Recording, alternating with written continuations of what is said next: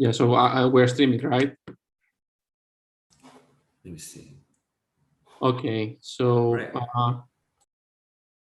thanks everyone for attending Training XR, and let me welcome you to the Training XR, which is the second annual workshop on 3D content creation for simulated training in extended reality.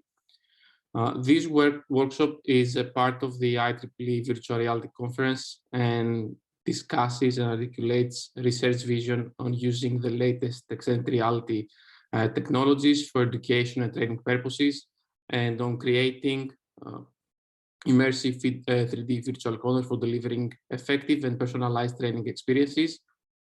This workshop gathers researchers and practitioners in a variety of disciplines related to extended reality and content creation. We also invite renowned speakers from the research community and the industry to give us talks related to extended reality-based training in order to inspire the field to further explore this promising direction.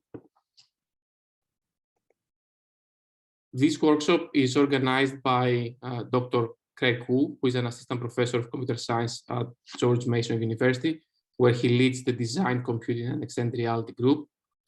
Myself, Dr. Christos Moussas, who is an assistant professor in the Department of Computer Graphics Technology at Purdue University and director of the Virtual Reality Lab, and Dr. Ryan McMahon, who is an associate professor of computer science at the University of Central Florida, where he directs the Extended Reality and Training Lab.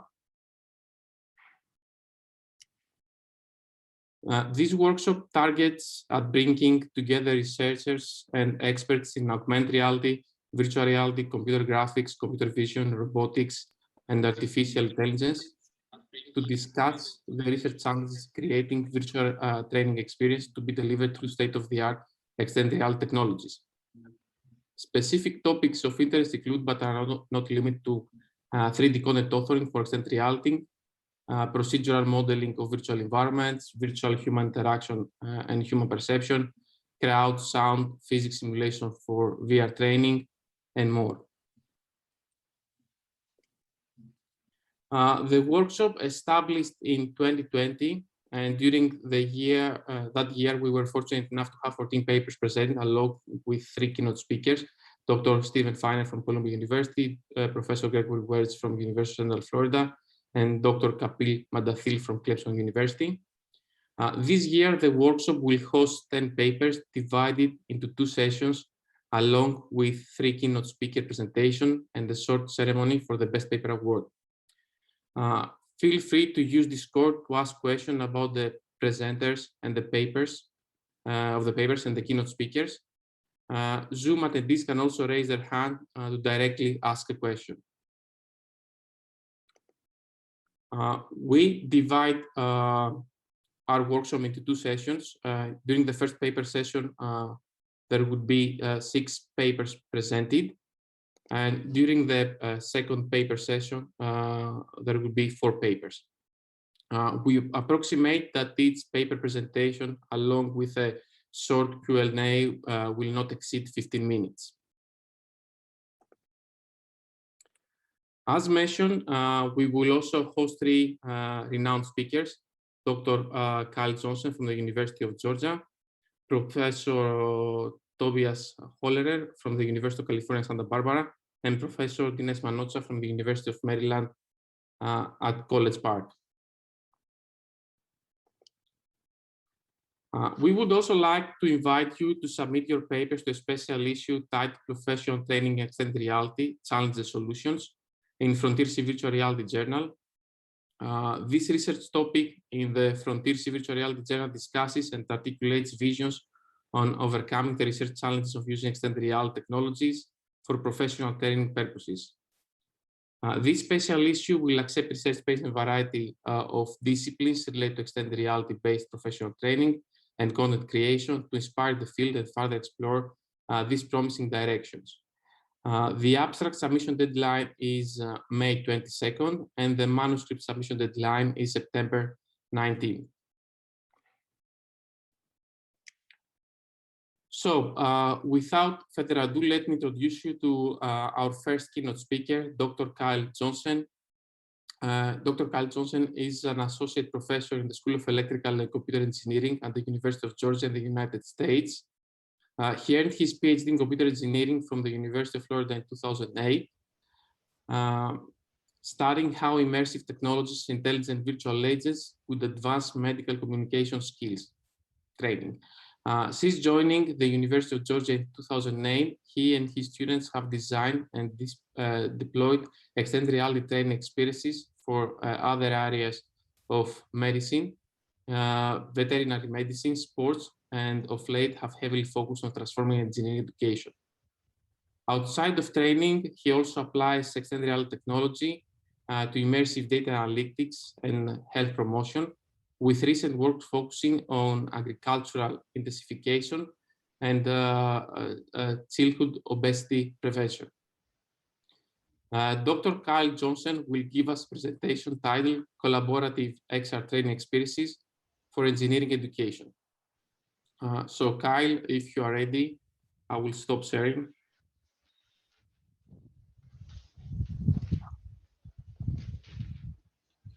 Thanks, Christos. Thank you so much. Before I get started with this talk, I'd just like to thank Craig, Ryan, and Christos, of course, for hosting the workshop, for the invite as one of the speakers here, and just generally for all the work that each of them do for the VR community. If you'll see behind me, I was the general chair for VR 2020. Still got some shirts left, best offers will be taken. Please feel free to contact me if you think you deserve one of those. We don't get paid for these, hosting these events. And so if you see Joe Kim, make sure you thank him. All right, let me do my screen share. All right. And let's go. Okay. Yeah. So this, this workshop's really on point. It's focused on XR training and education. I think really addresses one of the more painful aspects of that domain, that is content creation.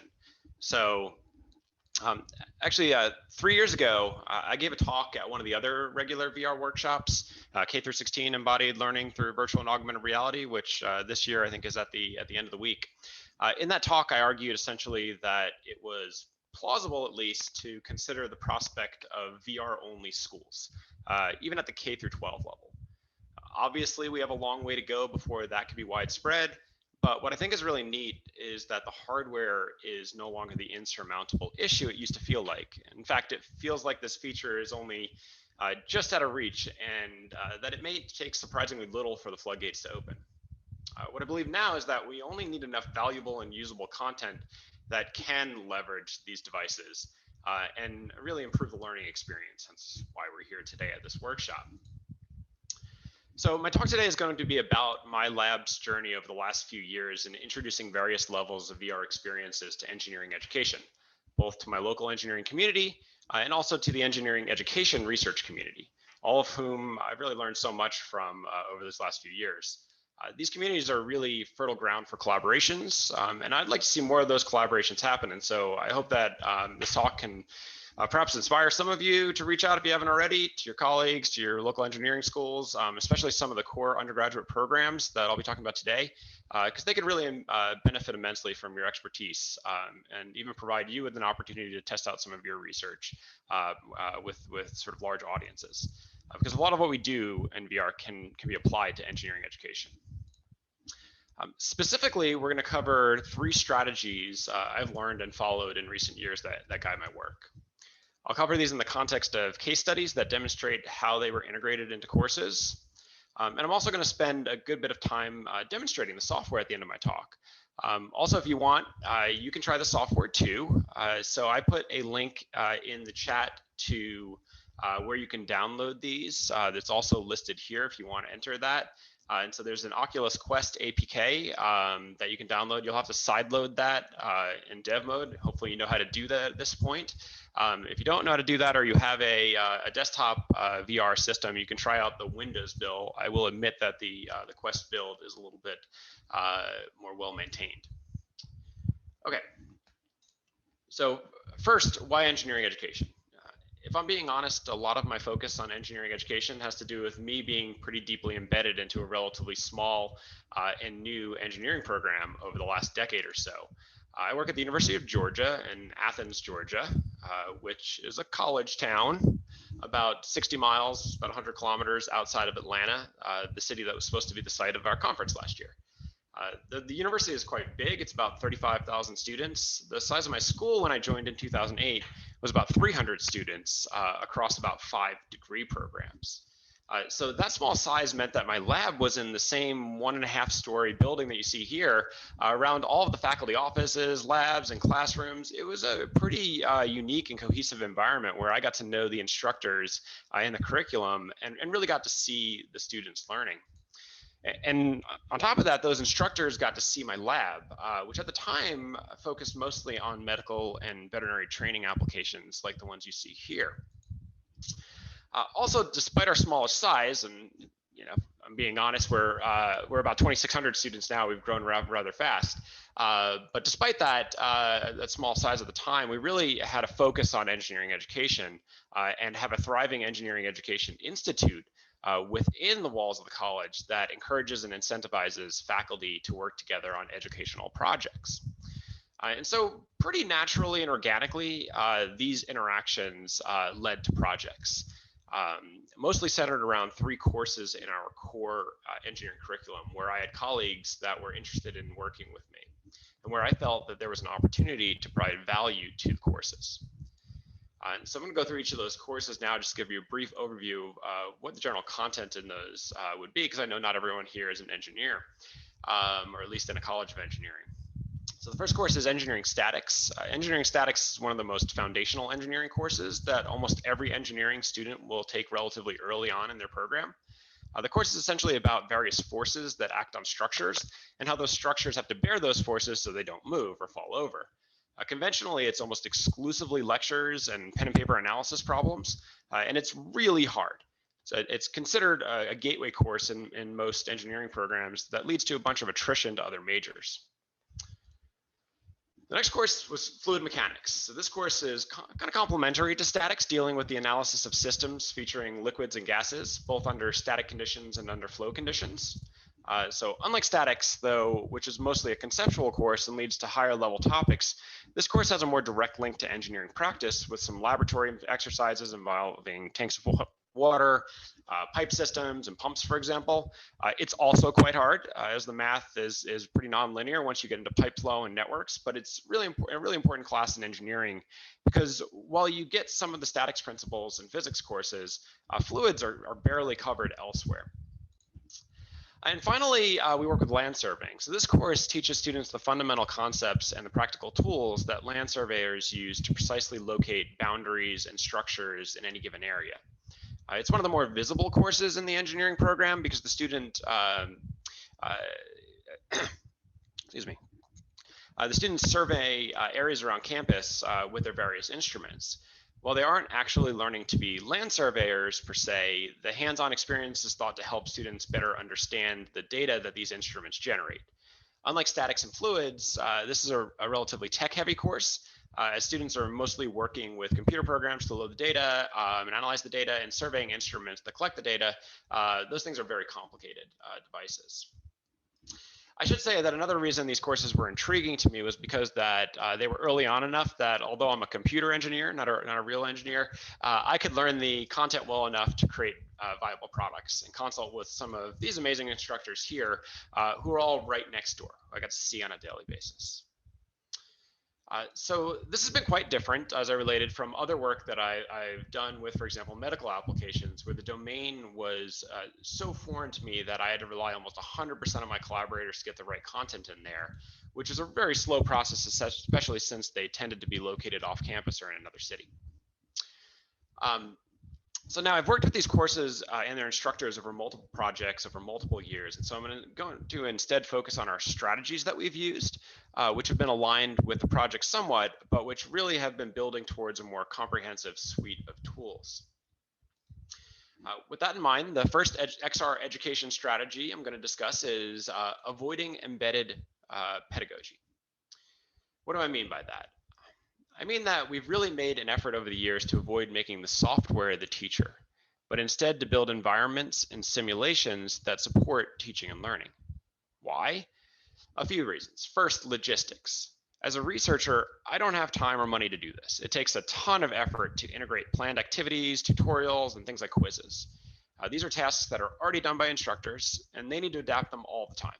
I'm not saying that's a bad approach, it's just expensive. It needs to be done by industry to be of high enough quality and maintained so that instructors would use it regularly. Second, flexibility. When you embed it pedagogy, you run the risk of creating something that only a few people can use, albeit perhaps quite effectively. Finally, and related, when you embed pedagogy, you minimize a real value add of the traditional classroom to foster teaching and learning relationships between students and instructors. So students sort of end up at different points in the process, the instructors just sort of observing, and perhaps destroying some opportunities for class discussions. They're sort of participating in that world and learning independently and not together.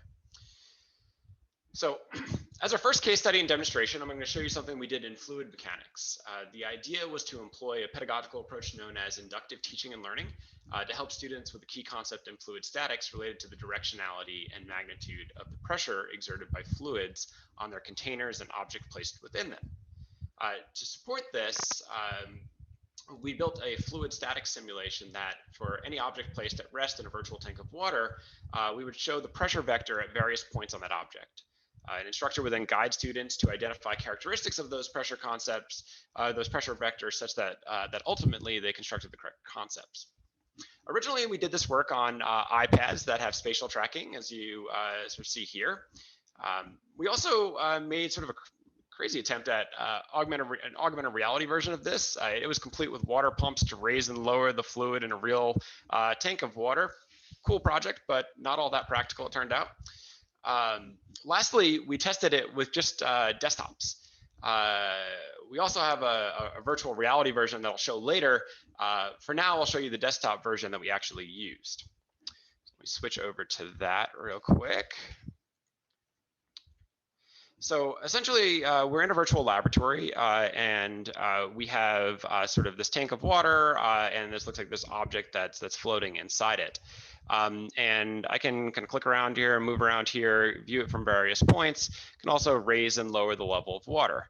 And so what an instructor would do is they would sort of ask the students sort of, in what direction did the forces apply to various placed in the tank, various surfaces that are being immersed in the water, like the sides of the tank and stuff like that. And so most students would probably get the forces on, for example, the left wall correct. They would look at this and say, yeah, it looks like the forces are all pointing towards the wall and the pressure is increasing. And we can sort of see that nice line that it's linearly increasing with depth.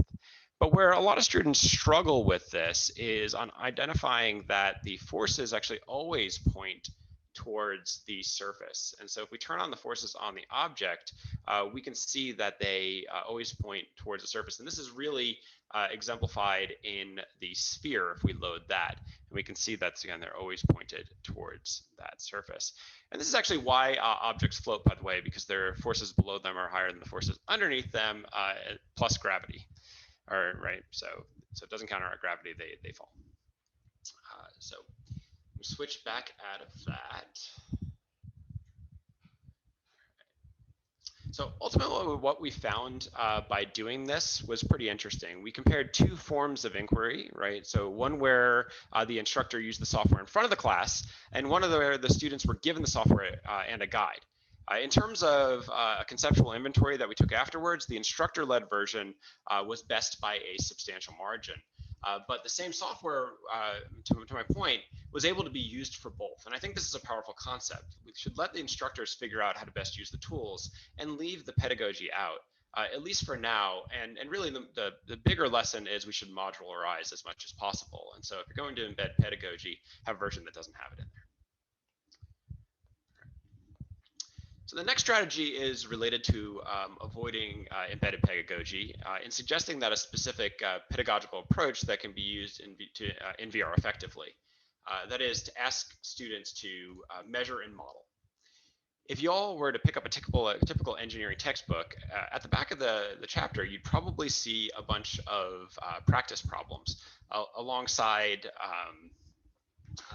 the words of the problems. There's usually a diagram like these, and these are the ones I showed earlier. And on that diagram, you'll find numbers. And what we've contended is that those numbers may actually diminish the real-world validity of the problem. Measurements are rarely found on real-world objects, and more importantly, when you go to measure those things, your measurements are likely noisy. And so textbook problems really can't capture that phenomenon. Moreover, the diagrams tend to be simplified models rather than depicting real-world situations. Now, of course, if we're talking about the real world, we can't easily ask students to go out and measure the height of their nearest skyscraper or crane, or the length of a bridge. But in virtual reality, we can ask them to measure almost anything. And instead of telling them exactly what and where to measure, we can ask them to choose. This brings me to our next course we apply the strategy to, statics. So students in statics are inundated with these types of textbook problems. And although they're likely to necessary for repetitive practice of the hard math, we wanted to give students an alternative way to solve those problems that allowed them to feel a bit more like they were practicing engineering. So again, kind of like with fluid mechanics, we had some crazy ideas about how VR could be useful to our students' learning. For example, one of those crazy ideas was to build a complete instant replay system for lecturers to illustrate problem solving in 3D statics models. They would use an HTC Vive, and what you're actually seeing here is that a student is watching the instructor who was using the virtual reality system to annotate this 3D diagram. While in principle, I think this idea is pretty good and it's something we're still actively exploring, this approach didn't really work out at the time. Why? I mean, you could say it was the technology maybe wasn't ready, wasn't as accessible enough, but I honestly think it was far too instructor focused. And although that was essentially a strong result from the fluid mechanics work, that the instructor maybe should guide some of this learning a little bit more, perhaps the difference was that from the start, the statics project was designed for the instructor rather than for the student. So with our second generation, we took a very different approach. Instead of focusing on how instructors demonstrated problems, we had students analyze statics problems in VR. The first part we created was rather straightforward. You give students a digital measuring instrument and have them be able to take measurements on 3D problems presented in VR. Rather simple. But because of that, we were faced with a somewhat challenging problem. Students tend to spend most of their time solving statics problems on paper, going back and forth between diagrams and equations. And of course, if you're using a monitor to do this, you can just reuse real paper. And really, this can be said for the vast majority of engineering courses where some sort of physical system is being analyzed. So you have to, write out those equations and solve them. So we set out to integrate writing and drawing into VR systems in a practical way, such that it could be used to work on handcrafted solutions to engineering problems in vivo, so to speak. We did this through the introduction of hardware graphics tablets into the system, which is rather by VR standards, an old approach. This is something that was done, somewhat back in the 90s with electromagnetic tracking systems and whatnot. Although it's not widely used today. Modern VR systems are tightly integrated and pretty sleek, if I do say so, such that it's sometimes difficult to introduce new hardware without it feeling bulky or adding great expense and inflexibility to the approach, something we've really tried to avoid as it would be impractical to use in the classroom. So to address this, we tried to keep the system minified by using a wireless and actually an inexpensive. This is a XP Pen Star tablet. It's about $100. So that's just that wireless graphics tablet is pretty cheap. And all we really did here is we attached one of the controllers that you were using to the tablet to track it. We didn't track the tip of the pen. You can do that by feel and the fact that the tablet itself tracks the tip of the pen. And this is how graphics tablets are used by artists in practice if they don't have a screen on them. Originally, the system was designed to be used with the Oculus Quest CV1, but we've recently also gotten it to work with the Oculus Quest and the Pico Neo headsets as well. making this concept entirely portable. In fact, I think it may be the only wireless portable tracked graphics tablet system out there right now, especially one that works with an Oculus Quest. So if you want more details on that, feel free to contact me. But what's really nice about this system is that it's pretty much possible to solve problems now exclusively in VR. And as an aside, if you attended the Knit It workshop yesterday, you got to see our alternative that's even simpler perhaps to graphics tablets that Brooke Bowers, one of my students, worked on, even further reducing the hardware requirements. I think that this kind of technology is just going to keep getting better. And we have some really nice, to go alongside it as it develops, the hardware side at least, generic whiteboards that can be used with whatever hardware comes our way. Now there's another aspect to this work that I haven't mentioned yet. We did this in the statics work because it's tied to my third strategy, default to collaborative. And this is perhaps the most important strategy that my lab regularly follows. For the last several years, nearly everything we've done has been rooted in collaboration.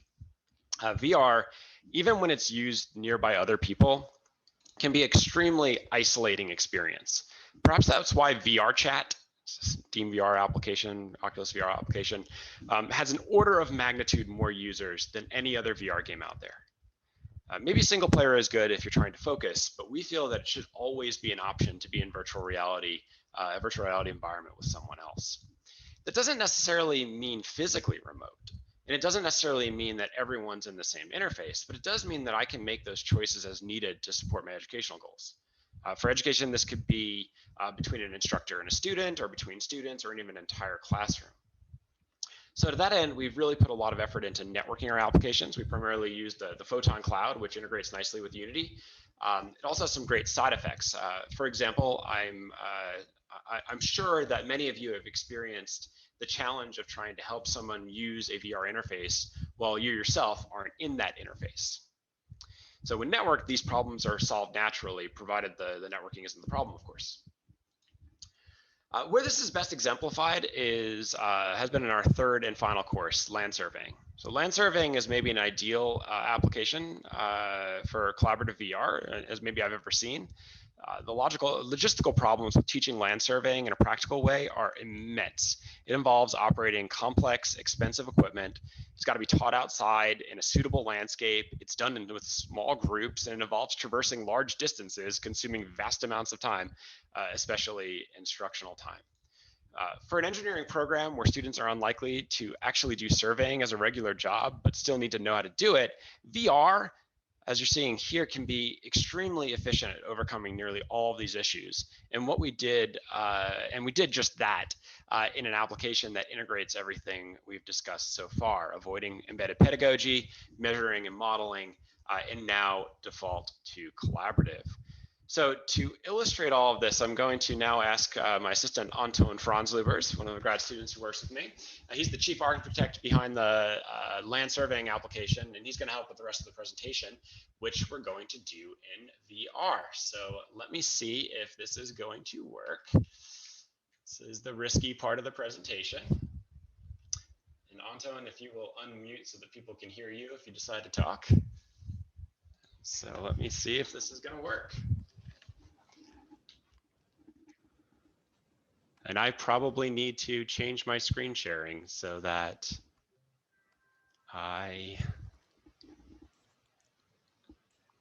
there's a way to change this. Hold on a second. This is, like I said, the risky part of this. Here, let me stop sharing for a second. And then when I share, I should get an option to optimize screen sharing for video clips. There we go. And let me make sure that script copy is going to work. So we've got script copy working. All right, we're good to go. It's going to work. I'm 99% positive. Let me get my chair out of the way. All right. And let's launch our engineering education VR application, which is actually on App Lab, which is really nice. Lets you launch it straight from the launcher here.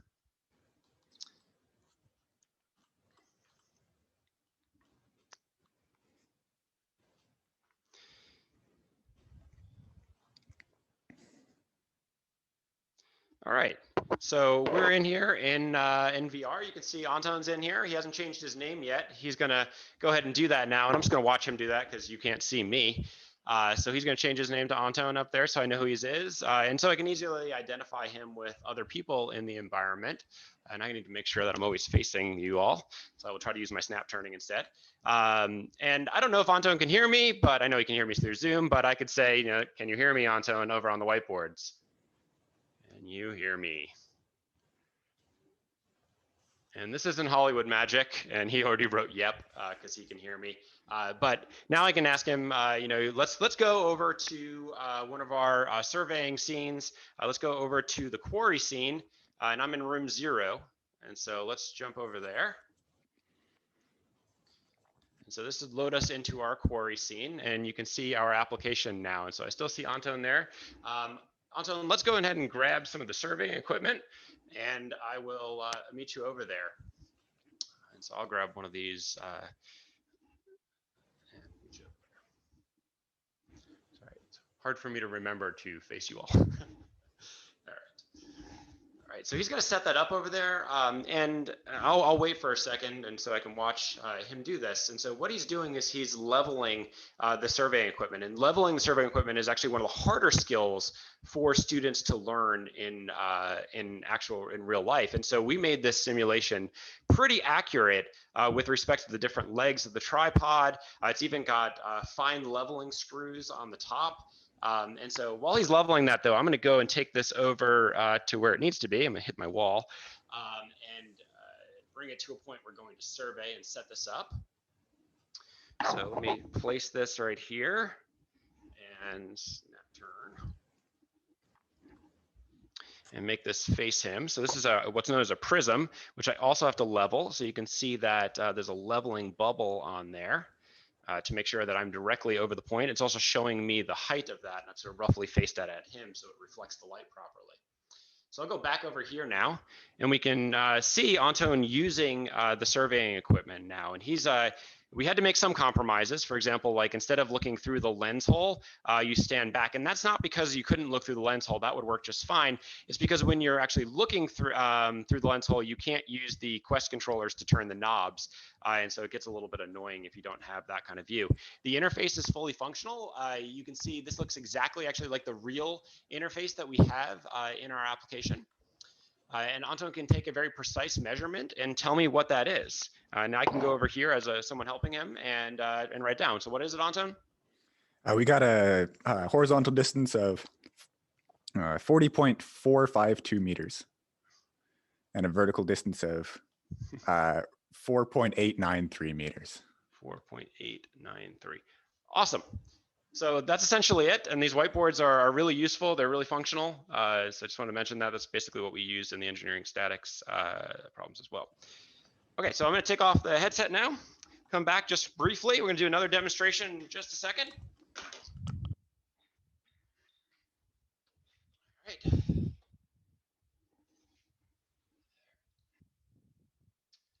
So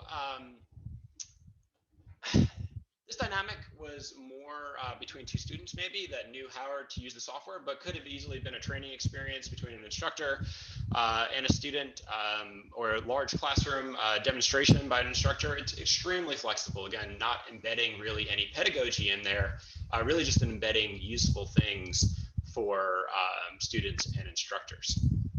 Okay, one more thing. We're going to load up something that that's sort of a demo environment and sort of an application at the same time, which we've called Virtual Family Room. And the only reason we're using this is because it has a nice structure for embedding everything in one place. I think this is where we're ultimately headed, by the way, integrated VR worlds, built for education, training, collaborations, meetings, social, lots of different things. If you have a Quest or Quest 2, again, if you missed the beginning, we put up an APK that you can install and try out this last demo. So this is over in the Discord chat if you just want to click, or you can write down these links. They're not too hard. So let's load that up now. Back over to Quest. And I get to demonstrate some more stuff, and maybe there'll be some other people in there as well. All right, so I'm back in this world, but I'm going to switch over. So let's quit this one and go into the virtual family room. All right.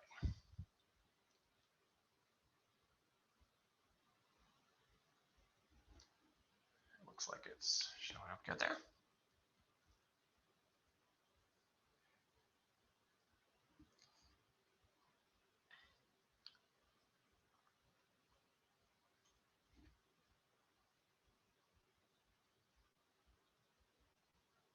This one takes a little while to load, but I hear the basketball, so we're good. So check it out. We've got some people in here already that are going to be seeing what I'm doing in here in real time. So I'm actually going to go over to our demo area just quickly so you can see some of the stuff we're talking about. I mentioned earlier, for example, that we have a more dynamic and perhaps better simulation of the fluid mechanics. And so we actually have floating objects. And we have, the simulation. You can really easily use this now and see those pressure characteristics just by dunking the object and whatnot. And so just a really nice approach in general, I think, for students to be able to come in here and throw objects in there and be able to see some of the things in consult with their instructors. You can also see what we did in statics now, which is great. So Anton's in here, and he can show you the actual measuring of the object. And so he's going to measure, I guess, this angle right here, right, Anton?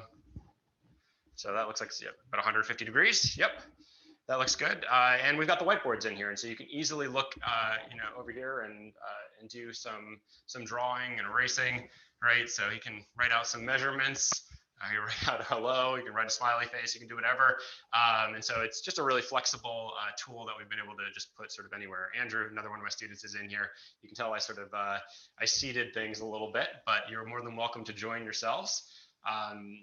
You can see that there's measurements on this one. That's actually what we did in the statics study that we ran, is comparing having measurements versus not having measurements. And so you can see they're on this one, allowing you to solve the problems. We also have kind of a neat feature that enables a bunch of other things. We have web browsers inside of our Quest environment.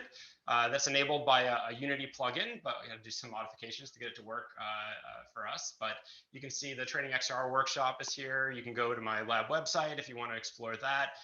We can even, if we want to, and get really meta here, we can watch the stream from this workshop inside of the VR environment. And so this is going to generate some serious echo probably for everyone. But in theory, this will pop up for me in a second here. And so hopefully the stream is running. I got to just play it and then go into theater mode. So you can see it is doing the whole like screen inside a screen inside a screen thing. So I'm going to get out of there now, but the sound does work if you're in here, and you can actually watch presentations in here later if you wanted to. So I will just go out of there and go back over to the Training XR website. The last thing I want to show you, yes, there's a total station over here, so you can actually play with that too. But we also have kind of cool social stuff. So we have, for example, basketball. I made that first try. That's the first time I've ever made it full try. We can bank it in. I'm pretty tall, so I can just dunk it. The miniature golf doesn't work. It's just there for show right now. But we also have some other really cool things in here that you can play with. You can play Chester checkers with somebody. You can go and drive some cars around with other people. This is really fun. You can configure your avatar over in that room over there.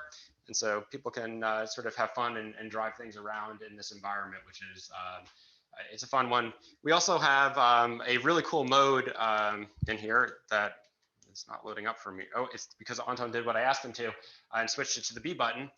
We can enable Gorilla Tag mode. So Gorilla Tag is my favorite VR game, so I had to put the movement in here. And so you can jump around like this, and that allows you to use the slide effectively. So you can, woo. All right. So hopefully people will want to give this a try now that they've seen it. I know sight unseen, you're like, I'm not installing that application. But now that you've seen it, feel free to try it at any point in the conference, or share it with others and come around and play a little bit with them. So, all right.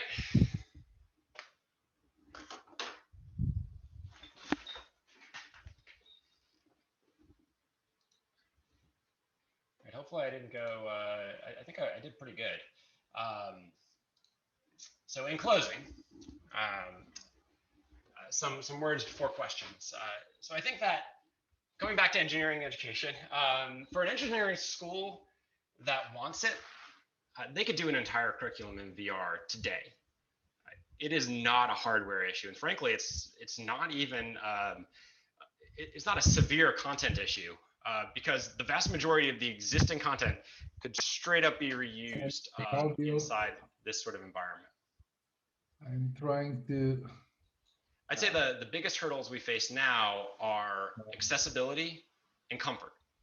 And so for that reason, we've been working really hard on trying to make desktop and iPad versions of the software that enable participation from any available interface. We have versions, if you want to try them, I'm happy to share those as well for both statics and land surveying, and are even working on a desktop version of that VFR software I just showed. AR really isn't that far behind in my opinion. It can be really used with a lot of this because it's highly modularized. The last piece of this puzzle may be integrating remote hardware, something that we're also exploring. So for example, you can come try out one of my students, he was just in the VRFR software there, Andrew Rakongu's, his research demo of remote robotics at the VR conference later this week. Sorry for the shameless plug there. Okay, so I'm done. Thanks again to the organizers for inviting me to come speak. And I really want to thank the Engineering Education Transformations Institute for funding a good bit of this work. And of course, this wouldn't be possible without the amazing students that worked on all the projects that you saw today. So I get to work with really, really wonderful folks. So feel free to try the software out at your leisure and to contact me if you or your school is interested in collaborating on some of this. I'm very much looking forward to your questions and the rest of the workshop. Thank you very much. Thanks, Kyle, for the presentation. I really enjoyed. I don't see any question here on. I have a question. Okay. Yeah. Go ahead. Yeah. Hi, Kyle. Thank you for your presentation. I have two questions, actually. The very first one is regarding the fluids teaching. I was in the last video.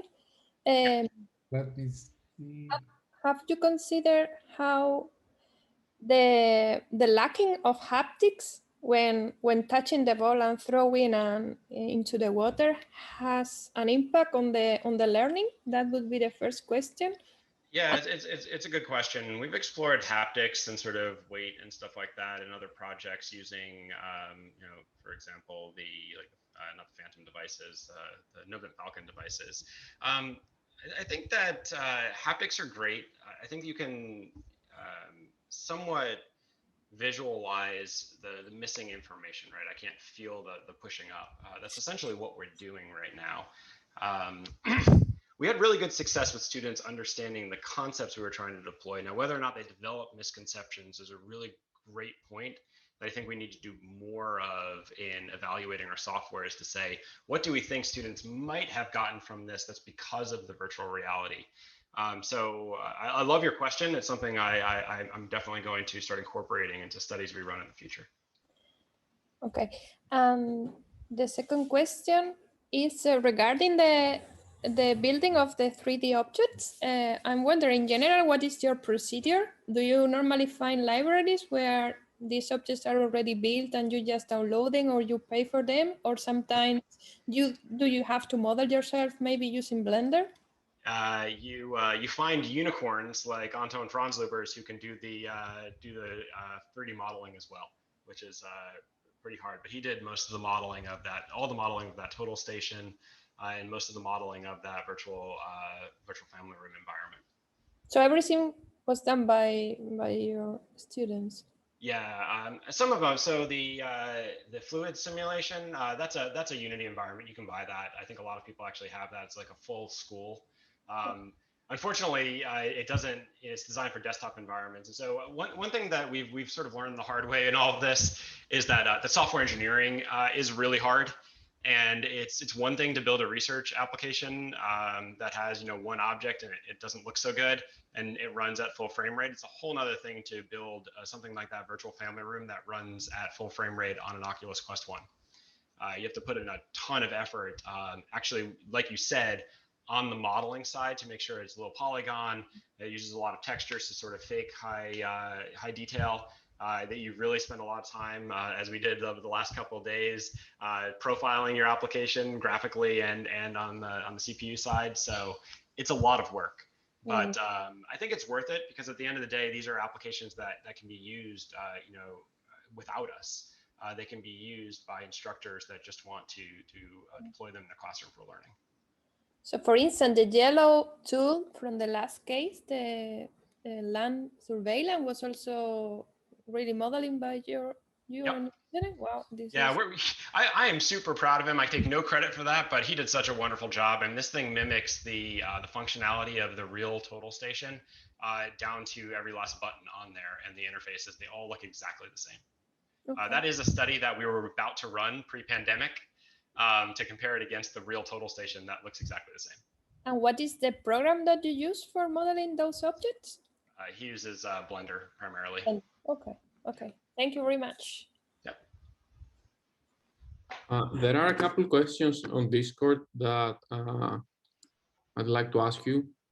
The first question is, bespoke environments give you full flexibility, but need more technical know-how to create. We've considered using existing environments, but they often restrict you in terms of the content you can import and scripting you can do. So they're asking any thoughts on this? Do you really have to go bespoke? Yeah. So this is the challenge, right? It's build or buy. And I've certainly taken the approach of build. The buy approach essentially is what I think most people are going to do in this research area. I think that's what they're already doing, and they're essentially just deploying more real-world ways of measuring, outcomes and things like that. And so, if the software supports collaborative, you can, for example, go in and observe. And I think that that's a cool approach. Now, on top of that, you kind of want the deep metrics.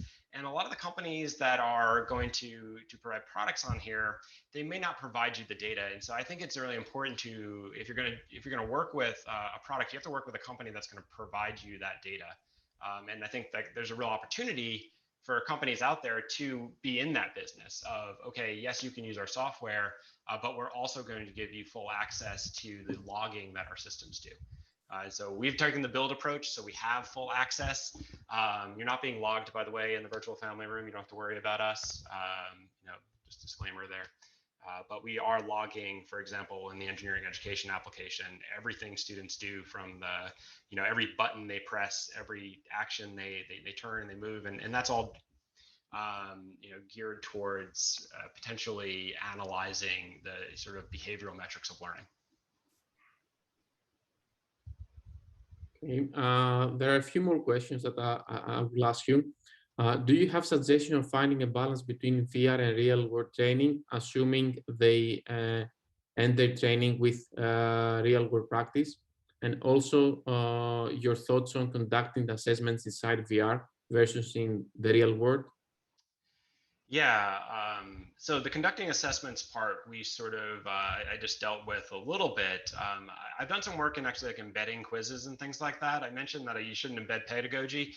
It's okay, I think, to embed like a website, for example, which is exactly how I would go about this now that we have this sort of nice website asset. You can embed a form inside the VR system that you can reuse elsewhere. You can also collect, the data if you own the system. As far as doing that in the real world, it's hard because you don't, obviously don't want to put sensors everywhere. One approach that we've been talking about doing with the total stations is putting 360 cameras on top of the total stations and then doing video coding, sort of traditional stuff. But we can kind of mimic that in VR exactly and have sort of nice aligned assessments. Let me look at the first one, the balance between VR and real world training. Yeah, I've been advocating, at least for the total stations, because we've been having so much problem with weather here that the students literally haven't gone outside all semester in the land surveying course. And so they've had the opportunity to use our VR software. And that software is so good that you almost don't need to use the real equipment. I think they still want to, they still want to learn. I would never advocate that someone who's going to do land surveying for a living is going to spend much time using our software, at least long term, because they're going to be out there doing it in the real world all the time. But I think that for an engineering student that's trying to learn land surveying conceptually, you don't need all that much. So it's just a balance of how much am I going to be doing this on a daily basis versus do I just need to know how this works? Okay, there are more questions. There's a question here in Zoom. How can you evaluate the student's result? Or is it only intended that the students experience the system's potentialities? So we have full data export like the total stations export. So the idea there is that you can go from the virtual environment directly into the CAD software with the data that's being exported from the total station. And so that sort of seamlessness of interface is really, I'm not gonna say we've done this yet. It's all, this is pretty new stuff. Frankly, and so we're still working on integrating this software into the classrooms, at least completely, and in that way where students are going out, evaluating environments, and then going into the CAD and then showing that they were able to do the work of a surveyor. So that sort of like, it's really synergistic throughout the whole curriculum. You could imagine people designing new buildings, for example, and then the new buildings being based off of surveys of the environment where they're going to be placed. And so that's my sort of grand vision, but definitely need more people working in this area to help out with that. Okay, there are more questions coming. How to show the limitations of the simulation in order to avoid misconceptions? Avoid misconceptions, I think it is. Yeah, we had this addressed earlier. The misconceptions is actually one of my colleagues, and he's going to love that you're bringing this up because he just studies misconceptions all the time that engineering students have. And we've tried to make them as realistic as we can, but there's certain things you just, that are not feasible, computationally. For example, the fluid simulation. It's not a CFD, a computational fluid dynamics simulation, and that is not going to happen inside an Oculus Quest without a lot of engineering, probably sending things to render farms and stuff like that. And so we have to deal with those misconceptions, and I want to deal with those misconceptions. And I think that is going to be a wonderful line of future work. So I really appreciate everyone bringing that up. Okay, more questions. How do you deploy the applications for all the users? It is controlled by IT, which with each student getting headset and apps deployed remotely. Yeah, so the engineering education application is now on Oculus App Lab. And so if we provide our students with an Oculus Quest headset, then we can deploy it that way, which means that it's updated regularly. The students will have it. It'll be part of the mainline interface, no dev mode, no side loading, like you're having to do with the virtual family room application. That's the way to go. We were thrilled to see this Oculus App Lab concept come to fruition. I've also been working with the Pico Neo headsets, Neo 2 headsets, and I think they're a great product. And they're going to have some new versions of that real soon. They announced the Neo 3 product, and that'll be a little less restrictive as far as deploying things than the Oculus Quest platform, which is maybe a better engineered platform right now, and it's certainly cheaper, but it certainly does have a little bit of logistical problems. And we have Facebook Reality Labs here with us today, though, or maybe not in this workshop, but here at the conference. And so I'm going to enjoy a conversation with them about that. And they might not talk about it, but it's going to be fun. And I think this is the last question I see in Discord. You might also have also mentioned these things, but yeah, let me ask you again. What software do you use for the multi-user capabilities? Yeah. So we use Photon, and I should probably do like a tutorial at next year's VR workshop about how to use Photon, or at least I'll let Anton do it. He certainly, or AJ, or really all of my students are now intimately familiar with the intricacies of VR networking. So it's a real challenge. I think that the easy thing is just being able to see other people. The much harder thing is to synchronize, all those different things that you see inside of the environment, the user interfaces, the teleporter lines and the teleportation, the various modes of locomotion, the avatar changes, the simulations themselves to make sure that those stay synchronized, the websites. Which aren't actually perfectly synchronized, but we do our best to sort of keep at least the web URL synchronized. So it's a hard problem. Okay, there are more questions. Okay, we have time. What was the attitude of the student, of the teachers in regards to work required to have a class with this app? And So we talk about the statics. Did they join? yeah. Thanks for bringing that up. It's something I probably should have talked about. This is one of the wonderful parts about working in engineering education. If we build a good enough product, there are no ethical problems whatsoever with us deploying that product in the classroom. The study is another layer where we ask the students if we can use the data. And so it's educational data until they give us approval to look at it. But we can have every single student in the class use the software, and that's exactly what we do. Every single student gets the software, every single student gets the same experience. We just ask to access the data. Okay, I'd like to ask you one question. Did you try to evaluate the mental and physical demand when using the VR device and doing the training? Yeah. So yeah, we used NASA TLX throughout that. It's in the papers, and so if you look at that, you can see all of the NASA TLX. It's probably what we were mostly concerned with, is just like how usable was this software. We're fairly convinced that it is useful from an educational standpoint.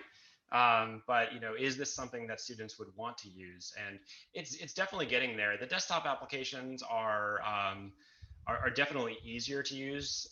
That being said, there are certain things that are really hard from collaborative standpoint. We've made the desktop applications collaborative, but I worry a lot with desktop applications that they're geared more, especially with 3D ones, they're geared more towards people with gaming experience who are familiar with those types of interfaces. The beauty of VR is that there's very little difference between somebody who's a naive VR user and whether they're a gamer or not.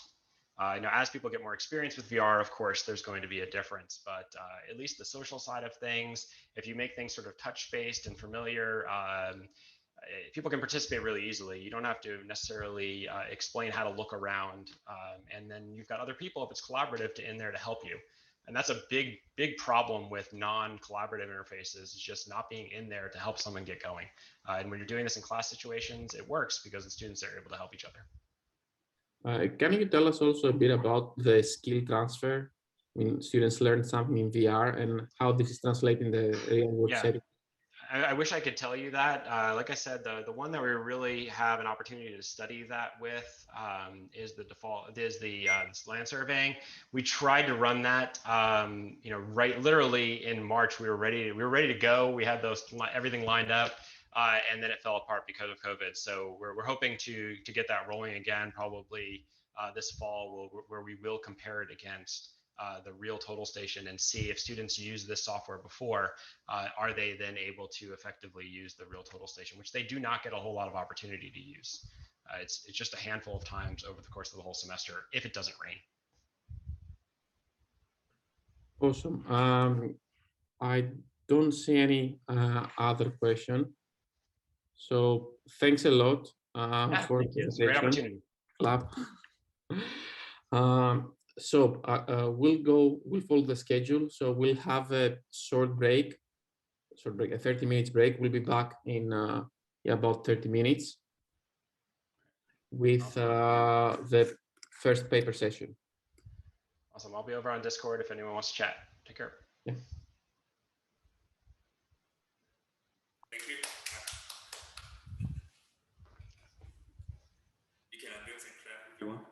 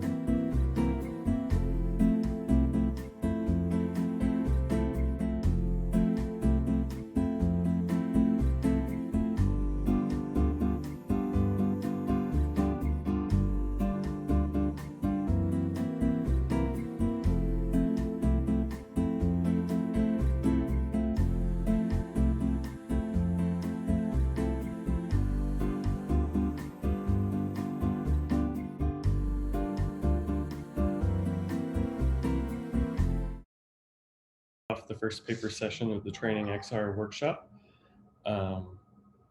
We'll just wait one more minute for people to trickle in at 10:30.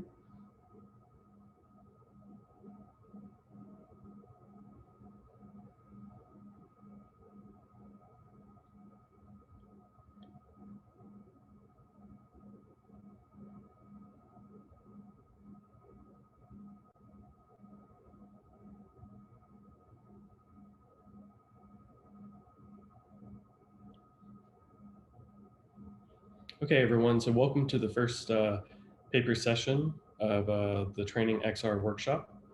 We're going to go ahead and dive into the papers.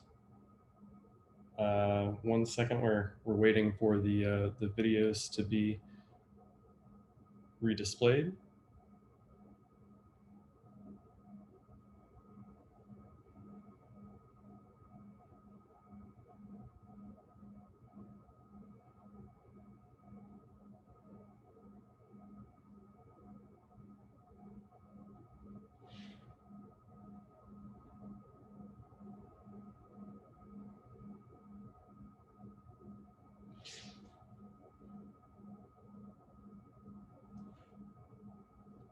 So while we wait for the videos to be reshared, we have 6 papers that we will be looking at during this session.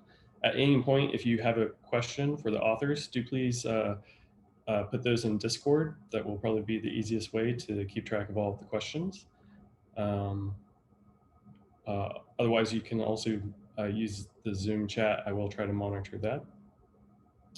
And it looks like we have the video back. So our first paper is Collective Intelligence of Autonomous Animals in VR Hunting. And this is presented by Kengxiao Zhao, Feng Lin, and Hak Soon Xiao. Hello everyone, my name is Kang Qiao from Nanyang Technological University. Today, I want to introduce you to our paper and work on collective intelligence of autonomous animals in VR hunting. Traditionally, body rehabilitation is a long-term process which mostly involves a set of physical equipment and also assistance from professional medical staff. For patients, this is a repetitive process that is often very inconvenient and boring. Fortunately, the development of VR has provided a brand new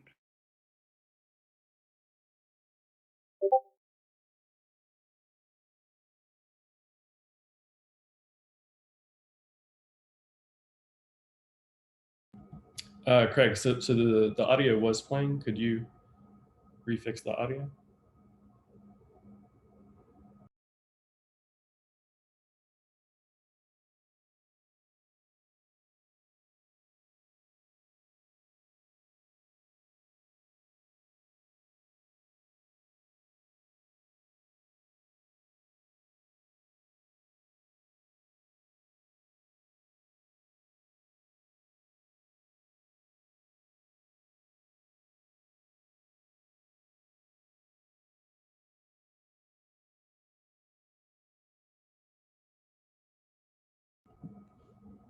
Hello, Craig.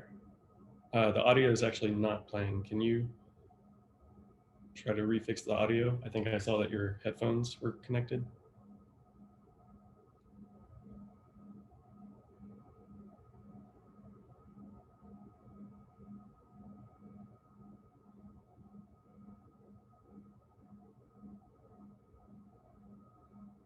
motion and path of the animal character. Any physical Now we can object hear it. with mass must Can you go have back a about non-zero radius, a couple thus slides? possesses a moment of inertia.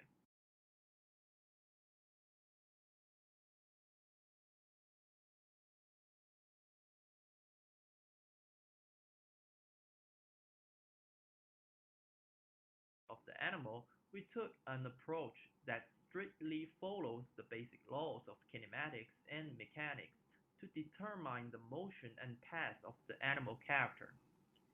Any physical object with mass must have a non-zero radius, thus possesses a moment of inertia.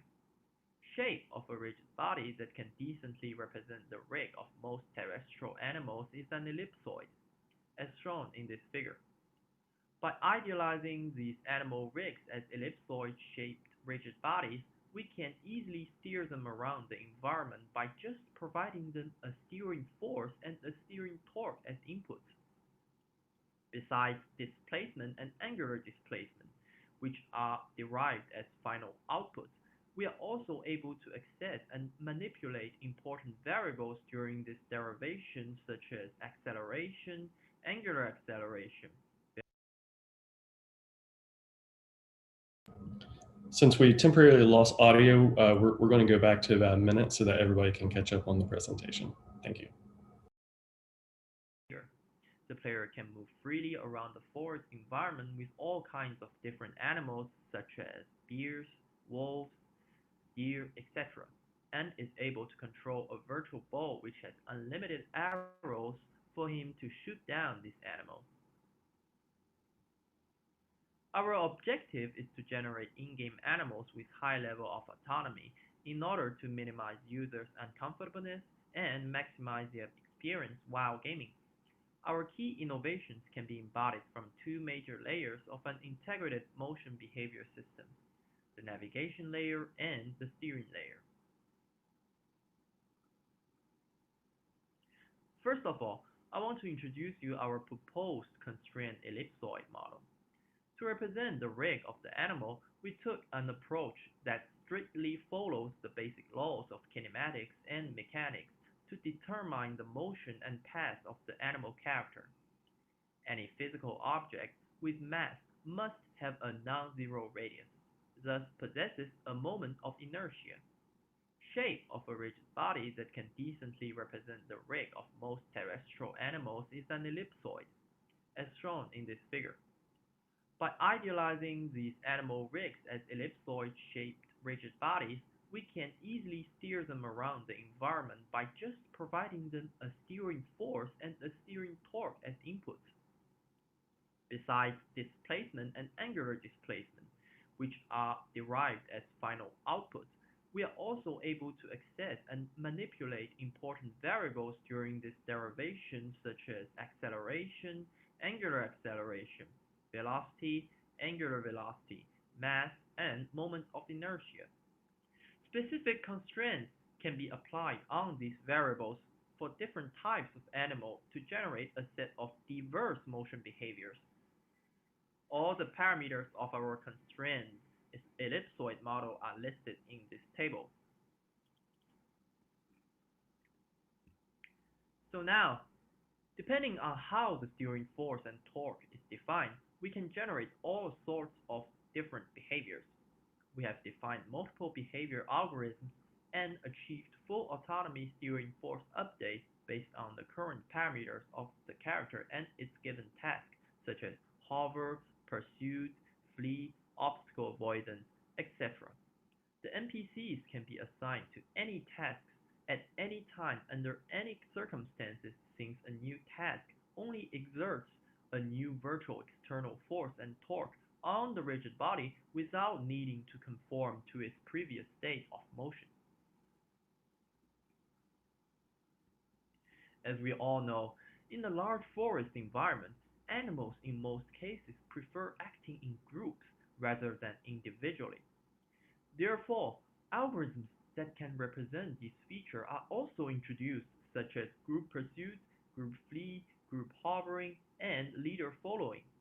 Sometimes, animals need to perform multiple tasks at the same time.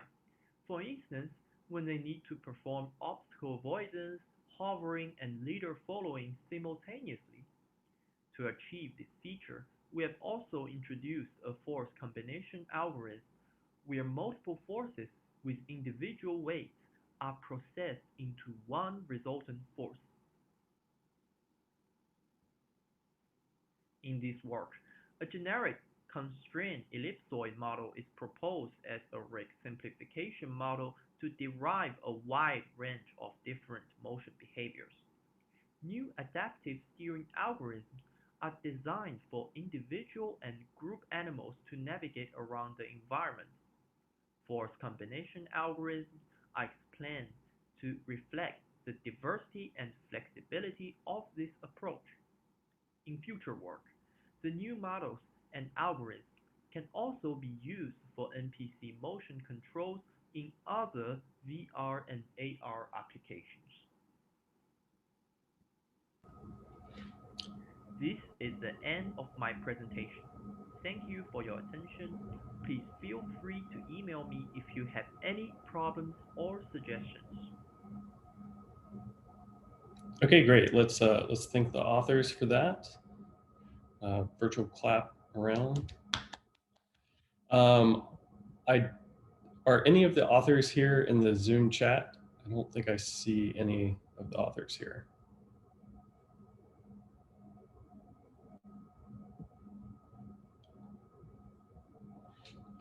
No authors? Okay, so since the authors are not here, we're going to skip Q&A for this particular talk. So we'll move ahead to the next talk.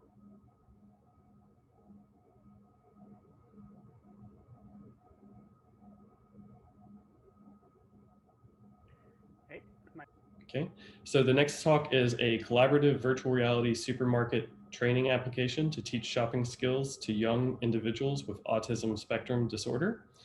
And the authors are Ali Ajuliu and Lou Thompson.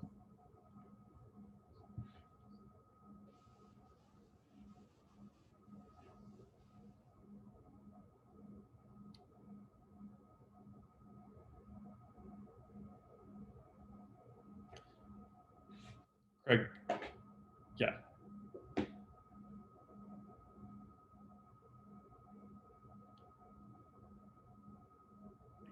Hey, my name is Ali. Craig, could you turn up your system audio?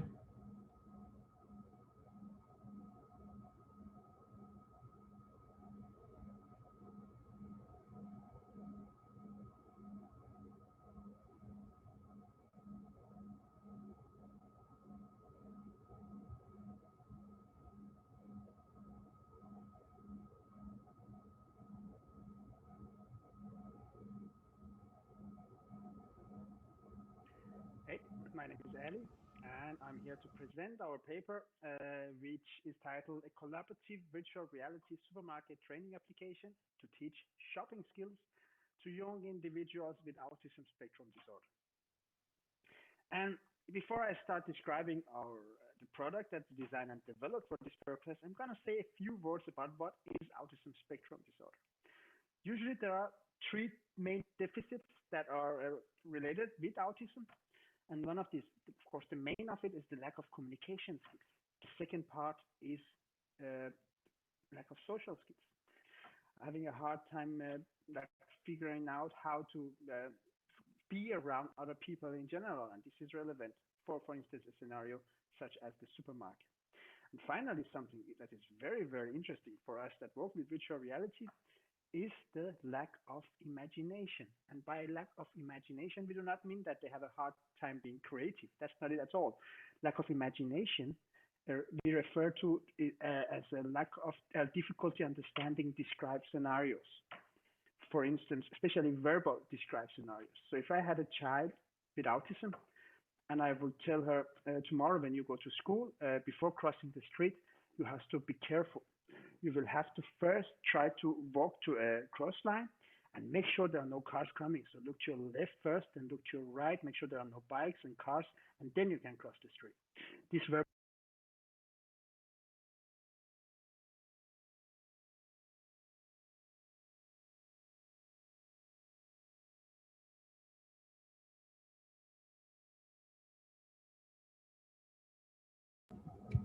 So it looks like we've temporarily paused the video.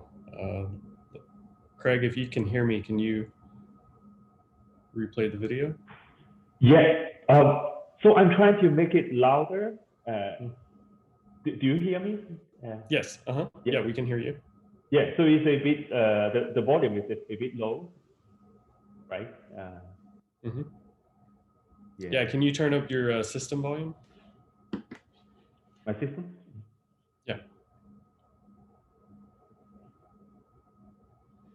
Let me see. System.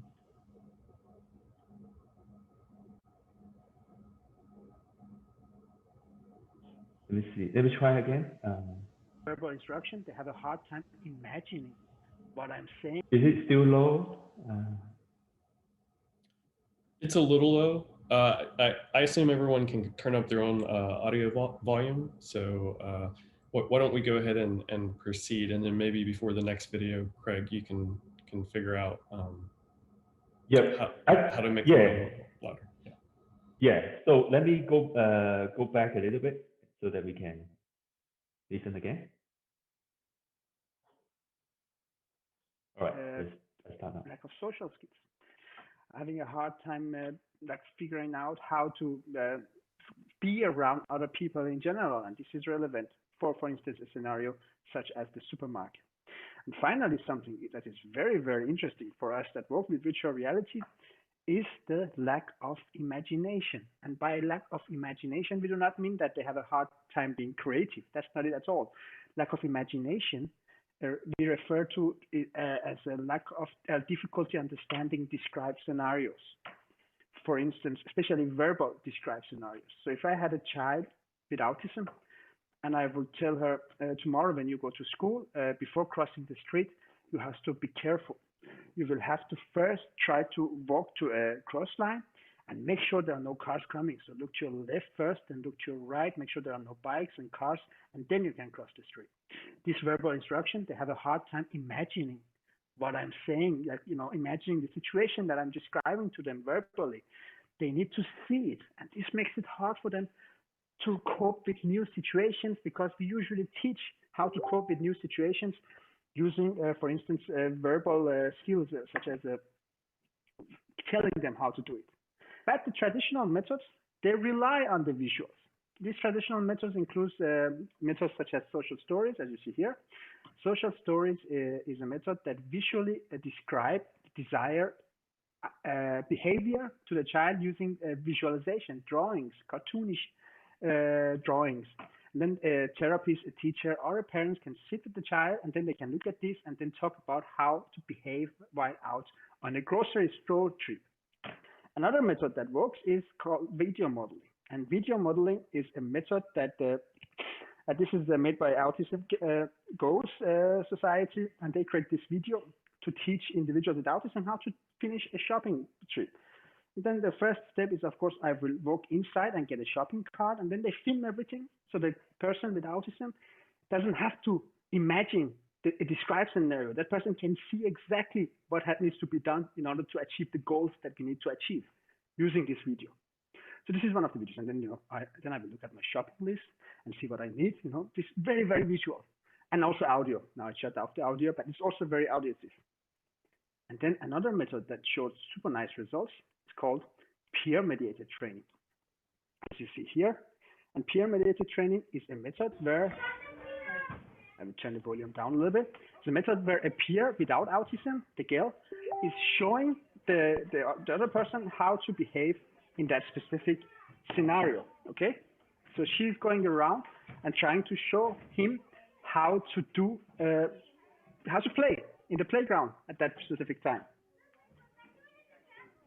Again, the child with autism is in the relevant scenario, in the relevant context, and he can seize it. So it's not having to imagine a verbal description. He's there, he sees it, he does it. That's what we can do with virtual reality as well, because as I mentioned before, they rely on the eyes, the social stories, the video modeling, the peer-mediated training. In VR, I mean, this is one of my test participants from the previous study. He was at the school for young individuals with autism, and I lost his chair to listen under construction while he was training a VR training simulation. But while he was physically placed in the school, I could take him using the VR simulation. I could place him on a virtual street to practice crossing the street. I could place him on a virtual playground to practice playing with others. Or in this case, we could place him in a virtual supermarket where he could practice shopping, as we're going to talk about now. And this is what we did. And this is a screenshot of our virtual supermarket, as you can see here. And there's everything, all the shelves, the self-cashier machines, fruits and vegetables all the way over there. I'm going to show you an overview picture of how it's going to take place and how it's designed. So the user starts here, several users, numerous users, could log into this virtual simulation at the same time. They would be able to do voice communication together using the microphones on a VR HMD. Then they could simply start walking in. For instance, grabbing a shopping basket here. One of them could grab a shopping basket. One of them could grab a shopping list. Both of them are located here. Some of them could start walking around. This is the meat section, dry product section, dairy product, and fruit and vegetable sections, and a balance to weight your fruit and vegetable. So they could, divide the task, teamwork, social skills, supermarket skills, all in one. That's what we really try to achieve with this. And once they finish, they could walk up to the self-checkout system where there is some Danish money in a virtual wallet they could use to pay for the products.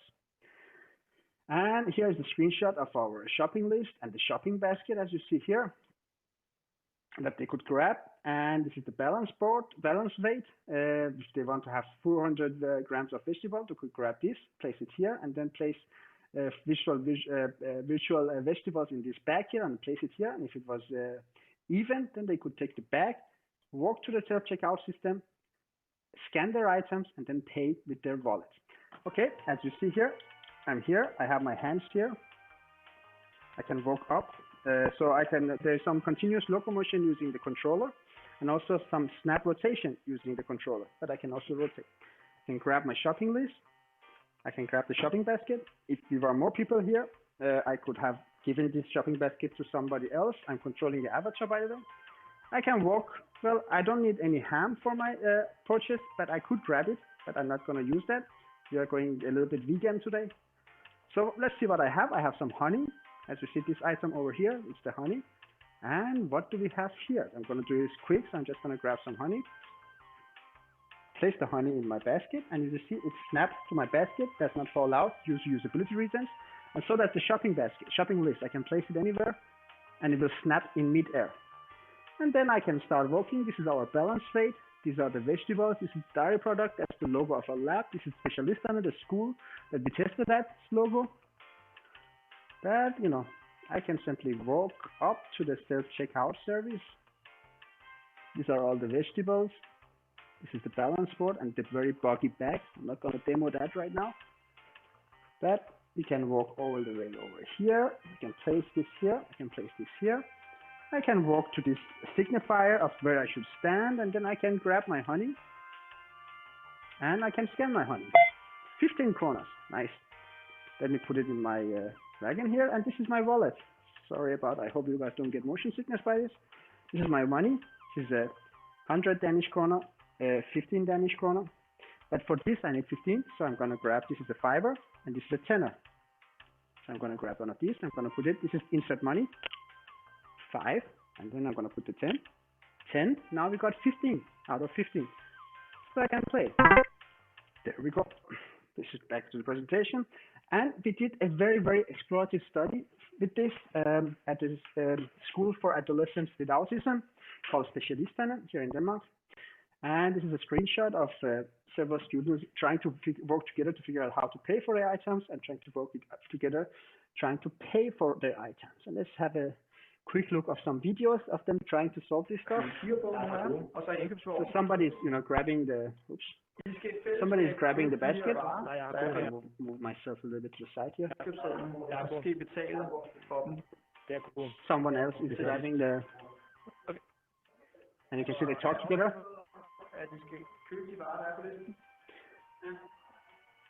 There was a teacher together with the children trying to help them how to tell them and guide them through the session. The teacher tried to stay away and let them do the task, and he would only guide them if needed. But he presented the task to them. So here's the teacher trying to tell them that you guys have to work together. This is the teacher. He's trying to tell them you have to work together to finish this task. So somebody's grabbing the honey now. And the honey is now being brought to the basket, and he puts it in the basket that is being held by somebody else, as you could see.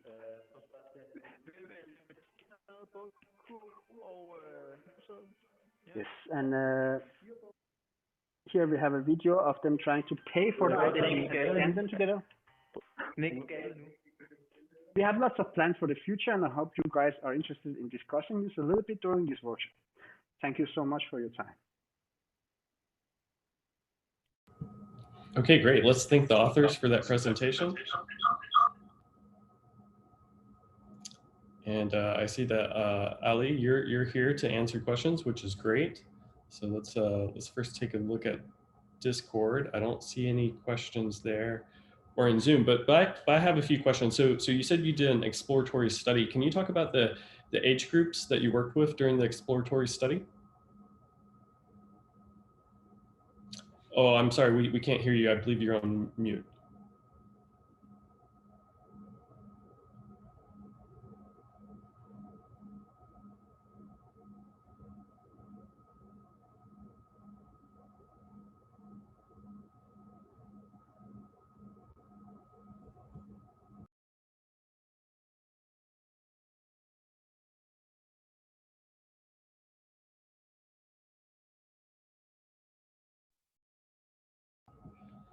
Can one of the hosts unmute Ali?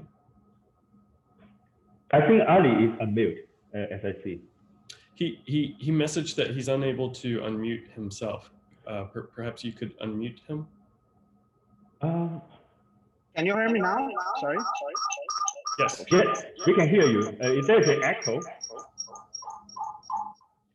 Can you mute? Yes.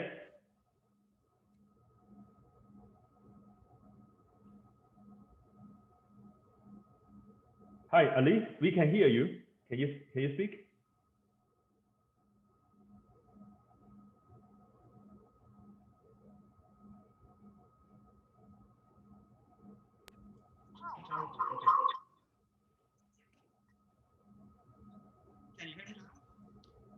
Yes, faintly, but yes, we can hear you.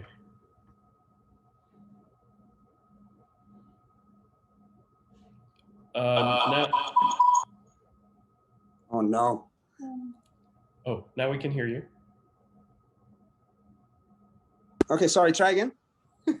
I can hear you. Can you hear us? All right, yes, now I can hear you. Perfect. Great. I'm so sorry. Good. Yep. Yeah. So what was the question again? So for your exploratory study, what were the age ranges of the students that you worked with? We work with the school for young individuals with autism. So they were all above 18 and thereabout. So yeah. And this was just to test technical issues, see if they could even be there together. These were students who already knew each other, who go to school together every day already. So they were familiar with each other. But we got some very nice feedback that I didn't have time to talk about during the presentation. Among others, we used the same avatars for everyone. They thought it was super difficult to distinguish between who is talking, who is my friend, who I came here physically with, but now in VR, they needed some time to and who is the teacher? The teacher we gave also the same avatar to. So that's something we're going to do for next iterations. And they have some nice comments that we put in the paper, but not in the presentation. Great, thank you. So we've got a couple more questions here in Zoom. So one question is, how important is the realism of the supermarket towards the success of the training and therapy with the ASD patients? I mean, graphically, I do not believe that realism is very important. I mean, for this study, we really want to investigate collaboration. We want to see if we could collaborate. But I have another paper out on a single-player supermarket back in 2017, where we took them out in a real supermarket before and after VR training. It was the same level of realism, more or less, but and we could really see a difference after 2 weeks of training, 7 sessions spread on those 2 weeks. We saw some improvement in their ability to go around and localize items in the virtual supermarket that was not realistic. And I mean, yeah, so I don't believe it's very important. You can feel immersed in a virtual supermarket as low polygon as this we have here. Great. And then we have another question too. With regard to the control of the application, was it possible to only put items on the list in the basket, and also were participants required to basically have all the items in the basket before they could pay for them? You could grab everything, anything, and put it in the basket, but in order to finish the game and get the positive reinforcement, which I didn't get to show you on the video, there was some fireworkish graphics, but you need to get the right items from the shopping list. But anything was grabbable in the scene, and they love to throw it around and play around with it. They started playing frisbee with the pizza, and stuff like that. They had fun with the application during this explorative study. Great. And then we also have a couple questions in Discord. So were there any auditory or visual stimulus issues regarding being in VR for the participants with ASD? They were communicating a lot. They were talking a lot. I mean, as you could see during the video, it was just they talked together, and some of the groups, I mean, of course, there was some more talkative than others, but I really enjoy how relaxed they were in there, because when they got in the room physically, we were far away. The teachers were there to take them and put them in VR, but I could see their shyness, I mean, and the quietness. But when they got into VR, they opened up and they started talking a lot, which was a bit disturbing for the video because we couldn't really hear who said what. Yeah. Right, it's still quite interesting. We also have another question too. How have you dealt with age restrictions on creating Oculus Facebook accounts? Oh, well, we did. we tried to, you know, the staff. We bought 8 Oculus Rift, Oculus Quest 2s for the school, and then each of us logged onto one of them, like the adults. I was about to say. The adults, we each logged into one of them, and then we had to put them all in developer mode because we needed to sideload them back in the days. I mean, I don't know if it's the same now. We need to put it in developer mode, so we needed to create developer accounts for the teachers. So we need to put their, you know, credit card information. It was a hassle just to do this test, but we managed in the end. We need to find a better solution for the future. And I liked Kyle's comment on Discord about Facebook doing what Apple is doing with Apple ID. Yeah. Yep. I think there's also an additional comment from Jerome on Discord for you. If the app isn't made publicly available, you can also use test users as well. So yes, yep. Thank you. Any other questions from the audience, either in Zoom or Discord? No? Okay, well, let's thank Ali again for a great presentation. Thank you very much. And we'll move on to the next presentation. Hello, so the next presentation is depression prevention by mutual empathy training using virtual reality as a tool. The presenter is Joy Lee, and the other author is Irene Luo.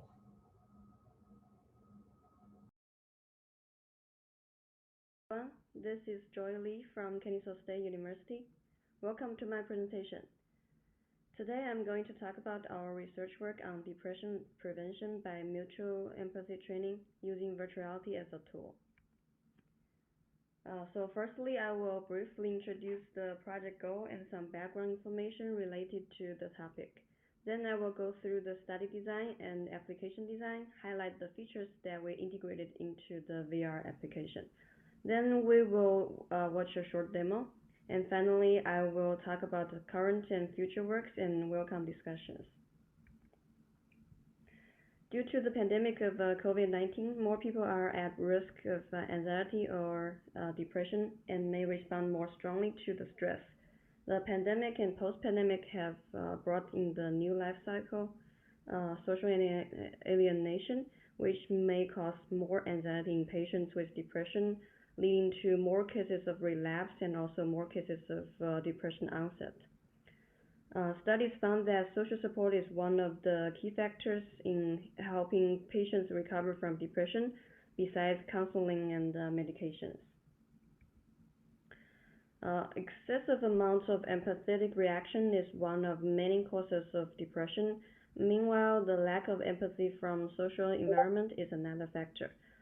Therefore, appropriate amounts of empathy is important, as the immersion and embodiment of VR applications have been proven to help medical students visualize and understand patients' feelings. And more previous studies used VR in therapy sessions to help intervention. Our study focuses on empathy training, especially mutual empathy.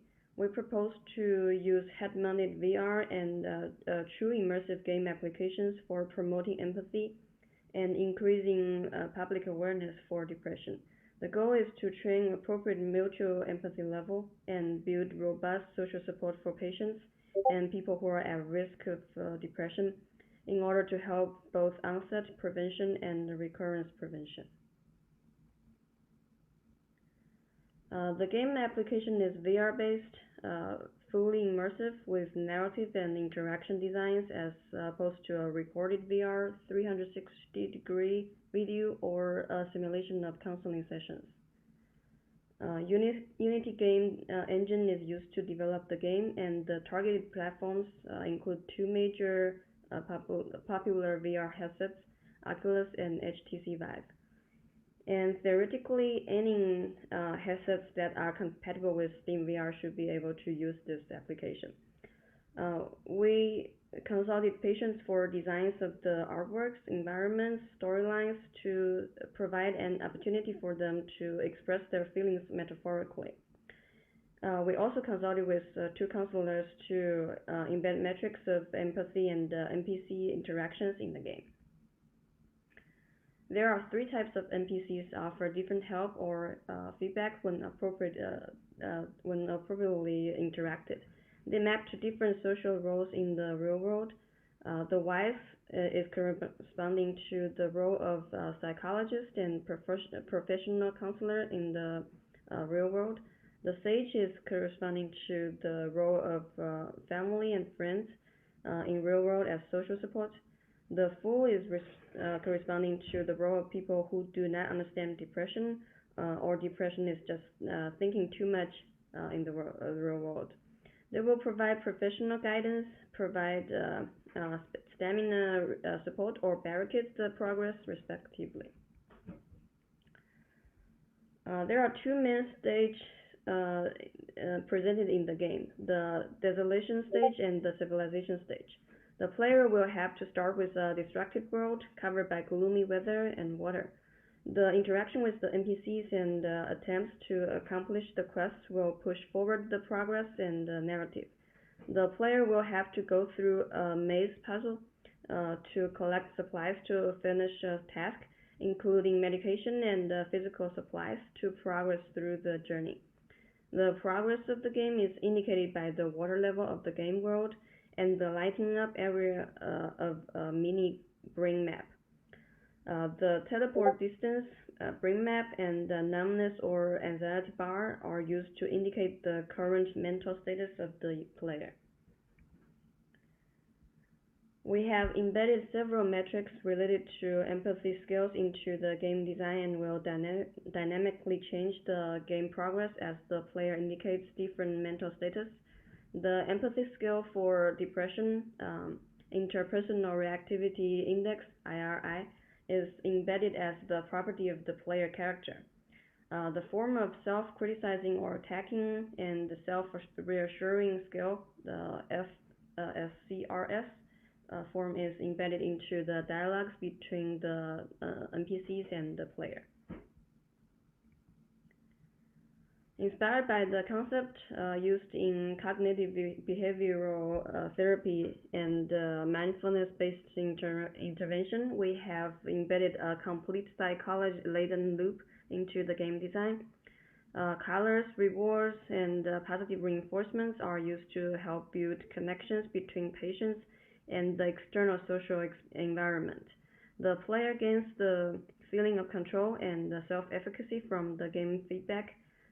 These feelings of control and satisfaction conveys into cognitive behavior reshape, and the player learns the behavior of asking or providing social support.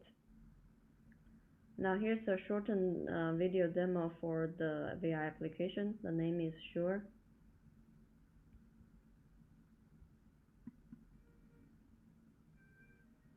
The player will start interacting with the sage and get the instructions and guidance to start familiarized with the game UI.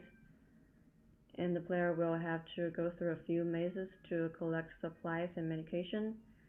By tossing a ball, the player will be able to teleport, and the stamina level will decide the teleport distance. And the progress will lighten up the mini brain map. Different NPCs will give different guidance or help, but the full NPC will barricade the progress or even cause the retract of the progress. And then when the game is moving forward, the weather will change dynamically to a brighter weather, and the water level will fade.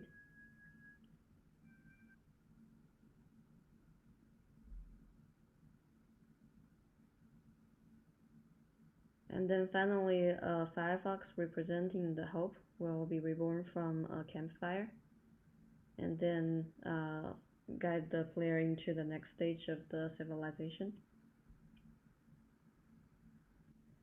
The VR application prototype has been developed as expected to demonstrate the concept.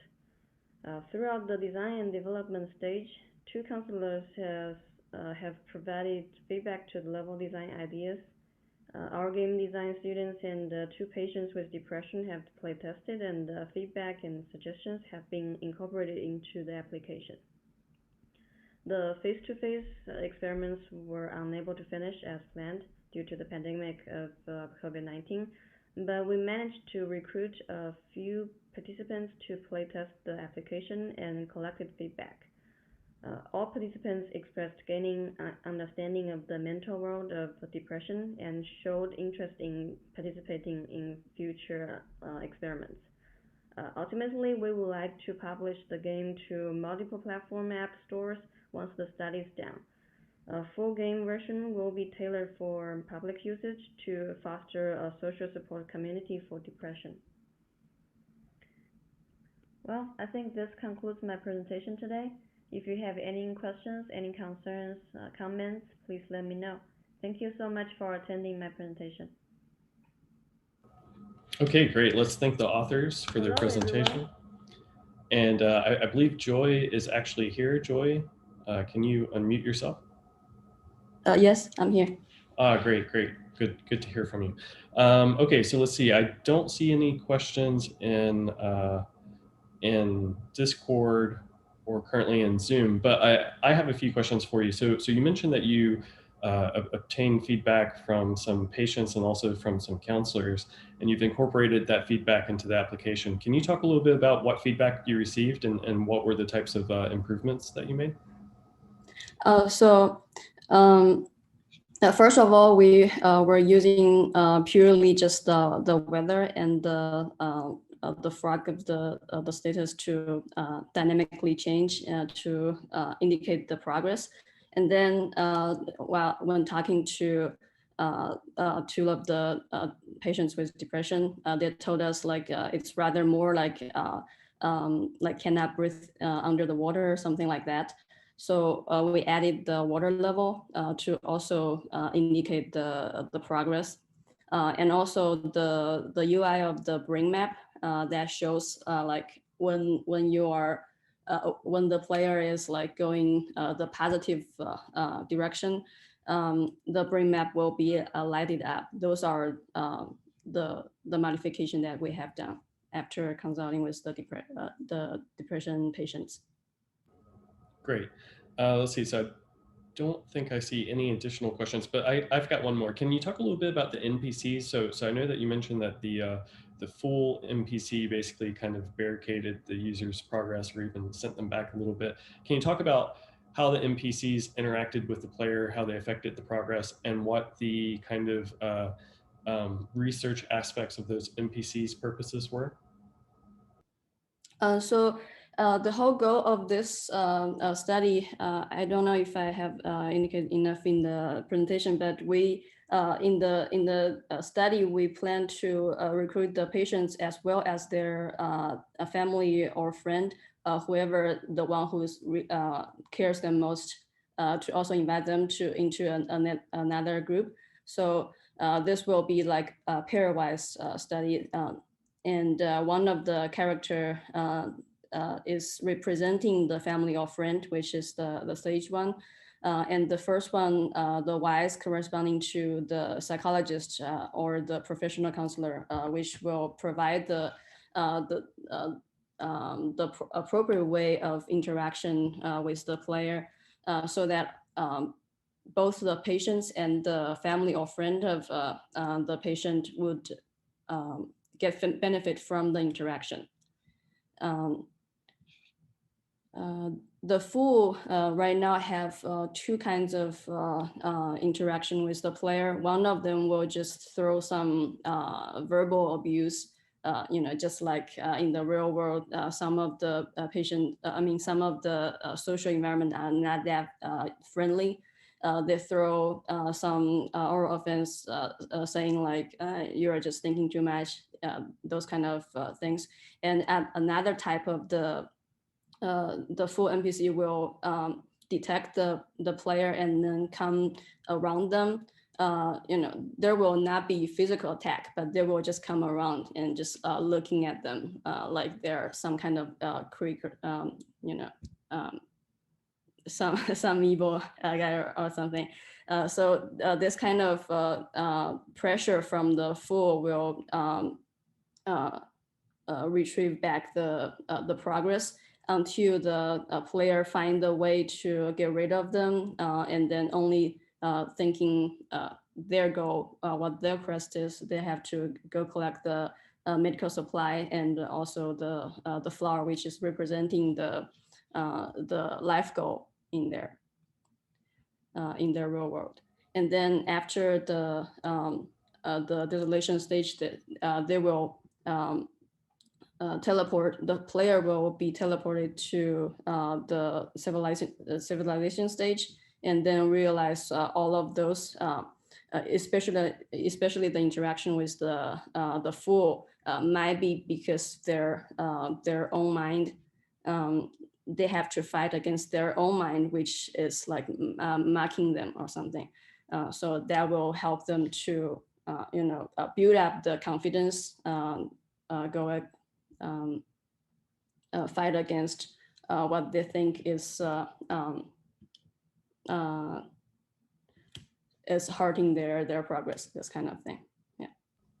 Great, thank you so much for the talk, and let's just thank you again for the presentation. So thank you. So now we're going to move on to the next talk. This is Joy Lee from Kennesaw State. Hello, everyone.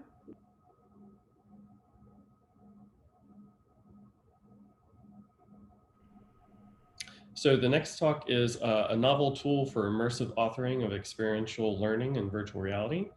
And it's presented by Fernando Caselo, Manuel Pinot, Danielle Mendez, Lionel Morgado, Antonio Coel, and Hugo Paredes. Hello. Welcome to our workshop presentation about a novel tool for immersive authoring of experiential learning in virtual reality. My name is Fernando Cassola, and on behalf of my team colleagues, Manuel Pinho, Daniel Mendes, Lionel Morgado, Antonio Coelho, and Hugo Paredes, I will now start my presentation. In industry, also manufacturing, adapting to requests with a high degree of customization and complexity implies longer cycle times. Immersive virtual reality for simulated training is a promising approach, helping operators to minimize errors and increase safety.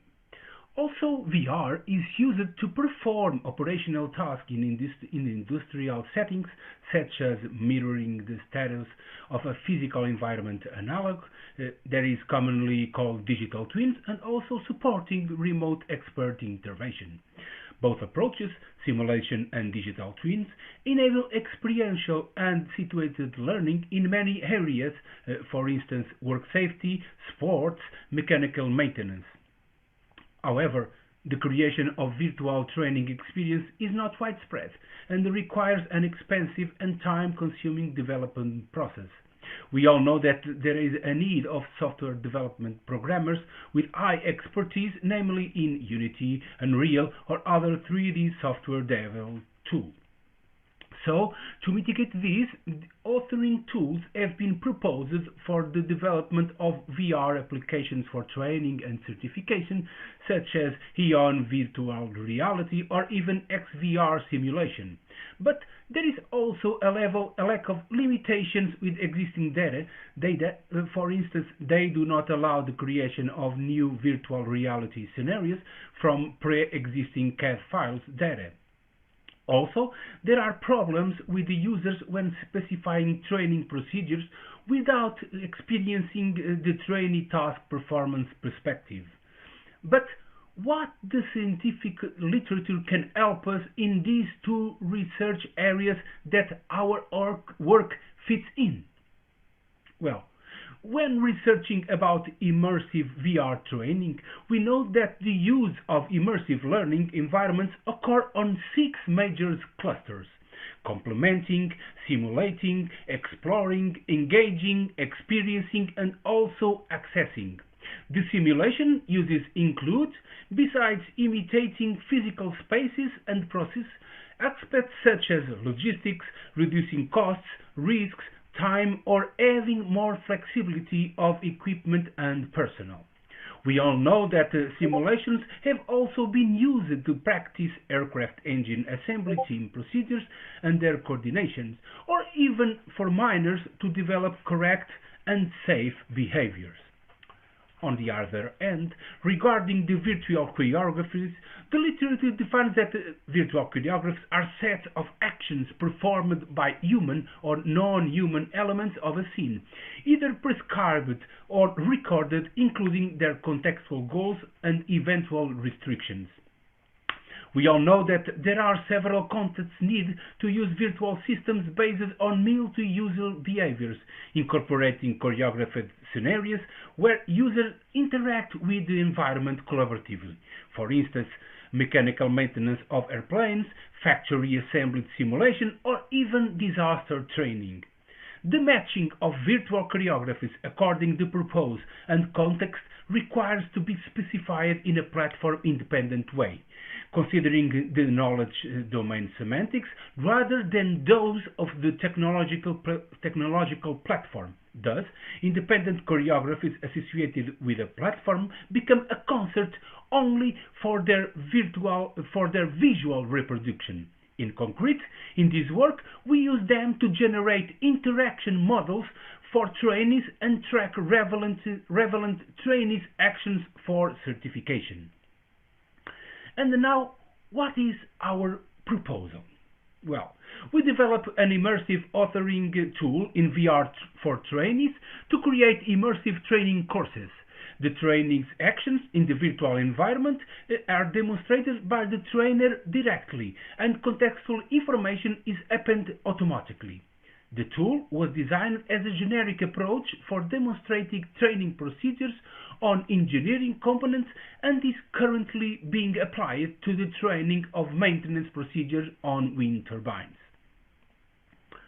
Here we can see the system architecture, the actions for creating the training procedure, training, and even the training carried out with the immersive environment described in the following slides are converted into virtual choreographies. So, when the user is performing a specific procedure, actions are generated within the virtual environment. Each action and the corresponding object are sent through a RESTful API to the virtual choreography server that keeps each one, the server engine 6, to find in the behavior dictionary a sequence of actions that is coincident.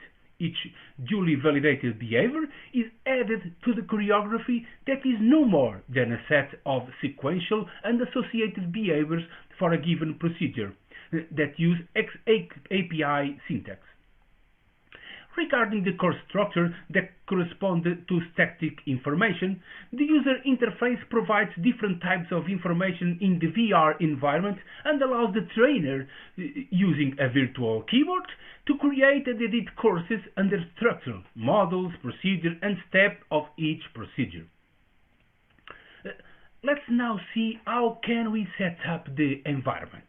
The tool allows the trainer to set up the training environment, specifying each of the different components, starting with selecting the machinery's 3D model. To do this, the trainer selects one of the available models obtained through the import of CAD-based data. The figure that we see here is when, with the selected 3D model visible in the immersive space, the trainer can select a section of the model as the focus for the training to limit the trainee's available interaction options. Additionally, the trainer's training setup includes all aspects associated with the spatial environment where the actions upon the model will take place. This includes selecting the visual space itself, another CAD file with the environment. Furthermore, the setup process also includes the trainer's selection of the operator tools that are to be used during the exercise. The final setup aspects are the trainee starting position and the 3D model location upon the chosen environment, and even the starting point for trainee's position. Once all setup finishes, the trainer starts recording the procedures of each model as stated on the course structure. A procedure is composed of named steps, which in turn are composed of actions. After choosing a certain step, the system starts recording all the relevant behaviors done by the trainer. So, while the trainer performs the desired actions directly on the 3D model, such as interacting with parts of the model, grab, detach, attach, release, etc., the system will record them as a visual choreography. This choreography of actions becomes associated with that step, and each recorded action is represented by a sphere displayed alongside the hand controller for visualizing, tracking, and feedback of the recording status, as seen in the right bottom image. It is relevant also to state that the virtual choreography contains the actions at the semantic level associated with the training intent, not specific coordinates, matches, or the unit platform's comments. The virtual choreography is stored in the knowledge domain, not the platform domain. For this, our implementation uses a syntax-based XAPI serialized JSON. For instance, removing a machine cover is stored as the verb remove, and the object cover ran the unit-dependent sequence of cursor overing a polygon, picking up the polygon, moving it outside the main model, and releasing it while away from an attachment point. Finally, once the trainer records all the actions, the trainee can execute the training scenario following the manual, as we can see on this image. As previously mentioned, settings are considered during training execution. For instance, only the part set up for the interaction can be interacted upon.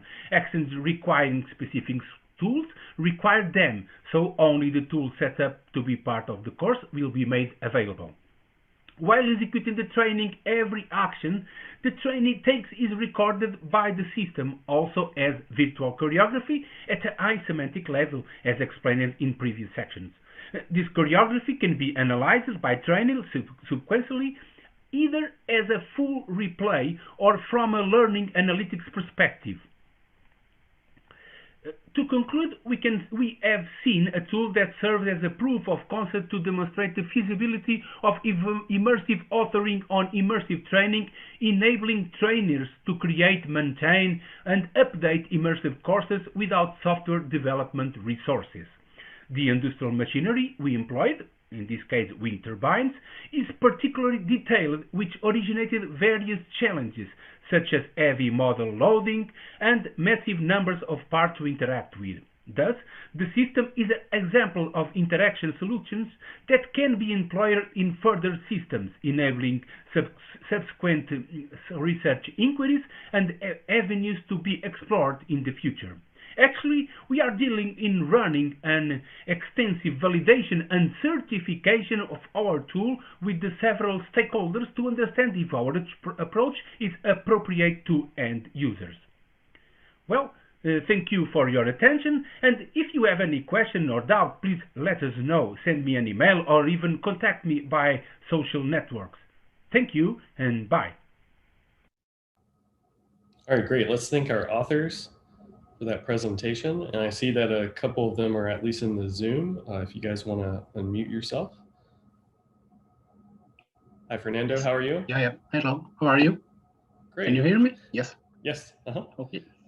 Let's see. So I don't see any questions in Discord or Zoom, but I do have a few questions for you. So I know that you're planning a study upcoming with your stakeholders, but have any of your stakeholders had a chance to give you feedback yet on your system? Yes. This project was developed with the stakeholders. So when we are developing all the tools, and now we have finished it, and we are planning this test stage with the stakeholders, but they actually have tested the platform. Yes.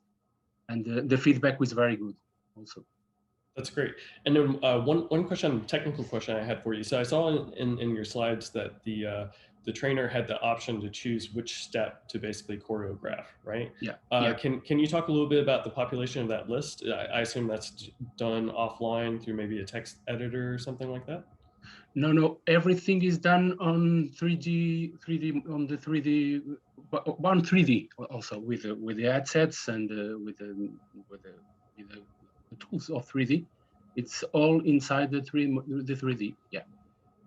Oh, so basically they're able to say that I wanted to find a new step, and then they're able to yes, type and out configure it and type out with a virtual keyboard, and also we are also dealing with the speech to text tool, but not yet implemented yet. Gotcha. And then one other technical question. Let's see. Let me verify. There's no Discord or Zoom. So one other technical question. So I saw that there was quite a few functionalities given to the trainer, like setting the starting position for the trainee and adjusting the height of different aspects. Just out of curiosity, what happens if a trainer wants a particular kind of like custom interaction? I don't know, like let's say that there's a specialized piece of equipment, maybe there's a lever or something. Does your system have the functionality to support future custom interactions? Yes, every interaction that is feasible on a 3D space, let's say it, we can match it and generate a virtual choreography. So it can be validated by when the training does that action, for instance. Yeah. Cool. Excellent. Yeah. Are there any other questions from the audience, perhaps? I see that someone's typing in Discord. Looks like that might be pertaining to another question. Oh, yeah, Christos asked about the scalability of the platform. I assume that's closely related to my question, but if you just wanted to expand upon that. Yes. The platform it intends to be independent of the. In that example, we are doing with the wind turbines, but we think that the platform can manage with almost, let me say it, almost everything that works that can be used as learning with engineering tools, for instance. So at that point, we think that it can manage with that. Yeah. Great. Excellent. Well, thank you so much again, Fernando, for presenting today. Thank you for your questions. Okay. Great. Thank you. All right. So we're going to move on to the next talk. Hello. Welcome.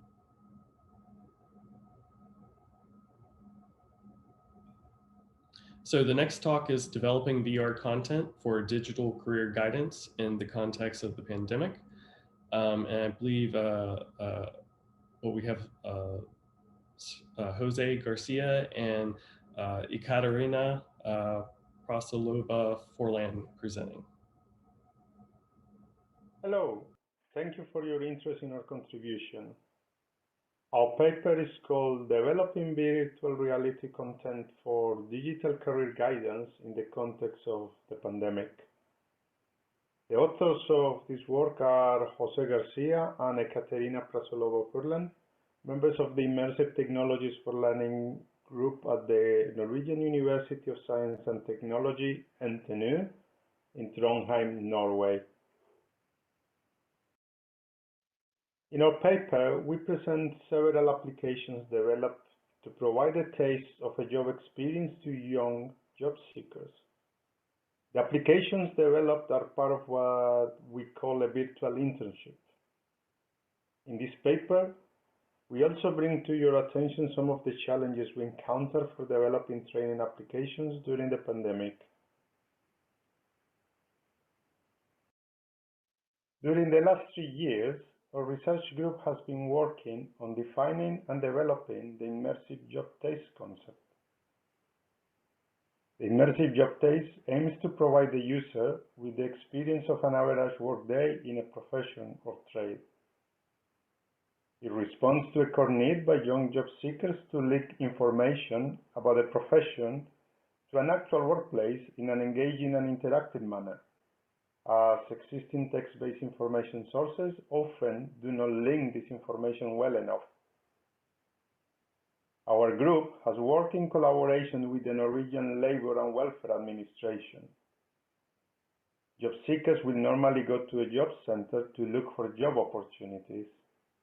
In Norway, there are often positions in aquaculture and energy. Many workplaces, such as aquaculture facilities and wind turbines, are located far from job centers, making it more complicated for job seekers to visit and inform themselves on what is involved in the profession. The applications for the immersive job taste concept were initially developed for tethered headsets. The fishery and aquaculture worker application was the first immersive job taste application for high-end HMDs developed in collaboration with the Norwegian fishing industry. In the video, you see some of the tasks that can be experienced.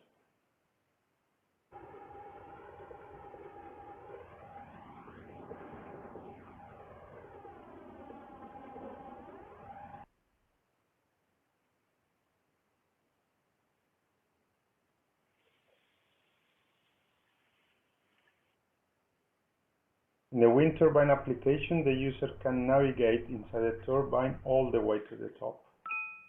Tasks that an electrician will carry out in a turbine were identified and simulated in discussion with a local energy company. The app was evaluated with job seekers and the electricity company and received positive feedbacks on the realism and the educational value of the simulation.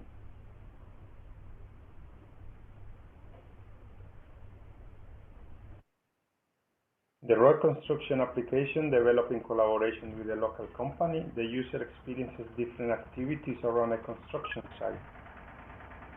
The content in this app builds upon the lessons learned from the first two apps.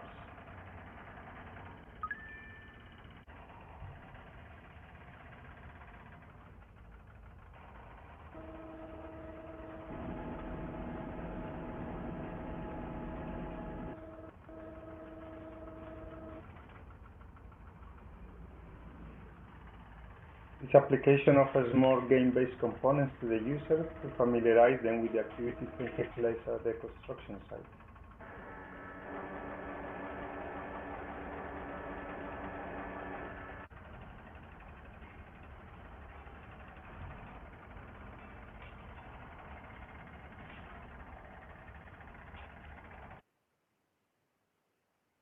The car mechanic and another app, the Teamsmeet app, were originally developed for tethered headsets.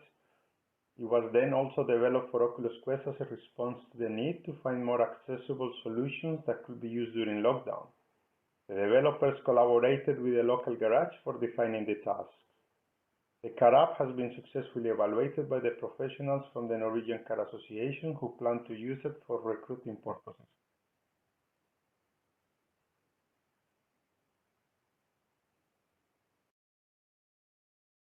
The warehouse application is among the latest additions to the virtual internship app family and is available in both Oculus Quest and desktop version together with an app for operating a crane in harbor docks.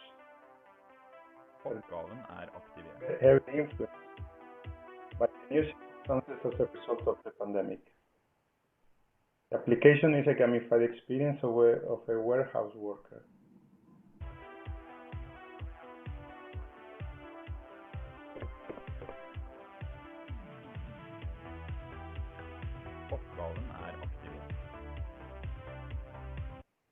The warehouse was modeled after a real warehouse operated by a main supermarket franchise in Norway.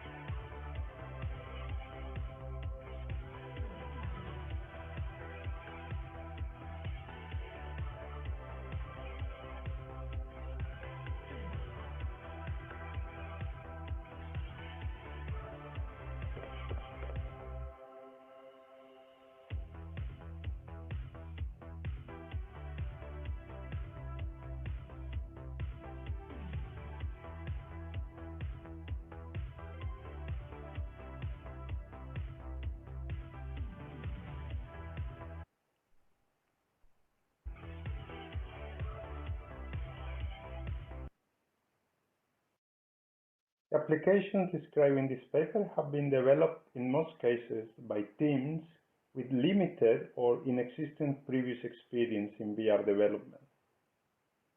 The experience during the last 2 years have helped to develop an approach to get development teams quickly to speed. We have achieved good results by creating training workshops for the development teams. The workshops incorporate best practices and training in development engines, in particular Unity, and introduce prefabs developed in the project. The content presented previously inspires design of the tasks in new applications developed by new teams. During 2020, we experienced 3 situations regarding our development and evaluation of content in the context of COVID-19. The conditions were normality, medium restrictions, and low restrictions. In the normality condition, our development team would work at our lab and perform evaluations and presentations with the target audience and industrial partners, either at our lab or at our other locations. During the time when medium restrictions were in place, development work had to be carried out at home. Evaluation was carried out using members of the research team or, in some cases, members of the target audience or subject matter experts who either use a desktop app or had access to a headset. A part of the evaluation was carried out by gathering feedback based on pre-recorded videos of the apps. In low restrictions, development was carried out again at the lab. Evaluations were carried out using very few participants and with heightened hygiene procedures. In this project, we targeted HTC Vive, mixed reality headset, and later Oculus Quest as display devices. The feedback from the Norwegian Labour and Welfare Administration and some industrial partners suggested the use of more affordable and easy-to-use headsets such as the Quest will speed up the adoption of virtual internship applications. At the same time, Facebook has implemented a policy in which current owners of Oculus are under the obligation of using Facebook accounts. This policy change also affects the way developer accounts are set up and used and raises questions about privacy. We face the difficulty of having participants for evaluations, and many groups have been forced to use members of the research teams as participants. The question for the community is whether we can develop methods to use members of research teams as participants in evaluations and be able to achieve significant results. Thank you for your attention. Okay, great. Let's thank the authors for that presentation. I see that Jose is here. Jose, can you unmute yourself? Yeah, I am. Thanks. Hi, great to hear from you. Let's see, I don't see any questions in Discord. I have a question. Oh, great. Craig, go ahead. Yeah, Jose, very nice work. Many interesting workforce training scenarios. Do you have plan to release these apps for workforce training in Norway? That's my first question. Second is, do the users transfer the work skills they learn from the virtual training to the real world well? Have you evaluated that aspect? Yeah, thank you. We intend to release some of the applications initially in the country, so initially available for the Norwegian region, and not yet have clarity how we're going to do a release for a broader audience, and it has a little bit to do with some of the funding, and so there is that.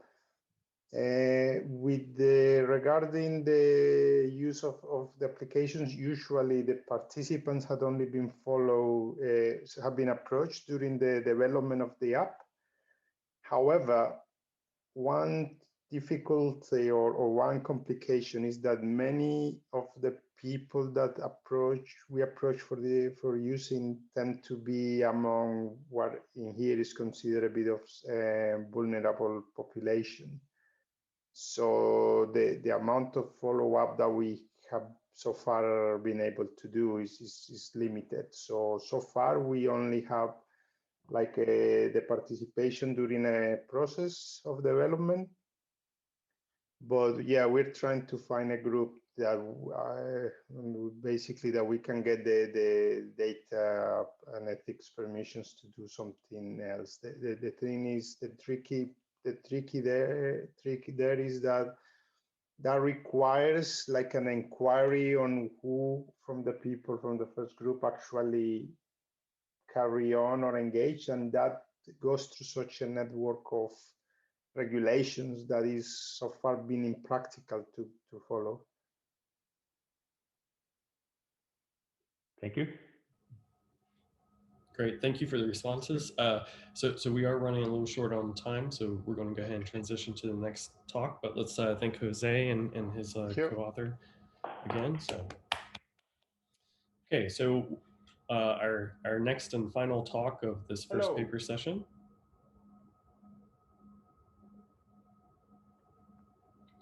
is immersive, multimodal, and procedurally assisted creation of VR environments by Joyal Ferreira, Daniel Mendez, Ru Nebrega, and Ru Rodriguez.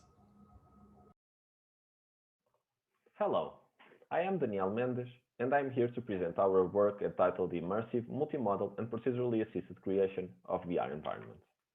The increasing number of virtual reality applications has created the need for more expedite creation of custom immersive scenes.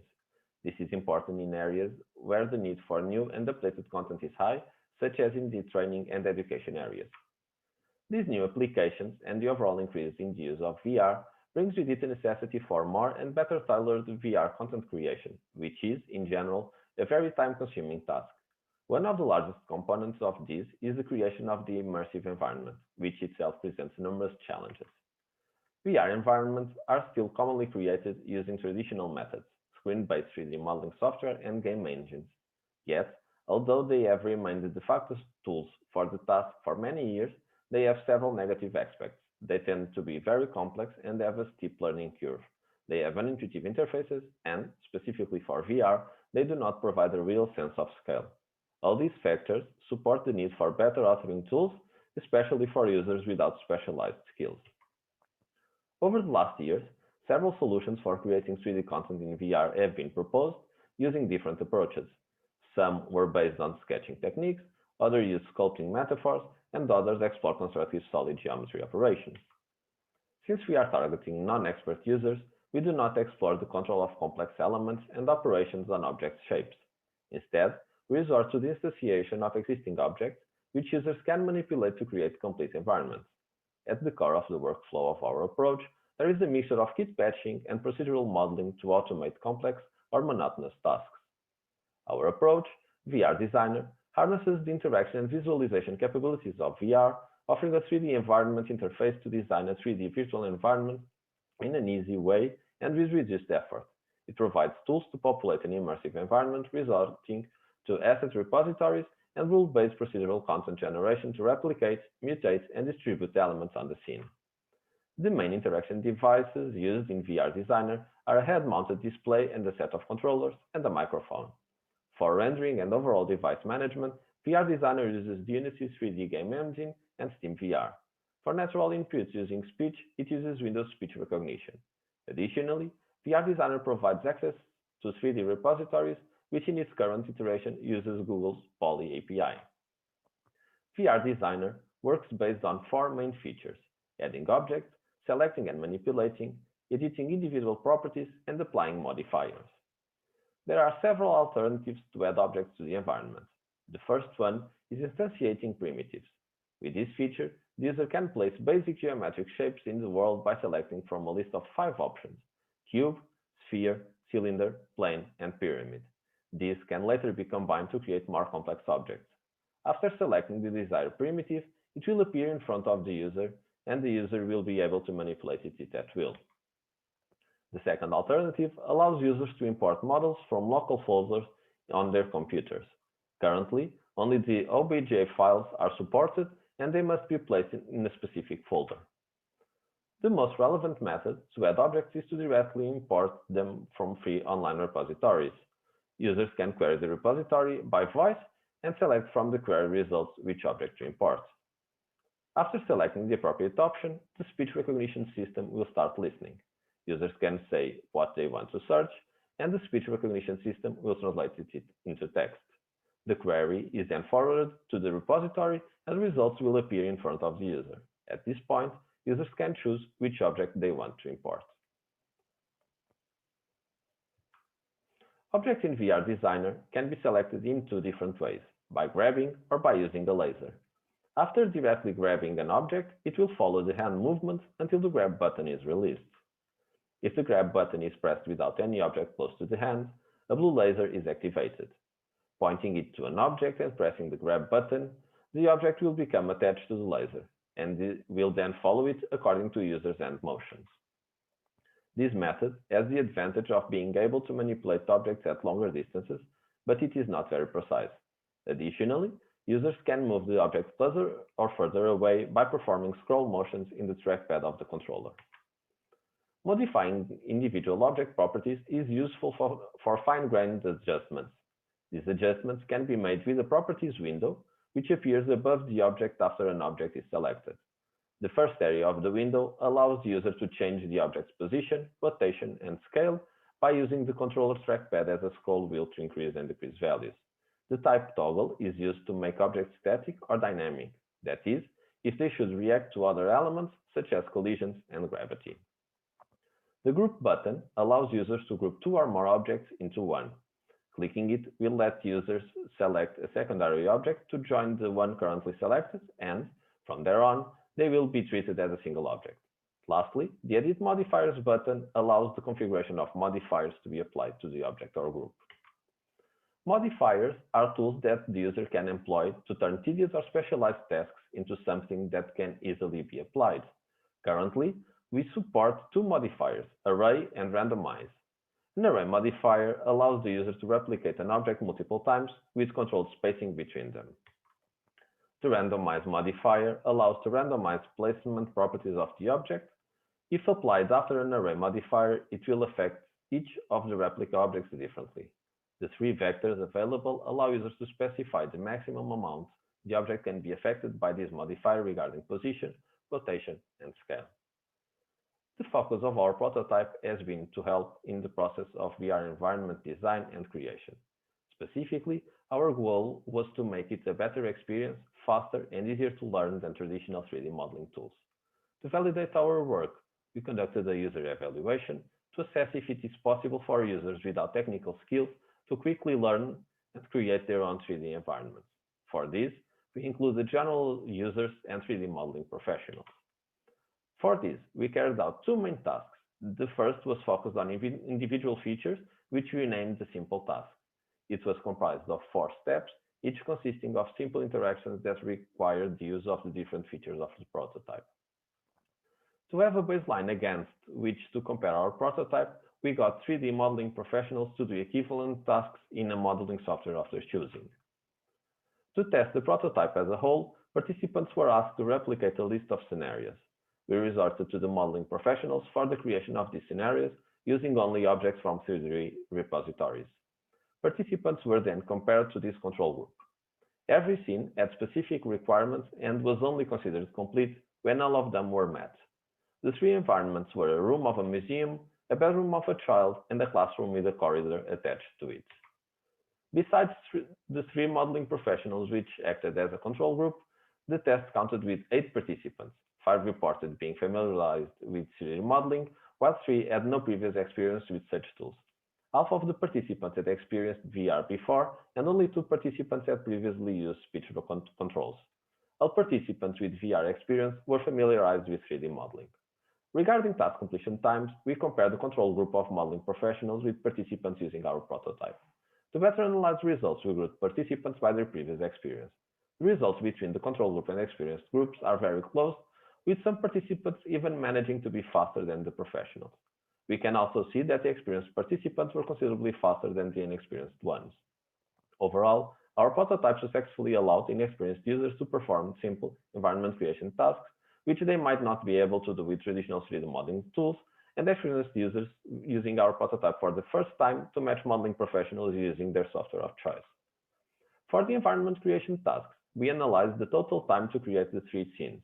We can see that, similarly to the simple task, participants with 3D and VR experience achieved lower times than inexperienced participants. However, in this task, even inexperienced participants managed to achieve lower times than the control group. This shows that our prototype can enable users without specific technical skills to easily create VR environments by instantiating existing models. Using questionnaires, we inquired participants about usability of the prototype. Overall, participants liked the prototype and found several features useful and easy to use. Only modifiers had mostly neutral answers, which can be possibly justified by the small number of available operations in this version. Nevertheless, we believe that in scenes with higher complexity, this approach can be quite useful, and we expect to further explore this component in the future. To conclude our presentation, we developed the VR Designer, a tool that integrates VR, speech input, and procedural tools to aid in the process of 3D environment creation. Through user evaluation, we showed that users without specific technical skills can use VR Designer to easily create VR environments, sometimes even with a comparable performance to 3D modeling experts using their software of choice. The results we obtained are promising. However, our conclusions are limited due to the reduced size of the test sample, making us unable to make definitive claims. As for future work, we are focusing on creating additional procedural tools while exploring more natural ways of applying them as an alternative to the current window-based approach. Also, we intend to integrate more 3D models repositories and possibly add support for free texture repositories as well. This ends our presentation. Thank you very much for your attention. Okay, great. Let's thank the authors there. And I believe we have at least one of the authors. Daniel, you're here, is that correct? Yes, I'm here. Hi, everybody. Great to see you. So we do have a question in Discord already. In fact, I think we have a couple questions. So the first question is, it seems that the Google Poly API is being shut down. Do you guys have any plans already for replacing that repository for objects and models? We have plans for replacing Google API, yes, Google Poly API, yes. We do not have concrete alternatives yet, so we need to replace it. We have that need. We know that it's already shutting down, but we haven't started searching for alternatives yet. We are focusing more on expanding those procedural tools to these content creation. So. Great. And then Kyle had a question. So what is your ultimate goal with this? Is it to study 3D UI for VR modeling or to create easy modeling tools? Okay, our main, our ultimate goal is to allow non-expert users to create VR environments. So for whatever scenario it is, we have a couple of projects regarding training in industry. So we want to create virtual environments simple in a simple and fast manner. So without requiring desktop 3D modeling tools and stuff like that. So this is the main goal. So I guess I'm trying to understand the two alternatives Skyle has provided. So 3D UI for VR modeling or create using modeling tools. Is to create an easy to use modeling tool, I guess, in VR. So just for clarification, it's really like placement of the environment, right? Because modeling is on the per object basis, but you guys are importing models. So for example, if you went into a specialized context like robotic operating rooms, right, you would need specialized models to bring that equipment into the virtual environment, Yes, right? exactly. So yes. yeah. Our goal is not to create the 3D objects, but to create the environment itself using existing objects, yes. Yes, great, excellent. So the current alternatives, however, typically are more focused on modeling per se. Yeah, so that's why we want something easier. Great, excellent. Well, thank you so much, Daniel. Thank you. I'd like to ask one question if we have a couple of minutes. Sure. Yeah, we've so, got. do you consider some kind of pairwise relationship between objects in order to make it kind of more intuitive, the whole modeling experience of the environment? For example, I was thinking that if a user chooses a table, most likely will choose a chair. So perhaps we can create a recommendation system that recommends the user, what is the most probable object that should be placed given the current configuration of the scene. Okay, we have not considering anything like that. As I said, we are focusing more on the procedural creation to ease the instantiation. But something like that would be very useful. Yeah, we will take that into consideration and see if you can accommodate something like that. It's a very nice idea. Thank you.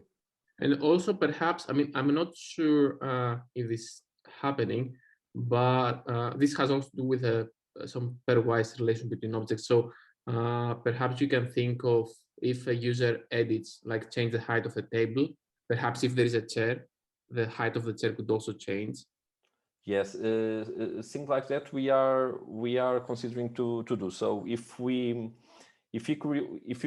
create some rule to instantiate an object according to another, for instance, chairs around the table or plates in the table in front of each chair and something like that, if the original target object that or reference object is somewhat modified, we also want to modify the object that was instantiating according to that one. Thank you. Thank you. Great, yeah, and just for follow-up, there are a few comments in Discord, Daniel, if you want to follow up with those later, but we're going to go ahead and end the session here, so it's time for the lunch break. We will be back in a little under an hour at 1 p.m. for Tobias's keynote, so I hope to see you all again in 1 hour, okay? Okay, thank you all, bye. Bye, thank you.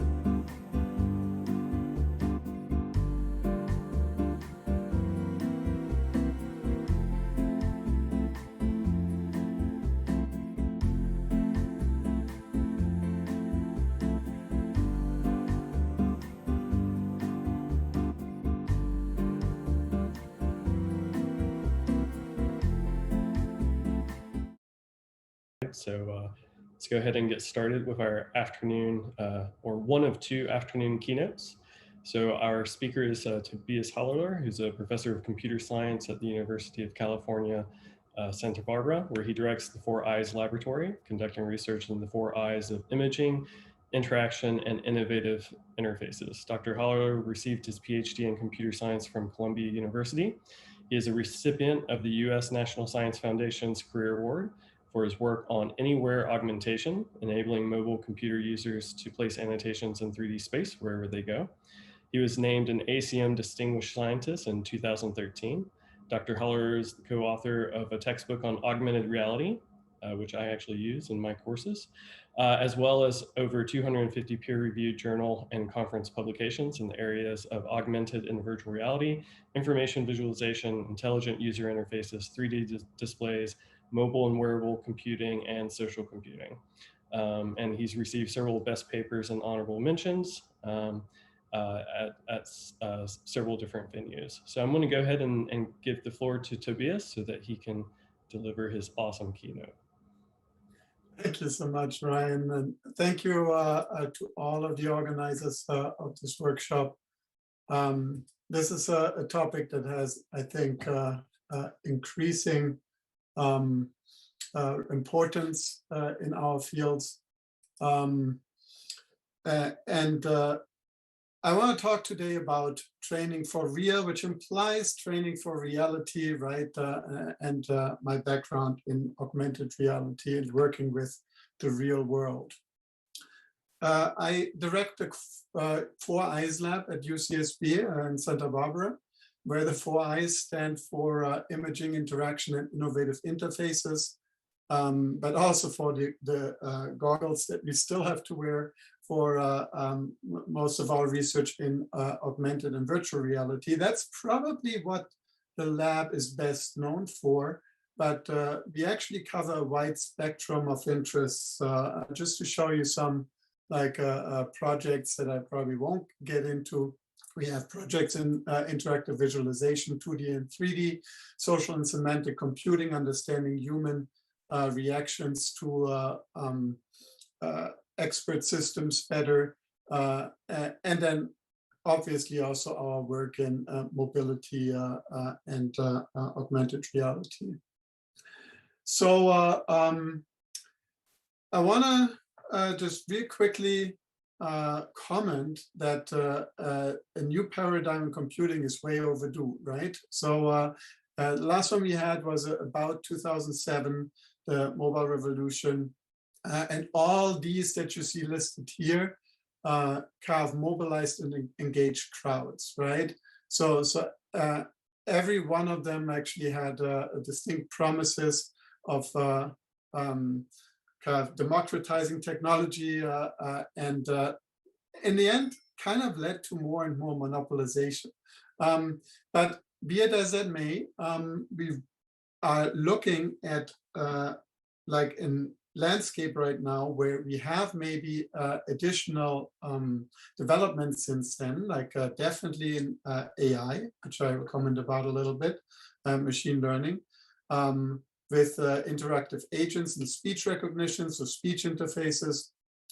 But other than that, we're still working from the phones and tablets that kind of became commonplace and overtook desktop computing in 2008, 9, 10.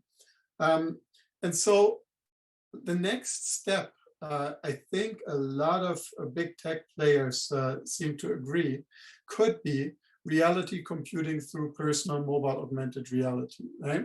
And so very much all the big players are heavily invested in this. It's actually kind of unusual that that is the case. Apple, there's stories coming out every month of when their glasses are gonna show up. You have the HoloLens 2 and Microsoft's big investment in holographic computing. We have Facebook Reality Labs really kind of prototype the future of a wearable glasses-based AR system now with Project Aria. And other big players like Qualcomm, Amazon, Samsung, they all have irons in the fire there. And so it's not for no reason. Personal mobile augmented reality has lots of applications, many of which are like alluded to in the topics of this workshop. For example, maintenance, planning, remote communication. This is like a screenshot from Spatial. Microsoft now came out with its mesh platform. Education, super important, also like for particularly for this workshop.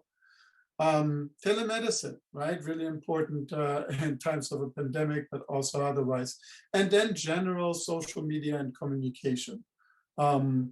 Translation, I'll comment about this a little bit later on with our work in AR language learning. And the question is it handheld or like head-worn, right? So yeah, I could have taken like examples from any of these big companies. I picked one of like a recent startup company, Scape, which recently got acquired by Facebook, Scape Technologies. So this is a tourism application here, and they actually like use the handheld factor, which is not maintainable really ergonomically. You know that glasses have their problems too. They're maybe not acceptable right now socially, right? But so that's the vision that Samsung here recently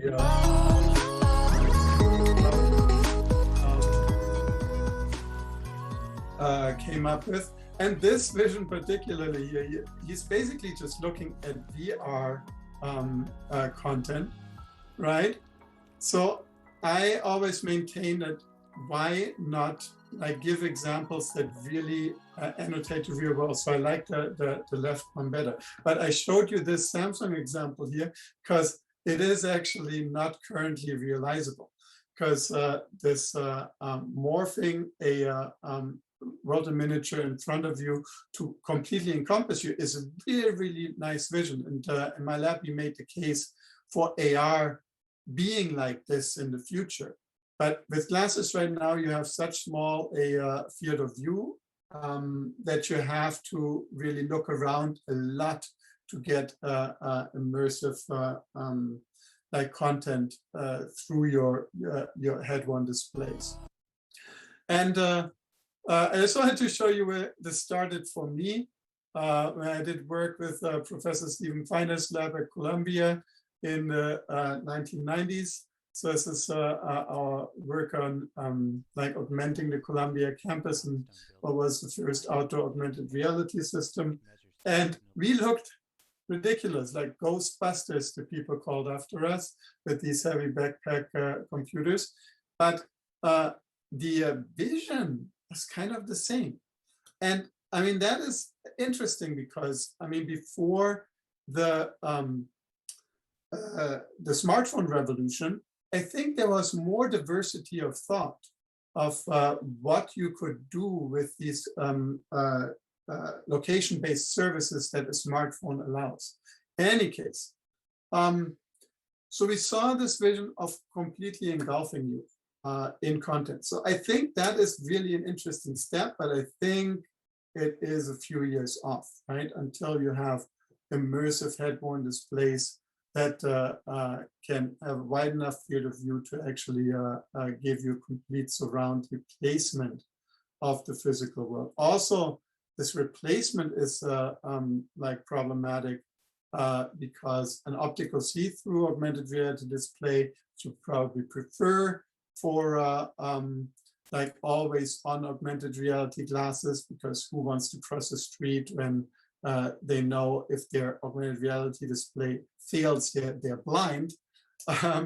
So if you use optical see-through, then we don't currently have a off-the-shelf display device yet that actually allows you to occlude physical geometry with overlays completely, right? So I've always this ghosted image. Clearly there's research prototypes, but that would probably need to happen for this complete surround view engulfing. In any case, in my lab and in collaboration with Professor Doug Bowman's group at Virginia Tech, we did over the years since about 2009, actually, do a lot of experiments kind of predicting what is possible in the future with really high fidelity augmented reality. And we used the approach of mixed reality simulation. Ryan knows a lot about this because he actually was part of this effort during his PhD. Using a system with high levels of fidelity, we would simulate a system with lower levels of fidelity. And as long as these really high fidelity systems can give us anything we need, we can actually simulate systems that are not currently possible yet. So we did this, as I said, starting about 2009. First, we had to do a whole lot of validation studies. And then we began to compare VR and AR training systems. We actually used this approach for a controlled exploration of what factors of immersion would have an impact, specifically on AR training. That was one thing that the Navy ONR was actually really interested in, and they funded this effort.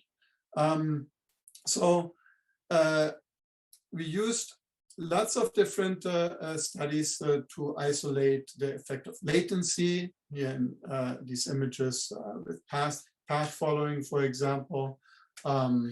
We replicated some existing virtual reality experiments like this one here by Steve Ellis and colleagues.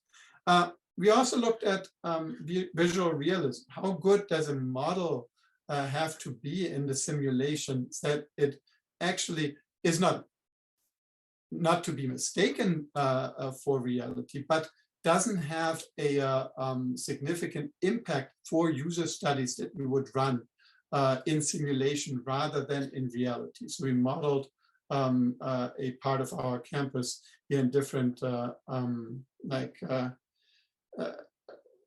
levels of accuracy. And that gets me actually to the modeling effort, which is at the heart of this workshop as well.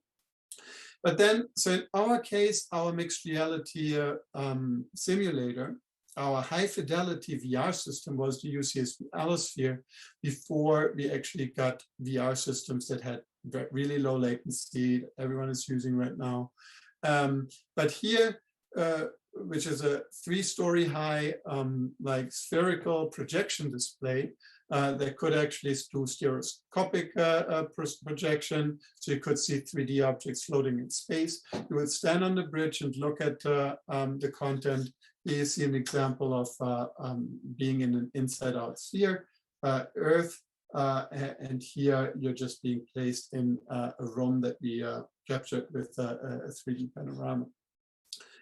And so in this environment or others, Doug Bowman had his high fidelity systems at Virginia Tech. We would actually put in place a simulator that could control elements of the augmentation. It could control the latency, the tracking of objects, which in real life is always subject to some error, but here could be perfect, or it could be controlled to actually see whatever influence it might make if there is a small error. Same with field of view. We actually could now do a wide field of view mixed reality examples. And I think that changed the vision a little bit of what you could do in AR, right? If you really have the idea of just a headset that can annotate a point, then you will always be thinking of AR as labels. If you think of AR as engulfing you, like also the Samsung commercial actually did, then suddenly you have the potential to, like as we did here in this panorama view of the Luxor Temple, like connect objects in your whole field of regard.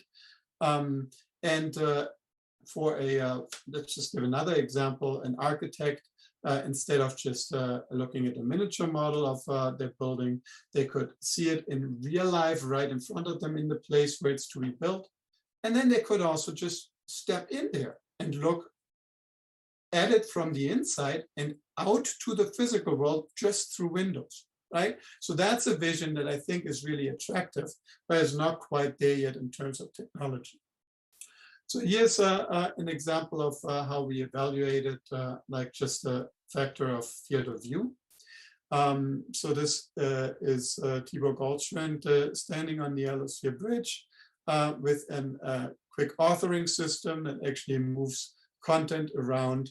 The backdrop here is a Luxor Temple static, but 3D stereoscopic panorama, even though we filmed this here just for this video in monoscopic projection. And then with head tracking, right, we could actually simulate augmentations in varying field of views, either full field of regard or any field of view that we would want. Also notice that the annotations here jitter a little bit. So that's introduced latency because obviously it could be perfect. We're standing on the bridge and this could just be a part of the backdrop. But this is the mixed reality simulator actually putting the different parameters on top of this experience. And yeah, so with this, so here you just see the tracking artifacts in full field regards, for example. We ran some user studies in this path following task where you had to actually identify statues there at the Luxor Temple site via these panels in the sky. And so from this work, we kind of concluded, yeah, so a good head-one display AR system that does something like this surround view immersion well should have 60 field of view, 60 degrees field of view, or 60 by 80 and upwards approximately. After that, you would get diminishing returns. So it would still get better. Obviously, it's no reason not to go higher than that. But that we kind of figured was good enough. All right, so I talked already a little bit about content creation, very much at the like center of this particular workshop's attention as well. And so what we want to do in augmented reality is we want to automate the process because it's really hard to actually model the physical world, right? I just show you like through a year some examples. So we started with panoramas. You just saw an example of that with the Luxor Temple panoramas.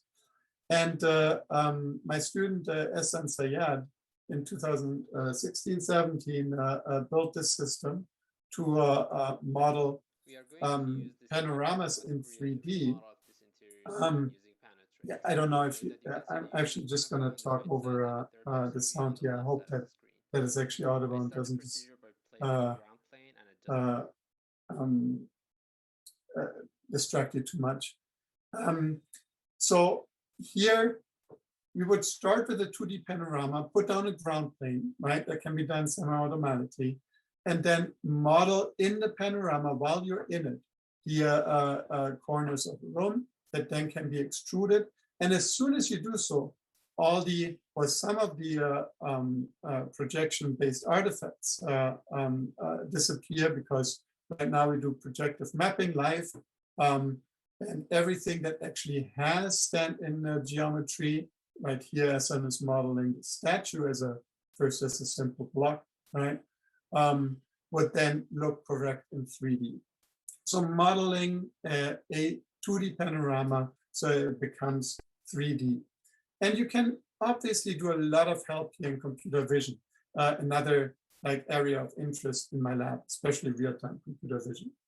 So as just one example, around the same time, a little bit before then, we did all this work outdoors in so-called visual realities, where we had our own structure for motion pipeline. We published a library called Playa, but there's lots of others like Colmap, for example.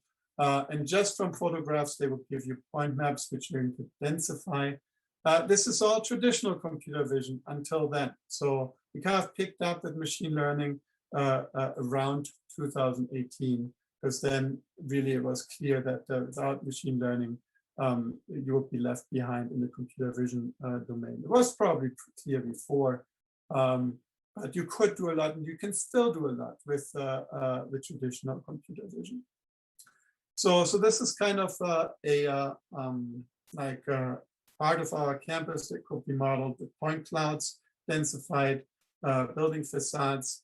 And now the challenge is, right, like how to model this to become a more VR usable 3D content. So this is just an example of how much easier it is now, right? So with the LiDAR sensor on iPad Pro 2021 iPhones, we just recently modeled this this area here on our campus, which we want to use for VR walkthrough user studies. And it took just 2 hours to just walk around and capture this with a LiDAR scanner and take it into a 3D modeling app. Do some stand-in geometry with some shrubs and trees, and then you have that. So it's really nice and easy comparatively now. Compare that with the bottom row here, where we had to do all the modeling by hand in Maya or in other CAD models. So that's great, but you actually want to really have the computer work for you and be even more automatic, right? You don't even want to really actively hold the iPad around to scan things. So my student Hassan Sayad also is interested in doing this and using machine learning in support of automatic via ARC modeling. So our first approach here was to just from aerial photography, get something that you could project on the ground in a VR experience. And I mean, any aerial photography that comes from satellites or from even drones, unless they fly really low, will be too low resolution. So what can help here is with GANs, you can actually do super resolution and learn this. As long as the textures are believable, you have content that you can map on the ground in VR. And then you can also learn splat maps and then draw content like game designers do. And then you would have a VR environment. So Hassan went on actually, and I wanted just to show you this because he is a media arts and technology student in UCSB's MAT program to take this idea of helping and automatically generating content to the area of 3D memories. So let's say, as he had here, you have just 2 photographs of a childhood memory. So this is his memory. So I asked him if I could show this because it's personal. So this is grandma in a building that he knew and he had 2 photos of that he grew up with, knew really well. And then from these 2 photographs and his memory of the spatial layout, he produced this. And with this particle system, he gave it the appearance of ephemeral memory. These circles, neon circles, actually portals where the actual photographs become visible and projected into this environment. So I'm very fond of this work. This is how it works. I'm just going to fast forward here a little bit. Right, so it's a simple editor that actually models the 3D environment as you remember it. And then here at this point, he is placing these 2 photographs. He gives an approximate direction, and it gets projected into the environment. You also need to populate the environment with 3D content that appears in the photographs. That is not currently fully automatic. There is research in the computer vision community that does something like that. But putting all this together in a complete system is a little bit beyond the scope even for Hassan's PhD. But you can see here what computer vision and optimization can really help with. So if you have the approximate placement of photographs and you have a building corner here, then a simple optimization procedure actually zeroes in and finds the best mapping of the image features with 3D content that you have, and it can be placed in the environment. And this is done with particle swarm optimization in this particular case. So this brings me to the area of synthetic computer vision. So we do a lot now with machine learning. But machine learning needs a lot of content, a lot of training content. And so here again, VR and computer graphics obviously is a very attractive solution. And everyone is doing it. We're just gonna show you our approaches. So we have a pipeline where we can have any content in Unity and basically act as if it were reality. And then we have, like in this case, the simulated drone flying around it, taking like observations. And then, for example, here simulating a real-time meshing algorithm that comes from these observations. And because now you have complete freedom, it's again the same idea as with the mixed reality simulation where we simulate the experience. Here we're simulating the computer vision performance, right? Here's another example on the same content that actually just shows a point cloud just slam flying around this building. And to take that a step further, because I mean, if you have static content, then there's lots of things that you couldn't do. You can do it with moving content as well. So this is work by my PhD student Sirius Wang. And so he used an instrumented version of Grand Theft Auto to create these 4 streams, right? So this is the normal view. We are always interested in my lab in first-person head-worn camera observations, because that is the data that you will get for free in this always-on augmented reality future that we are very convinced is coming down the road very soon. And so with that content here in simulation, you can then here on the top right, like track people with bounding boxes, and then you can get ground truth depth and ground truth semantic indexing of the content, because you have the computer graphics of it in this case. It's not completely like low-level access, because in this case, we need to rely on what this instrumented game provides. But it can give you like much more data very much more easily than trying to capture it in the real world. There's good real world data sets as well. There's Epic Kitchen, for example, for a like first person head-worn data set that kind of is in the cooking domain. Lots of data sets, lots of videos. Project Aria at Facebook Reality Labs is collecting data now for exactly this future. So there's a lot of efforts in this realm. But it actually helps a lot to have your own control pipeline where you can actually make modifications and see what the impact on your algorithms is. And so one of these algorithms that we're interested in is 3D scene capture reconstruction, ideally yielding something like this. This was actually like captured by Matterport devices, and this one was just Unity content. But if you're in a physical environment, you would want to get that just by walking around, just by doing augmented reality, right? This has been the theme of the work of the augmented reality thread in my lab, since ever we started the lab, really. That's our anywhere augmentation agenda. And so this here is an illustration that doesn't come from our lab. This is from a Magic Leap group. It's a very nice system for Atlas, which was presented at ECCV last year, where this is being done via a trained network. And we are training our own networks to do this. We think that in our special application case, we have some more information. we have the structure for motion data as well, which Atlas, for example, didn't use. So this is our preliminary approach for actually doing a combination of just 2D camera observations and 3D point cloud input that comes from structure from motion. And we fuse that in a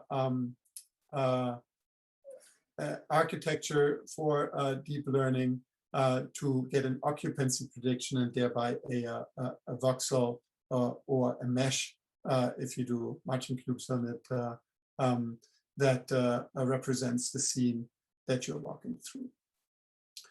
All right, so that's content creation. It has gotten much simpler and easier than it was, and machine learning can help a lot, but it's still in the research domain. Let's see what still is in the research domain as well.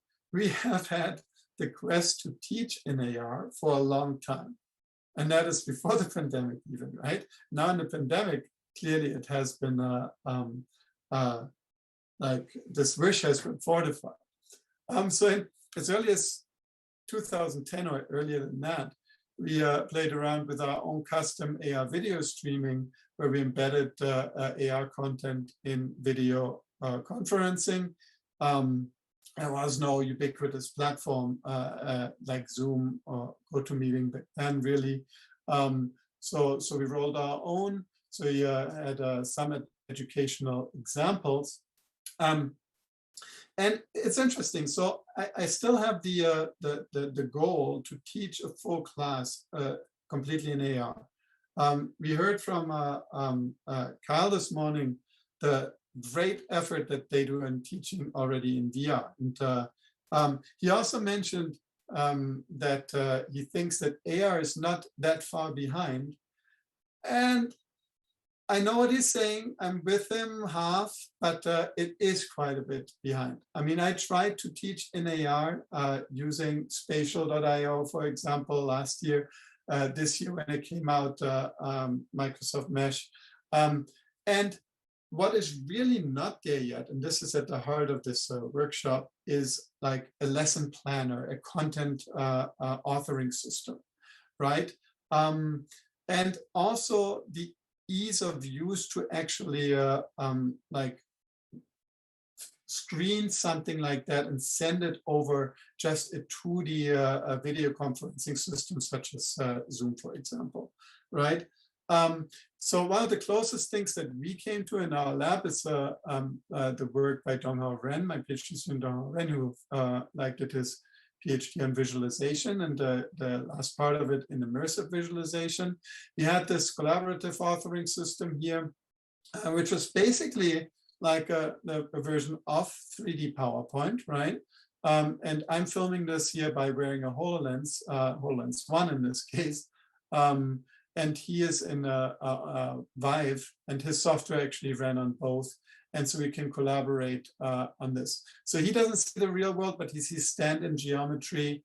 We can actually move these like entities around, tell a story with this vast data set here that has a 3D visualization representation. And you see all the pictures behind it, which basically are arranged by our kind of 3D PowerPoint authoring system. Let me just fast forward to show you that. Right, so very simple. You can forward like the next slide, so to speak, 3D slide, to actually put together some 3D demonstrations. And yes, you could teach with this. The benefit of doing it in AR doesn't become very clear right away, right? The benefit, again, I emphasize that, comes when you're actually talking about a physical infrastructure or a physical object, and you wanna annotate it with or complete it with virtual content. So just having virtual content here, I think the jerkiness that is imposed with the head motion would actually be so distracting and unhelpful to people watching this on like desktop or tablet streaming platforms that there is really no strong benefit. So we thought about this a little bit. And so this year inspired by all the teaching online by the pandemic, we got back to embedding augmented reality into 2D streams and making it interactive. So this is preliminary work by master student Andrew Zhang. With face tracking, which AR Core provides, or also hand tracking with gestures, there's several libraries out that you can use there. And then also like some custom interaction just through the 2D stream that we send around. Like here you see on the right, we encourage actually the viewers to click on certain parts of the 3D object and do that collaboratively, so everyone can do that. So it becomes a collaborative effort of resizing these dinosaurs, for example. And so this, I think, has a place. So now we have two cameras, one actually looking at the instructor and one looking at the instructor's view, which could be handheld. So that could be either static or moving. These are not as distracting anymore because mostly they're staying static, and you can make them whatever you want. All right, so this is teaching. What about the flip side of that? Learning, right? AI learning support. So we have looked at like one application in depth, and that is language learning. It is, I think, a very good test application for augmented reality. I always bring the example and the motivation here that, well, interactive translation is great, right? And it's amazing that AI can do that now. So somebody speaks and you have a live translation with a synthesized voice. And it doesn't work perfectly yet, but it works. And it works for everybody in terms of a smartphone app, something like Google Translate that allows you to just speak into and have it translated, or just actually look at a picture and get a live overview, an AR overview of what the text says. So this is all great, but the language that you're translating automatically, if you rely on it, you will never learn. So we are interested in my lab in technologies that actually improve you as humans, even when the technology ceases to exist. Right? So the same technology that can do this automatic translation could also prompt you to actually learn vocabulary.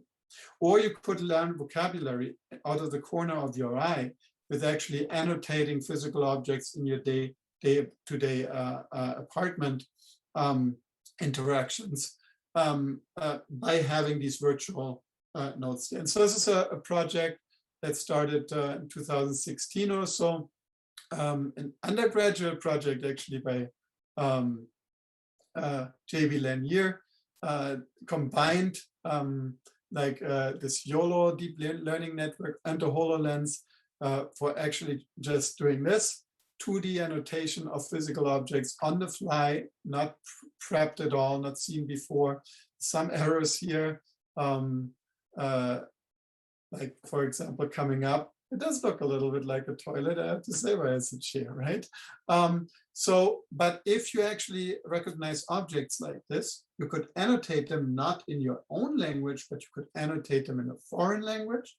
And then we have also worked with Jason Orlowski and other collaborators at Osaka University to actually, with eye tracking, get signals into, do you know the word or not? And we also did this with the EEG. So the latest incarnations of this work, I'm looking at the clock here, like have label objects a little bit more in 3D. This is not using 3D computer vision yet. It's just simply using 2D computer vision and aggregates these labels. And then you also have human state in our system, attention state. So we have a whole research agenda of attention-based AR, or attention-aware AR. This is a joint work with Barry Giesbrecht's group, where he runs the attention lab in the UCSB psychology department. And here we have the classification of which word you may already know through the combination of, in this case, eye tracking and then also EEG, if you have that. And so if you have this always on augmented reality like interface, right?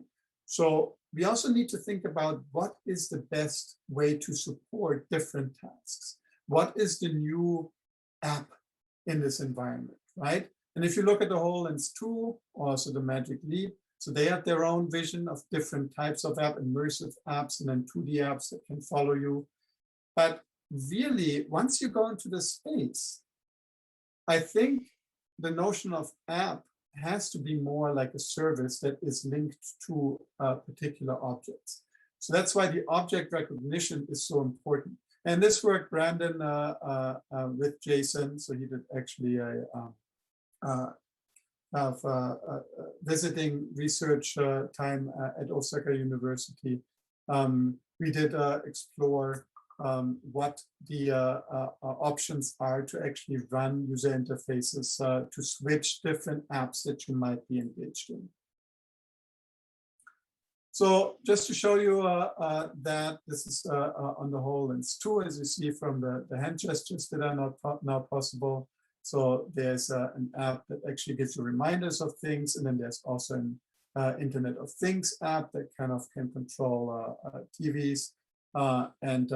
Like you want to go from one to the other, and you may want to do the language learning, which is still in our agenda on the site, right? And how do you switch back and forth? How do you get this triggered by different objects? All right, so with these examples, the question really is, how can we train both the computer to get better in assisting users, but also the people, the humans, to become better at inherently human tasks. So this is the hunt for what I call sustainable human improvement, right? So technology today really often takes over, right? So maps on smartphones help us navigate, like the automatic translation actually helps us to communicate in foreign cultures.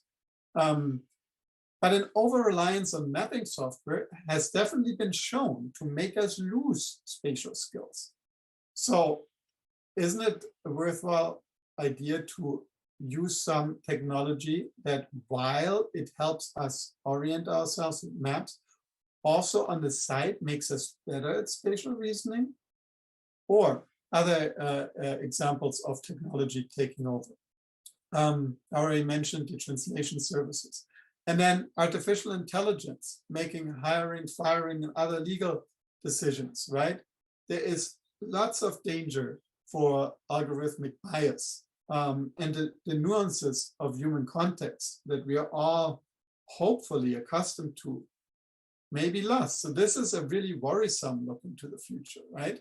So instead, the hope is that AI can inform and improve human decision-making, make us better decision makers by giving us all the information, tell us why we're biased, tell us what is leading to a suggestion that you have, but leave us in charge, right? So that's kind of the idea behind this. So what have we seen in this talk? So with this theme of education and training, we looked at how do you simulate the upcoming technology landscape.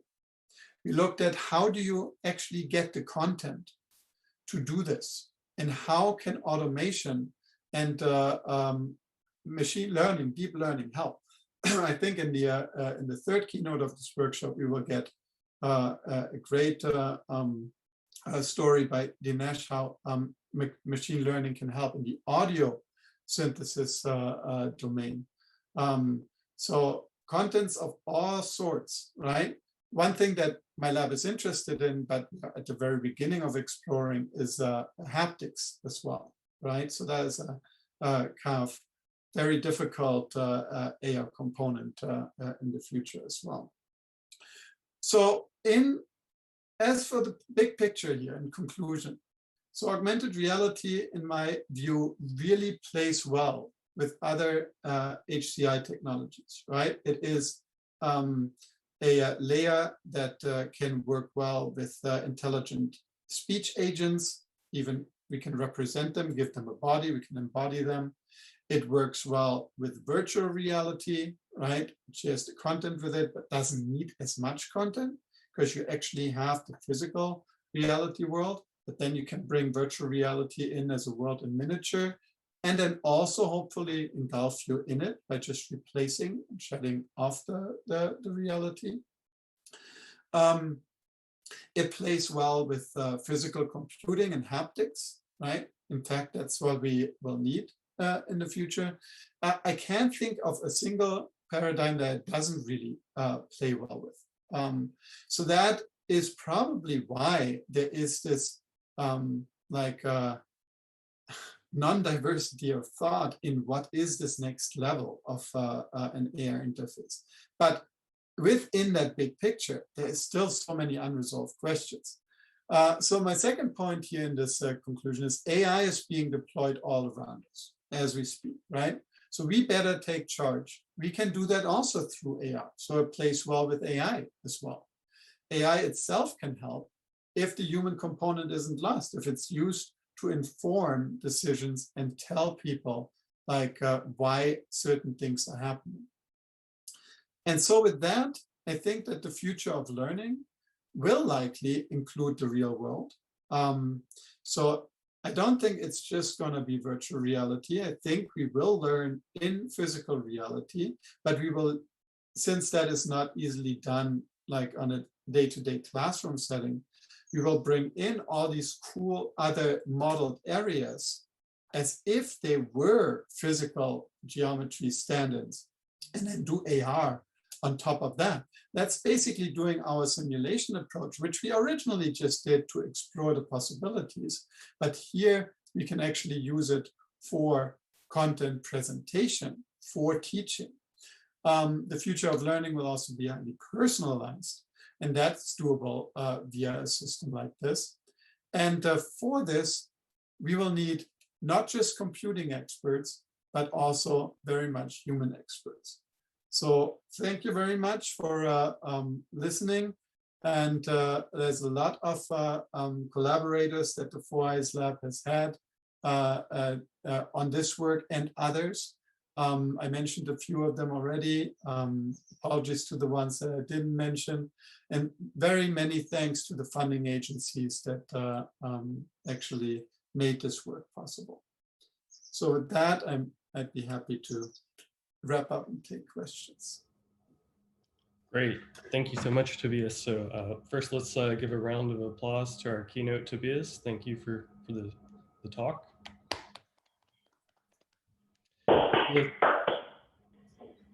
Okay, so I think we have at least one question already on Discord. Do you think we will be able to produce content, including understandable machine learning and transparent AI, in the future that complies with our research and ethical requirements when we are going to be highly dependent on policies from hardware manufacturers and vendors? Yeah, so really good question. Am I a technology optimist or a technology pessimist, right? So I think we can, but I also see warning signs in the learning lessons from history, right? So I mean, with every single one of these examples that I had outlined in the beginning, let me actually see if I can go back to it. Let's see if I can just jump there. Here, there was this big hope that it would actually comply with our research and ethical requirements, right? And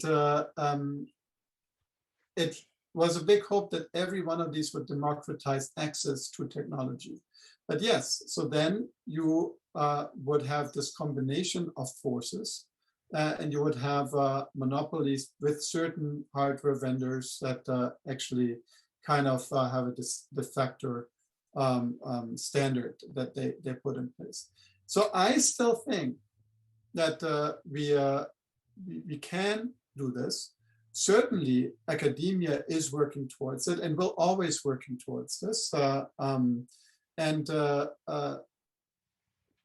is a component that if you just like embed it in everyone's mind who is like joining this exciting field, right? That is so important to actually have these requirements and goals in mind, then I think we have another chance. But I mean, I think also the other thing is great as well. I mean, it leads to products. It leads to something that is used by millions of people, right? So you need both, but I would say it is when left unconstrained, it is slanted a little bit too much towards market forces and too little towards grassroots kind of democracy efforts.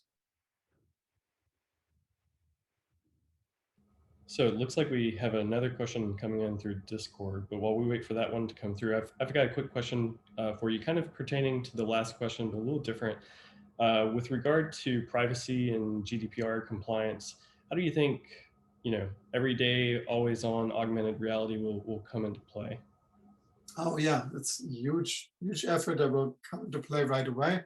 And we will very likely see that the first successful products will have some sort of guarantees of what will not be recorded, what will not be stored.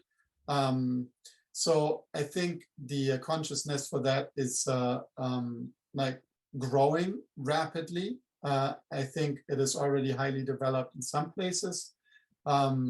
You see stricter privacy laws, for example, the European Union and currently in this country.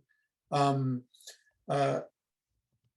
think it will, in the end, be definitely a decision that like is left to the buying audiences, right?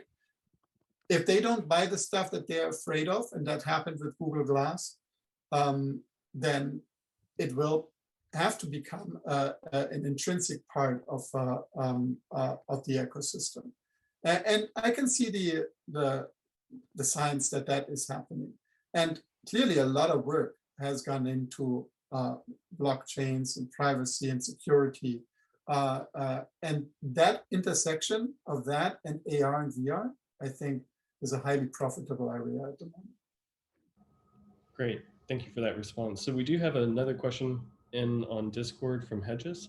So AR is still a developing technology and it will be like this for many years to come. How do you think we can approach widespread adoption of AR for learning, in this case, given the technology constraints in the foreseeable future? Yeah, I mean, a dilemma that we are faced with and that I think I scratched the surface on, right? By saying, like, you have all these cool 3D platforms right now, but it's not simple enough yet to use. Spatial.io, a great platform. Microsoft Mesh looks great. I tried teaching with it. It's not quite there. So I think at some point you need to scale down and dumb down again, right? And this is what we did, like embedding like augmented reality cleverly into 2D streams. Because that's everywhere. Everyone has experience with it. And also Kyle mentioned it earlier today, like this discrepancy of super wide access and reach of these technologies, right? Which you currently only get with like the 2D teleconferencing embedded with 3D. And like really cool, really intriguing capabilities that come with full 3D. So that goes at the heart of your question here as well, right? I'm not saying you always have to dumb it down. In fact, academia should do both. They should also go bolder. They should look at the even next step that is not possible yet. somebody should simulate haptics. I don't know how to do that because you need something that is already more powerful than haptics, and that's already a technology problem. To let us explore what future non-bulky haptic systems could be like, right? So, so you have to be forward-oriented, and the people who looked at our ridiculous backpack systems in the 1990s, some of them didn't get it, right? Some of them found it funny. We found it funny ourselves, obviously. But now, like, it is a platform that is in glasses form factor, right? So sometimes you have to look 25 years down the road. And that's clearly also not the role of startup companies. You don't have the resources to do that. Big companies are doing that to a certain extent. Certainly academia is doing it. Great, thanks for that response. So I actually have one more question. So one of your slides, you said that your AR learning language application performed, I think, 21% better than the flashcard application about 4 days later. Yeah. I was curious if you had any insights on what was it about the AR application over the flashcard application that allowed people to retain the information longer? So this was our Arbis Pictus work. So this was ISMAR 2018 paper. Let me cue up to that. So there we basically just made use of the method of loci, right? Memory palaces, known as a good idea to actually memorize long strings or digits in the number of pi or a card deck or whatever it is, right? So we just applied it to a vocabulary learning.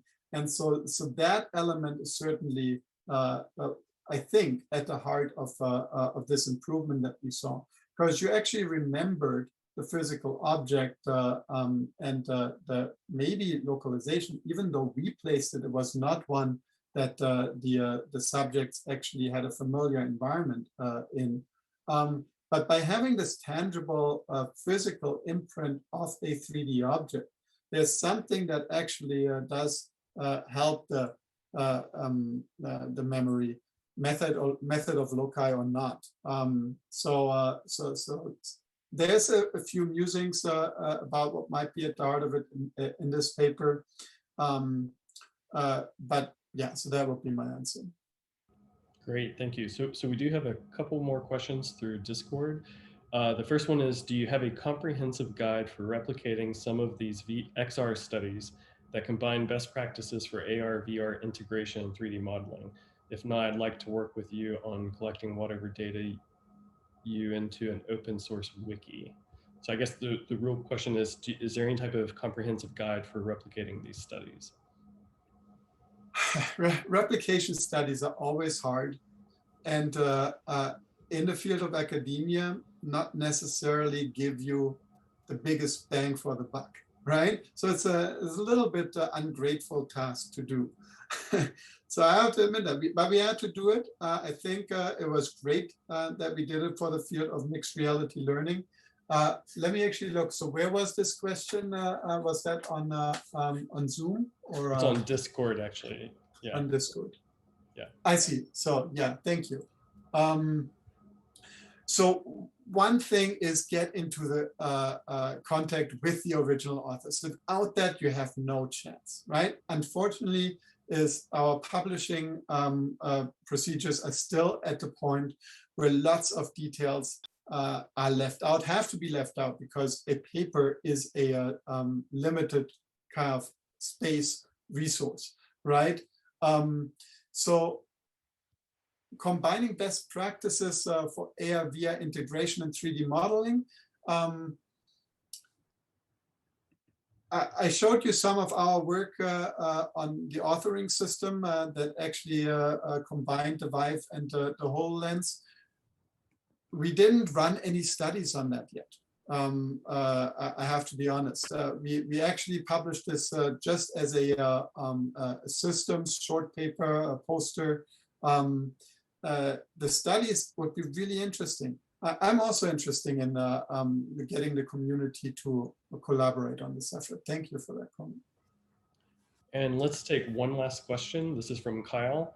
Why do you think there is such an emphasis on public AR? Why not private AR? AR for use in the home. I see this currently as a big use case for VR, but I think AR has this huge advantage of not running into things while you use it. Very true. I think VR will have that, will copy that advantage very soon, or already has, right? With video see-through modes that work reasonably well. It's not great on the Quest 2, but like, right, Facebook already has even like advertised it as like the mobile office. Yeah, why is AR public? Well, I think AR has always been this like pipe dream from the 1990s. Now it's not a pipe dream anymore, for being so mobile that you are wherever you are. And the practical life when you're totally mobile is not entirely private, right? So I think that's the main reason of why there has been the emphasis on it. I wouldn't say that the private part is left out. In fact, I mean, with all our discussions that we have had on the importance of privacy, on your filtering systems, clearly advertisement will happen. There's all these dystopian videos, right? Hyper reality and whatever that you can look up on YouTube. The artists actually have captured AR very, very well. So I'm using that in my classes all the time. And so you do need all these private interfaces of things that only you can see and only you can do. I think you mean just doing AR in the privacy of your home. I think you're right. I mean, this AR language learning app is basically an idea like that, right? In the privacy of your home, which you know really well, you label your objects in a foreign language as if you had Post-it notes there. So I agree with you. There is opportunities there, but AR is just that much more powerful and bigger. So I think that's why people are flocking to the bigger case. Great. Thank you so much, Tobias, for both the response and your keynote. So let's thank Tobias one last time for his keynote. Thank you so much, everyone. Thank you. And now I'm going to hand it over to Craig. Thank you. Yep, so this is our second workshop paper presentation section. Let me stop the sharing. I have some problems with my mouse. Sorry about that. Yep, take your time. Okay, thank you. All right. Yep, so our first paper in this section is Immersive Virtual Reality Training, 3 cases from the Danish industry. The authors are Yuli Krishnan, Francesco Cinello, and Konstantinos Komoditis. Hi, my name is Unikrishnan. You can call me Unni. I'm a PhD student at Aarhus University in Denmark. I'm part of the Extended Reality and Robotics Lab along with my supervisors Konstantinos and Francesco. Today, I want to talk about 3 cases of immersive VR training from the Danish industry. To provide some context for VR-based skills training in the industry, we know that the cost of errors committed by employees in production environments can be very high, which also affects product quality. Errors can also happen beyond the production line, for example, in the installation of machinery in remote locations. For this reason, the industry invests a lot in employee training. These days, we see a lot of developments in VR and AR-based training, especially in the healthcare sector. There is also increasing interest in exploring the use of immersive VR in non-healthcare related use cases, like in assembly training, which is closely aligned with industrial skills. In the context of Danish industry, VR-based training is getting attention by companies in the transportation, energy, and service sectors, and is supported by VR developers like Unity Studios. There is an increasing belief that VR-based skills training can reduce risk and cost, and also enable robust and repeatable practice at scale. The research questions we identified for this case study were: what motivates industries to adopt IVR training? What technological parameters and design elements are incorporated in the IVR training? How is IVR training assessed and perceived by the stakeholders? The methodology we followed for this work was to approach companies using VR for skill training, as well as the vendor companies which developed these solutions. The data was gathered in the form of semi-structured interviews, open data from websites and reports, and in some cases trying out the training solutions themselves. The first case is from Siemens Gamesa, a Spanish-German wind energy company with a significant presence in Denmark. They have a need to train technicians in offshore wind turbine installation. Previously, they either had to train them on the land or at the sea, which both had significant cost overheads and safety concerns. The VR training solution developed by Canada involved familiarizing the technicians with the tools being used, learning the procedures involved in installing the turbine, and operating machinery like the crane used to move the turbine around. Second case was from DSB, which is Denmark's largest train operator. In their case, the challenge was to train employees in familiarizing with the skills of opening and closing of train doors and related safety precautions. The previous approach was to use decommissioned trains, but the issue was that this method does not simulate the chaos of rush hour passenger traffic. The VR solution simulates the train environment, also streams the point of view of the trainee to another trainee watching it on an iPad, who can then offer feedback on the former's performance. The third case was from Grundfos, the largest pump manufacturer in the world, which is based out of Denmark. Their existing method of training production workers involved diverting manufacturing equipment from production lines, which increased downtime and the need for maintenance and recalibration.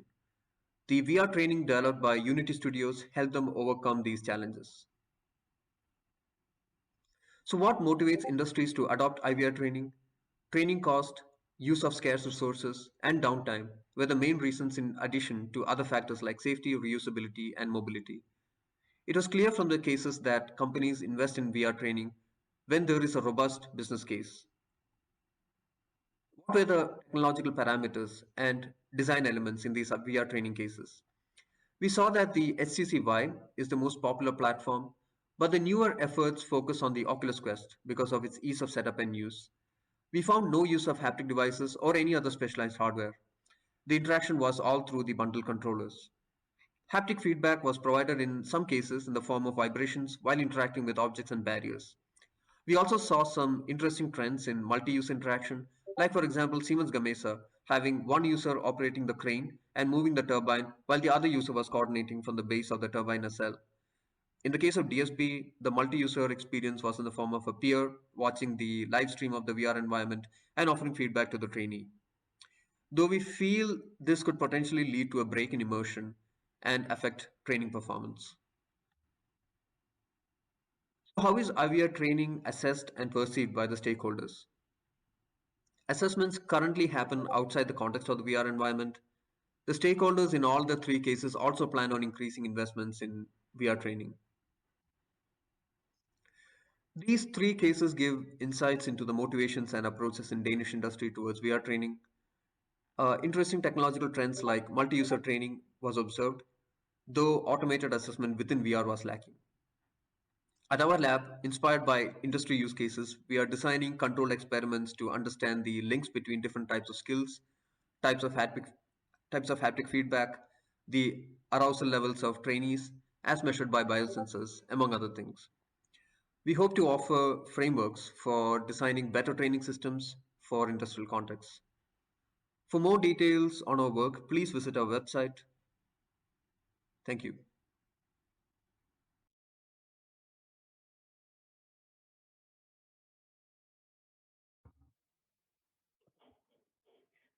Okay, I see that Uni is here to answer questions. Uni, can you unmute yourself? I did. Can you hear me now?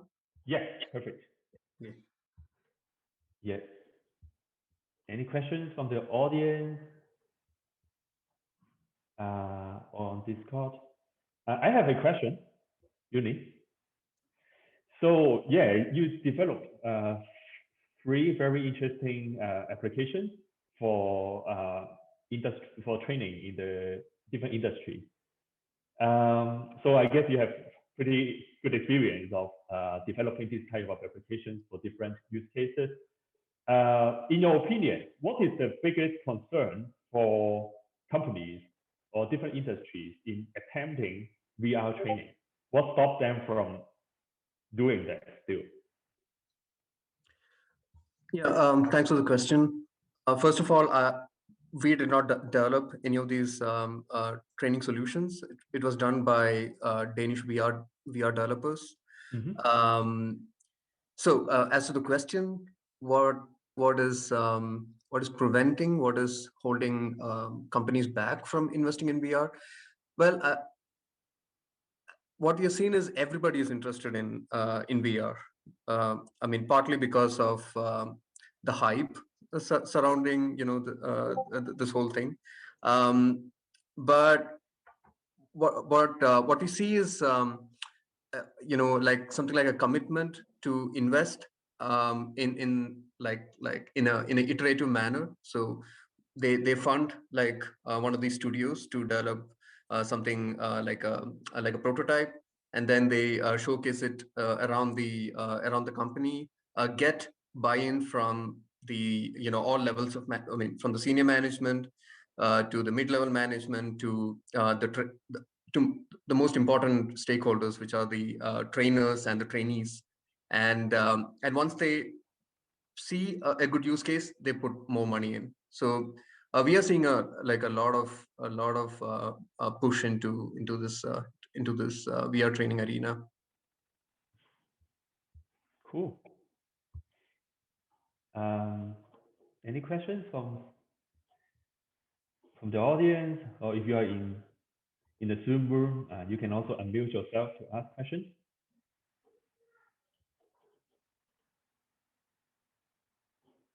Okay, if there's no question, then let's thank Yunin again. Thank you. And yeah, we move on to the next presentation.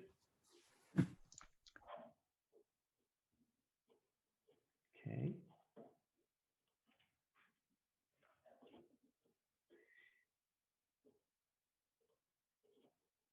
So our next paper is Design and Simulation of Next Generation Augmented Reality User Interfaces in Virtual Reality. The authors are Geronimo Grandi, Zekan Chow, Mark Oren, and Regis Copper. Thanks for joining into our presentation. My name is Geronimo Grandi, and today I'll present the design and simulation of next-generation augmented reality user interfaces in virtual reality. This work was done in collaboration with Zakon Call, Mark Ogren, and Regis Copper from both University of North Carolina, Greensboro and Duke University.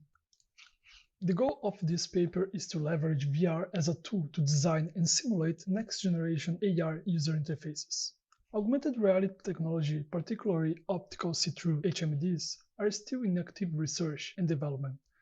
Key parameters such as field of view, tracking, and form factor must be improved before being deployed to real-world production.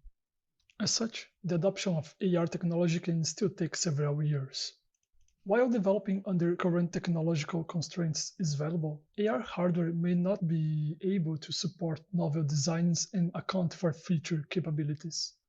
VR, on the other hand, is well suited for this task. VR can be leveraged to obviate present AR constraints, not only to imagine and passively visualize the likely direction of next-generation AR UIs, but to realistically and precisely interact with these proposed interfaces.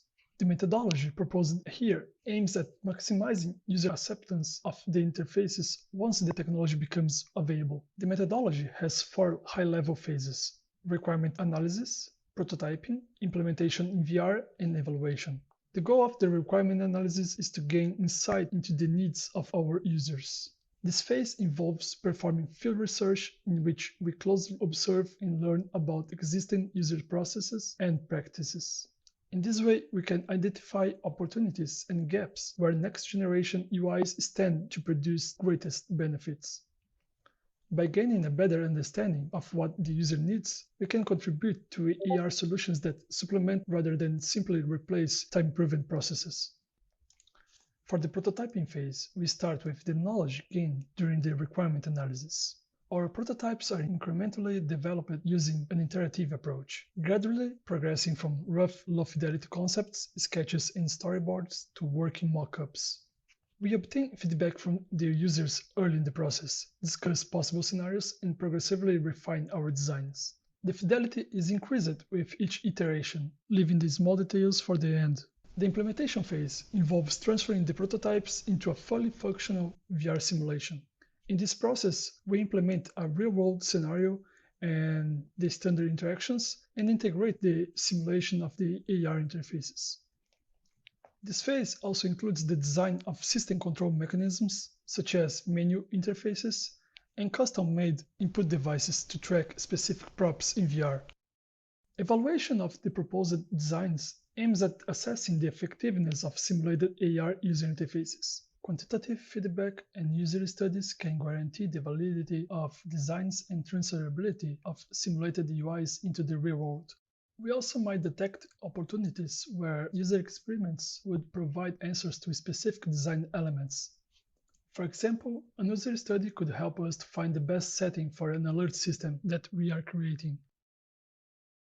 We demonstrate the potential benefits of designing and prototyping AR UIs in two specialized domains in public safety. One is law enforcement, the other one is fire safety. These fields have high-stakes operations that would potentially benefit from next-generation UIs in the future. By following our proposed methodology, we were able to design some features that have the likelihood of positive impact in law enforcement. After group discussions with first responders, we agreed to explore the contributions of next-generation user interfaces in traffic stops. Traffic stops represent one of the most common interactions between police officers and civilians. They are often a low-risk routine, but have the potential of a risk escalation. The standard operations that we are simulating in this traffic stop scenario are assess vehicle and occupants, verify documents and records, and proceed with required actions. And during the prototyping phase, we created a storyboard where we can showcase the interface features that we want to implement in the traffic stop scenario. And the first feature is the on-demand information display.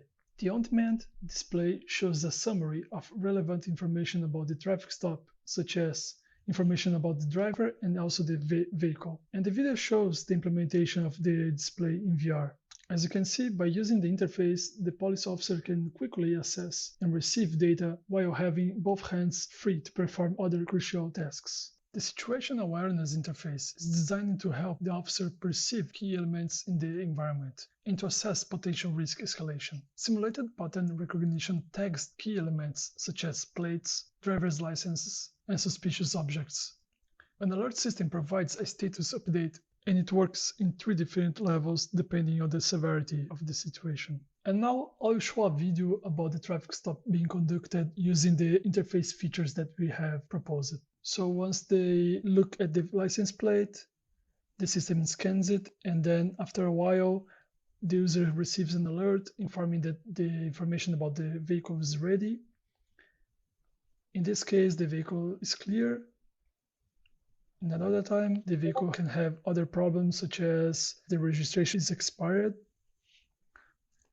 After checking the information about the vehicle, the user approaches the driver and starts the interrogation. Eventually, they ask for the driver's license. And once the system scans it, it informs the officer information about the driver. In this case, a red alert can mean that the driver is a potential criminal. For the fire safety, we have created a search and rescue scenario in a burning building. Burning buildings are dynamically changing scenarios and risks can escalate really quickly. Navigation inside a burning building can also be a challenge for firefighters since smoke can block their views. Moreover, heat-tolerant gloves limit their ability to perform fine-grained interactions. By adopting a next-generation augmented reality user interface, environmental perception is enhanced and uncertainties are reduced. For the search and rescue scenario, we are simulating 3 high-level operations. First is to explore the burning building, second is to rescue the victim, and the third one is to avoid hazards. And on top of these simulated operations, we proposed the UI features that can enhance the firefighting operations. The first one is the HUD information, where the firefighter can see the room temperature, air bottle level, and orientation, and also the floor level that they are in. The second is the team identification. The user interface tags the firefighters and shows their location in the environment. We use icons floating over the teammates, and we display their names and also the distance between each firefighter. An indoor guidance system is crucial for firefighters to navigate inside a burning building. Our interface includes two key features. One is a dynamically generated minimap, and the other one is a path generation. The indoor guidance minimap automatically updates a functional floor plan as firefighters explore the structure. And the path generation function enables the request for directions from a remote team leader. The interface also allows for the deployment of markers on the environment. The markers can represent blocked paths, hazards, and also possible exit routes. The markers are always visible and are shared among the firefighters. The alert system sends a color-coded based warning to the peripheral view of the firefighter if they are in danger. For example, in the video, the air bottle level is low, so he receives an alert informing it. And this is the video showing the complete operation being performed. As you can see, he found a possible exit and he's following the other firefighter. He receives an information that the victim was found. So now they request the path for the victim, but there is a debris in front of it. He removes the debris, tags the fire, and assesses the victim. The victim is responsive, so he requests an evacuation route. The evacuation route is sent, and then he proceeds evacuating the building. So the simulation of AR interfaces in VR allows for the design of ideal user experiences unconstrained by current technology limitations. Also, virtual reality has its own limitations, and just as a VR experience, it may not transfer to the real world. And that's why the UIs need to be validated with end users of the application. And the comparison of simulated AR with implementations in real hardware would establish the validity of the interfaces designed. And these evaluations and comparisons are left for future work. Thank you for your attention. We will be happy to take questions over email and in a designated Q&A session.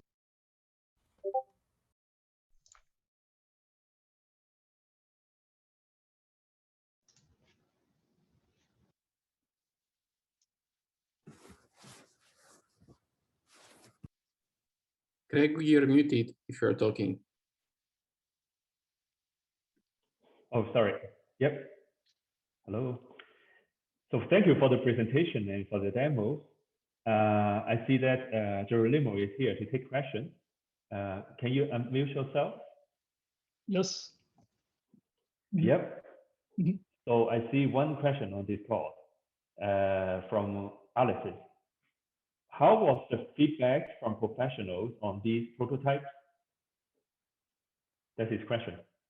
Yes, so we worked together with public safety agencies, and we took, so during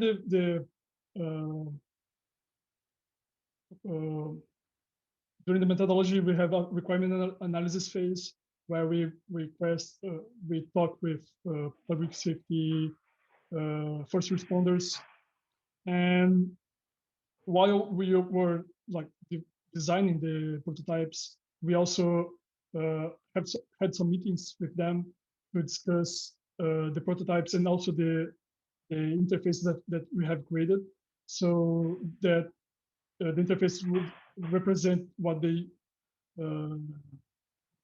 probably would like to use in the future. I don't know if this answers the question. Yep. I have a question. Okay. So I want to know I think one advantage of prototyping the AR user interface in VR is that you can track the user's response. So do you track the user response when you did your experiment, and did you use that to inform the designer how to improve the UI? Yeah, that's my question. Mostly we get the feedback from the users and try to improve the designs. So that's the main point of it. The work is still a work in progress, so we didn't had time to not time to evaluate the user interfaces with the target first responders. We are planning to do that. Of course, because of this pandemic, we had to delay these evaluations. But the idea, yeah, is to evaluate with them when it's possible as well. Cool. Any other questions from the audience? I'd like to ask a question. Yeah. So in the application, so I think it was the firefighters video you showed us. In the interface, there were some kind of hints to the user, like the temperature, right? Yes. So, and I was wondering, I don't know if firefighters have this kind of hints when they are in action. So I was wondering, what are the decision or design decisions for providing this kind of information? Yes, actually they have information about the air bottle level on their helmets. So it's a simpler version. So they can see like 3 LEDs, LEDs that represents the air bottle level. But the room temperature, normally they use a camera, heat camera, so they can see the environment through the camera, and also they can see the temperature of the rooms. And so those information, the informations they have, sort of, but having this information on the display, they found that would be really helpful for them to understand and be aware of the situation that they are in.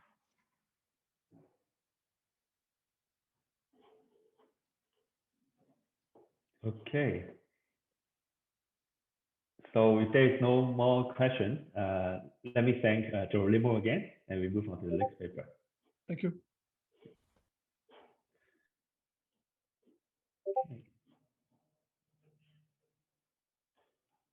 Yep. Our next paper is Parkinson's disease simulation in virtual reality for empathy training in medical education. The authors are Joy Lee, Cody Duclair, and Tyler Ian Stomack. Hello, I am Cody Duclair, and I am the former lead developer for Parkinson's VR. This presentation is going to cover the current state of the simulation, its testing, and potential uses for this program.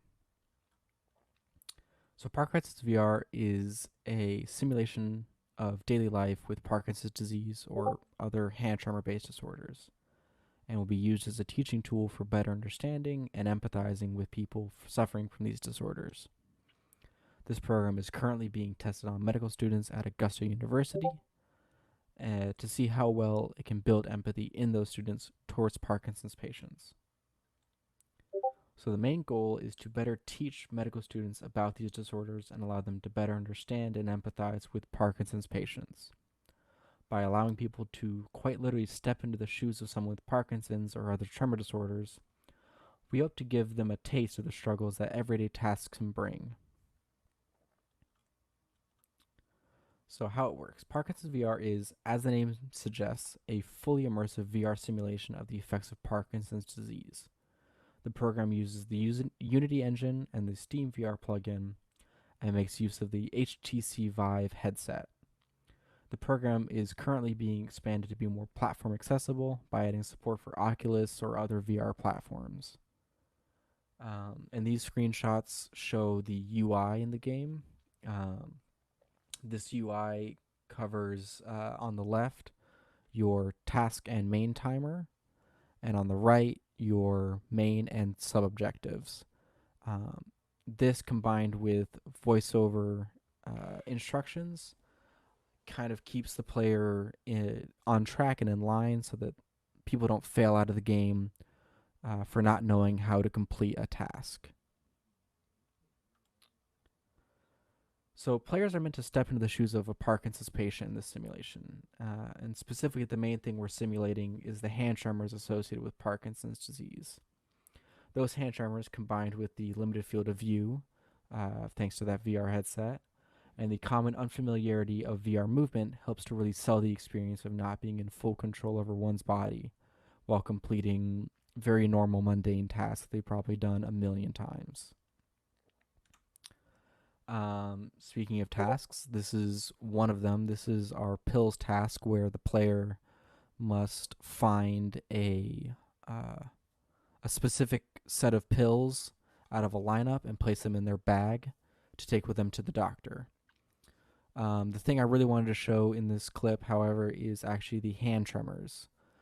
So you'll notice the hands are moving randomly and fairly erratically.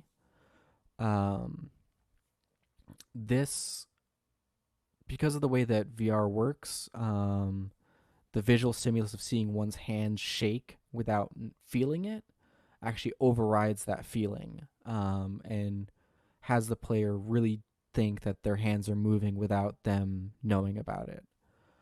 So it really simulates the experience of Parkinson's disease or other hand tremor disorders.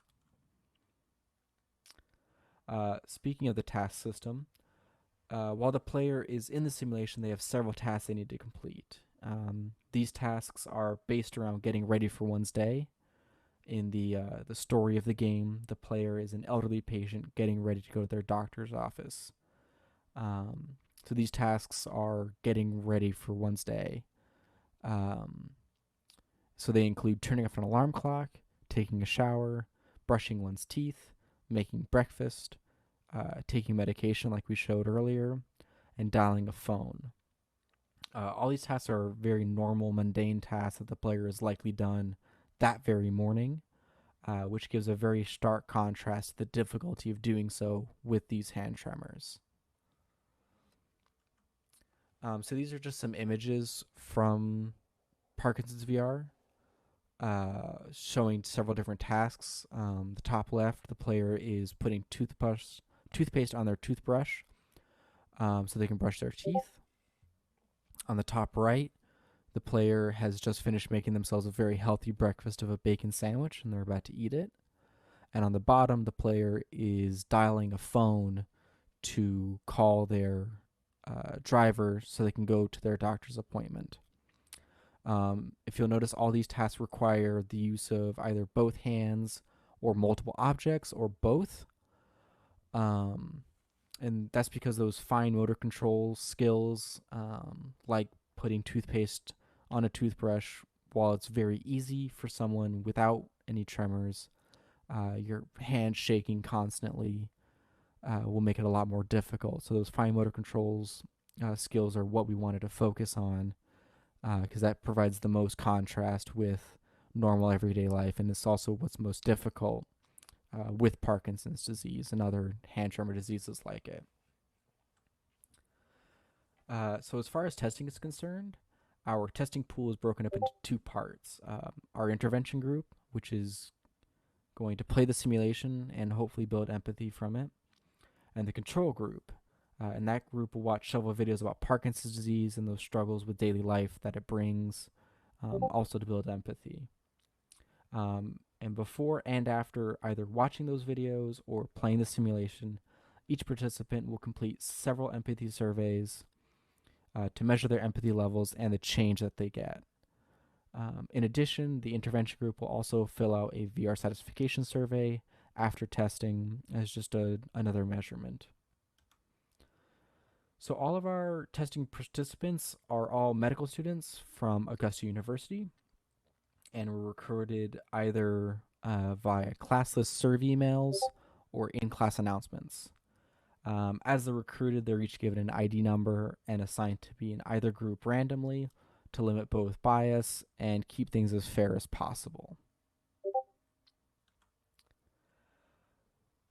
The surveys that are being used are the Jefferson Scale of Empathy and the University of California, Los Angeles Geriatric Attitudes Assessment.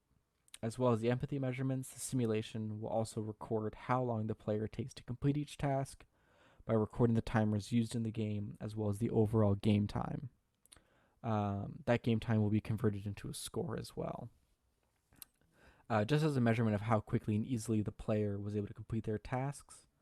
And that score will be used just to give the player quick feedback on how they did in the game. At present, we have a working and testable VR simulation that we can use to simulate daily life of someone with Parkinson's disease. The current goal is to use this version or more updated versions in the future to help medical students and professionals build empathy towards those kinds of patients. At current, this version is able to be used for testing. However, the development team is still working very, very hard to improve and add to the simulation. Huge thank yous to Dr. Joy Lee, Dr. Lena Wood, and Tyler Stolman for making this project possible. And a very big thank you to IEEE VR for hosting us. So thank you very, very much.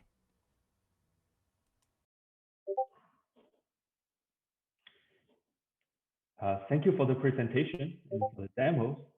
I see that Joy Lee, the first author of this paper, is here. Joy, can you unmute yourself? Hello, I'm here. Yep. So, questions. I've got one question here asking, have you considered using physics-based interaction as opposed to intersection-based interaction to emphasize the negative aspect of the hand jitter? I'm sorry, can you repeat using what to replace?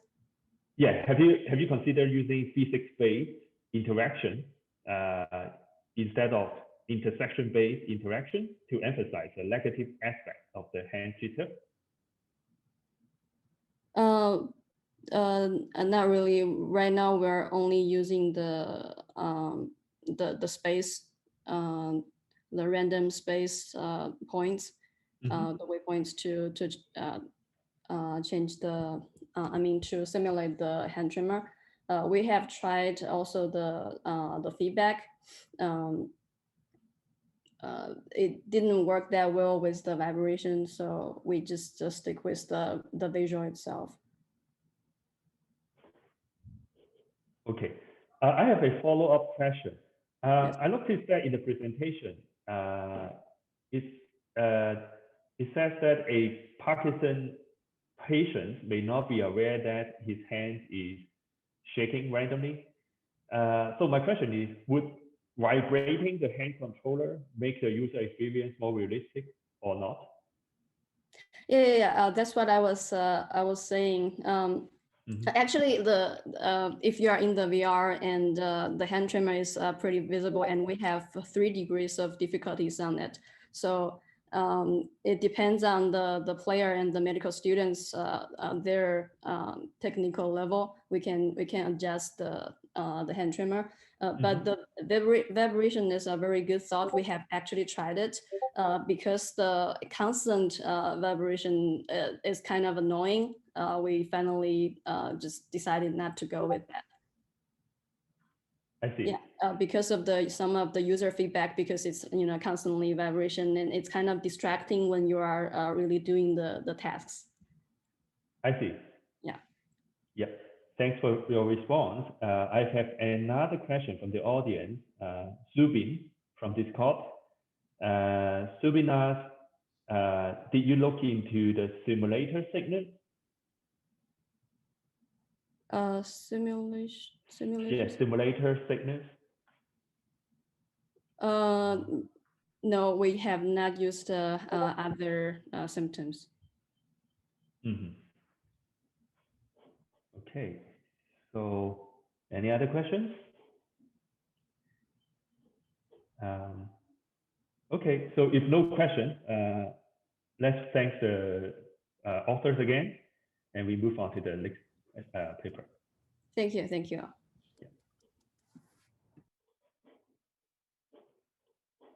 Okay. All right. So our next paper is management of crisis exercises in virtual reality. The authors are Alexis Evans, Aurelis Conges, and Frederick Benedict. Hello everyone, my name is Alexis Evin and I'm a first PhD student and I will show some of the results that initiate the launch of my PhD subject.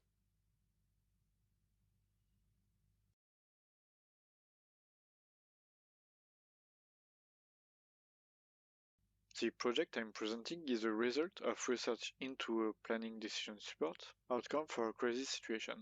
The purpose is not the perfect handling of an object, but the coordination of tasks and events. The latter depend on a precise situation which evolves according to modular actions.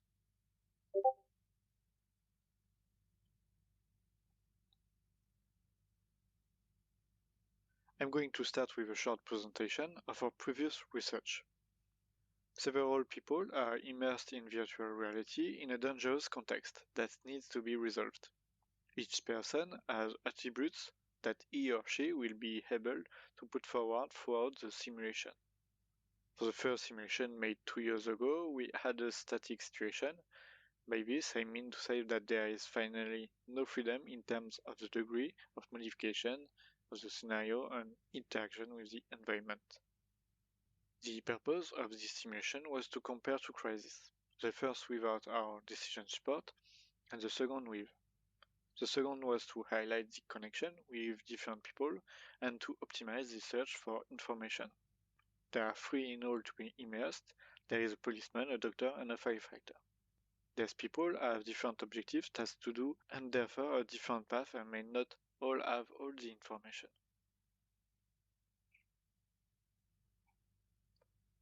The simulation that interests us in this presentation is the following.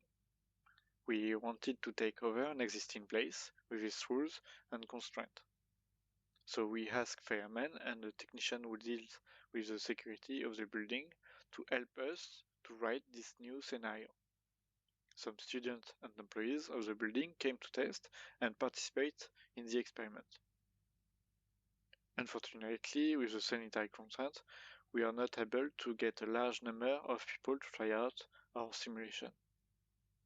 The first things they did was to learn how to navigate and appreciate the immersion in this place that they encounter every day.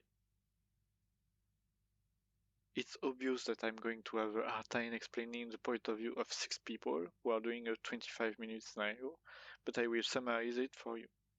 The focus of our research is not on the user experience. However, we have worked on this to ensure that this provides the maximum possible immersion. This was done through exchanges and tests over several weeks with the same people.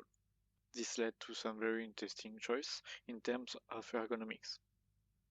For example, the tools are integrated in the hand for the first simulation. This limited the interaction to only the object of the chosen role. This limitation has been removed to have a more coherent and realistic environment.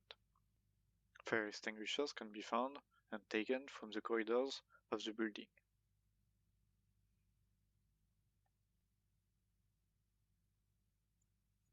You can see here a graphic summarizing the transfer of information according to needs in real time. The sensors in the environment send their values in real time, which modifies the response pattern assigned to the personnel on the premise. Fire extinguishers can also be considered as source of values and data. A fire extinguisher can send the information that there is an injured person at a certain location, and this will induce another crisis resolution protocol.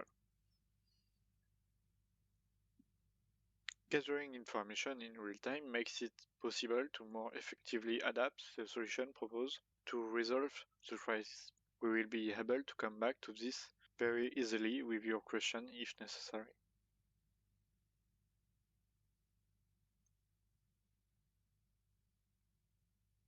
Since the first simulation, we have added unplayed civilians in the environment, which will make the scenario more dynamic and accentuate the immersion between the players and their environment. The civilians have several non-impacting actions on the site. They can nevertheless move and react depending on the context. There are almost 20 unplayed civilians who are integrated from the beginning of the simulation, but more can be integrated. For greater consistency, we have integrated them according to the overall location of the real employees and students in the building.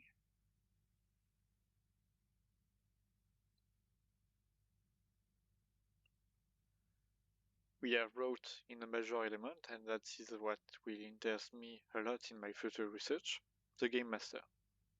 Its role is to define the context as it goes along. For the moment, its role is still very minimal, but we can already guess all the potential it may have throughout the simulation. The game master could be played by a teacher with its student and could prepare a lot of different scenarios. The aim of the experiment is to create a response pattern to a dangerous situation. I start a fire in one of the offices, but I can put it wherever I want.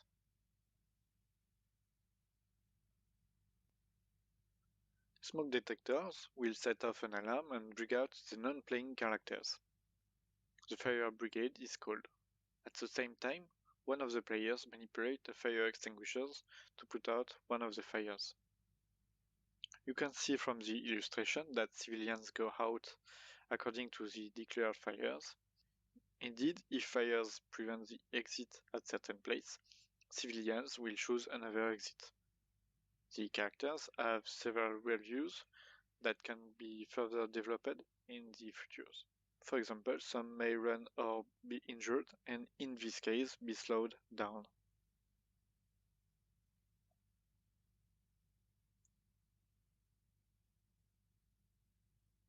Our feedback around these fires has been very positive. Everyone had guessed the fire and the importance of putting it out. Firefighters were able to test and praise the improvement in the appearance of the fire compared to the previous simulation. Nevertheless, the spread of the fire and its smoke still needs to be increased. You can see at the bottom left the result we managed to get from this simulation.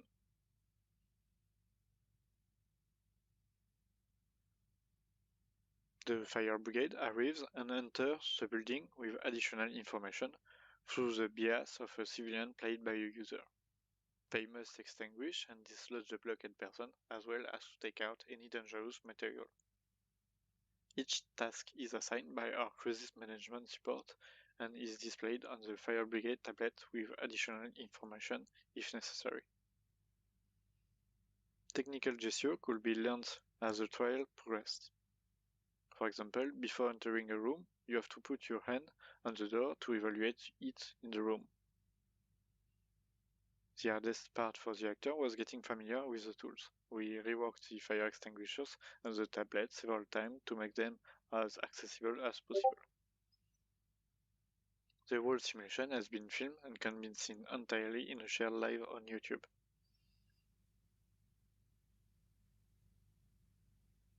Before I finish, I quickly show you the tool we used. We try to have a stable and sufficiently result.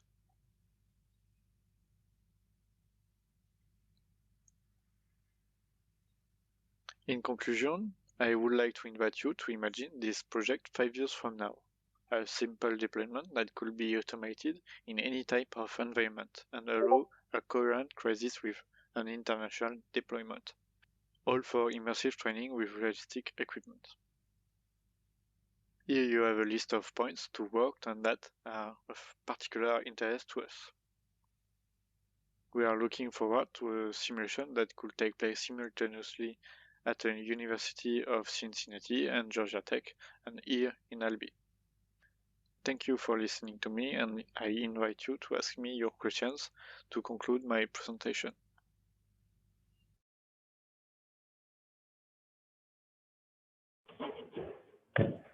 Thank you, Alex, for the presentation and for the wonderful demo. Thank you. Yep, so you are here and I'm taking any questions. I see someone is typing on Discord. I have a question first. Yes. Yeah, so I see that your framework supports multiple users to take the training. Do the users have different roles in this firefighter simulation? And do they learn how to collaborate in this simulation? In this simulation, we have the opportunity to have different tasks depending of the situations. So we have 3 firefighters and they have different paths and tasks to do. The chief firefighters, for example, has to collect information and has to some civilian, and to collect information and to have the goal to update if necessary the situations, and the firefighters in the ground has to take fire extinguishers in the way that they can adjust their targets depending of the situation. So it's different depending of the situation. So we can adjust the task to do depending of the situation. And in the first simulation, we have different role, firefighters, but also doctor and policemen, and they have really different tasks and specific depending of their specialties, their abilities.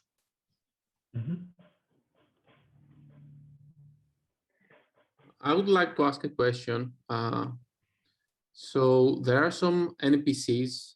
How do you control them? Are you using any form of behavior trees, or the activities are prescripted and it's more like go to this safe position after something happens? Yeah, for example, here we have different comportment. For example, we have one civil which is blocked on a room, and also another civil which doesn't hear the alarm, so he will stay and work as they do if there is no alarm. So one of the users has to go in their room and talk to them and tell them to go out because there's an alarm, and it's depending of the situation. So most of the civilians have prescripted exits, but it can be various depending of the situation, like this exit door will be closed or locked because there is a fire in front of it.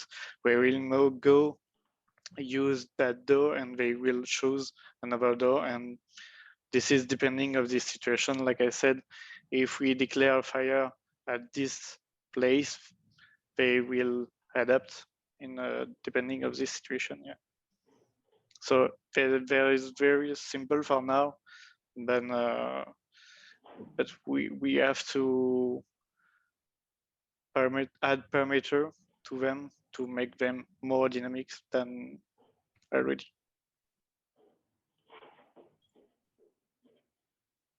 Okay, any other questions in the audience? If not, let's thank the authors again. Thank you. Yeah, thank you. All right.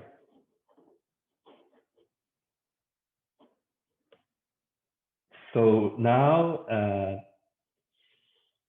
we are going to announce the best paper in our workshop.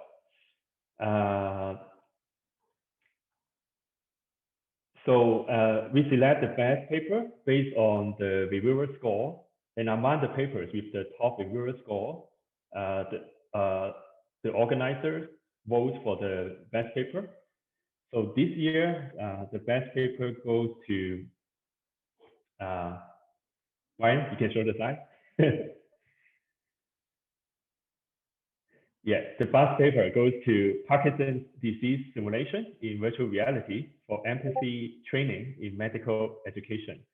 The authors are Joy Lee from Kennesaw State University, Cody DeClura from Kennesaw State University, Tyler Ian Stallman from Medical College of Georgia, and Eleanor Estopoffer Wood from Medical College of Georgia. Congratulations to the authors.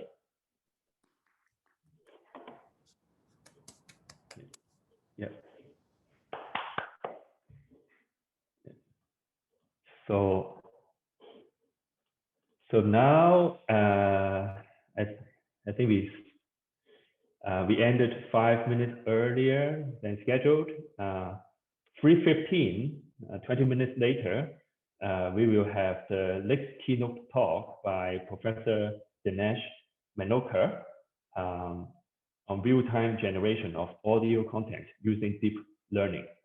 So we will take a break now and we will come back 20 minutes later.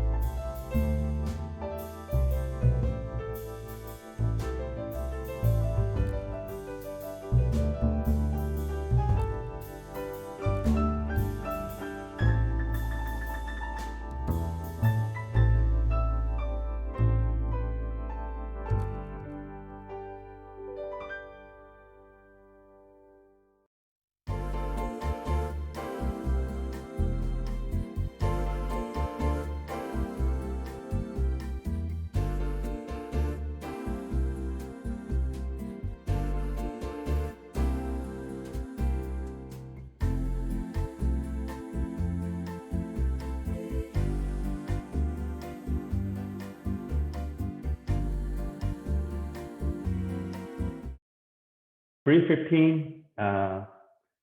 Next, we are honored to have our next keynote speaker, Professor Dinesh Manocha from University of Maryland. Professor Dinesh Manocha is Paul Chrisman Irip Professor of Computer Science at the University of Maryland. He has worked on a lot of pioneering work on geometric computing, interactive computer graphics, physics-based simulation, and robotics with broad applications to virtual reality and augmented reality. He published more than 300 papers in this area. His works received numerous Best Paper awards from conferences such as IEEE VR, ACM, VRST, and IEEE Visualization. Professor Manocha was elected an ACM Fellow in 2009 for his contributions to geometric computing and applications to computer graphics, robotics, and GPU computing. Let me give the time to Professor Manocha. Thank you, Craig, and good afternoon on the East Coast of US. And I guess if people in a different part of the world, hopefully we can calibrate. Can you all hear me well? Yes, good. Okay, great. Just make sure if anytime, if anytime things are not good, just let me know, and I would, I would basically, change, make sure that there are no technology problems there. Okay, great. So this is, I'm going to talk about some of the work we're doing. I'll just get the video off. Somehow my audio gets problematic. We don't have very good bandwidth nowadays. So yeah, so this is Dinesh Manocha. I'm now at the University of Maryland. I moved here about 3 years ago. And before that, I spent most of my time in Chapel Hill. The work I'm presenting today is actually the work I've done with my students, I would say for almost, last 13 years. Many of them have received a PhD in audio simulation, are doing really good in academia and industry. And of course, my new students at University of Maryland, and also many external collaborators. So the focus I'm going to talk today a little bit about is, how do we generate good audio content with simulation? And now what happens if we can bring simulation machine learning, which is a pretty hot trend in the journal, in the media itself. So the talk is going to be on, using deep learning and simulation. So we're all about VR. VR is always going through these phases. I've been in VR since 30 years. There was a big excitement in the 90s. Things went down. And then 7 years ago, Oculus got bought by Facebook, led to a whole new excitement, big, players coming in the picture. And again, we are seeing headsets like Oculus Quest coming out. There all the potential of some kind of AR glasses coming up. So again, the excitement level has gone up. You see games and other training application, and now people are saying, can we someday do better Zoom experience in VR? And that's a question we may answer next few years. But the way we motivated this work is that if you look at the big VR is a multimodal experience, and there's a visual, there's simulation, physics, and there's audio. If you look at the VR program, including the regular conference starting tomorrow, or even look at the papers in graphics and VR for the last 30 years, you see a lot of papers on, improving the visual fidelity or physics simulation. At least when we got into this area about 13 years ago, we felt that there was a lot more focus on visual and physics, but sound was not given so much importance. Now things have changed a long way, and I'll tell you there have been a lot of good success stories. But ultimately, a good experience, whether you're playing game on your desktop, on your smartphone, or a very immersive thing, you have to take all the modalities, audio, visual, and moving objects, get it right. And the way to motivate why sound is important is that if you watch a movie clip, this is a pretty old movie now.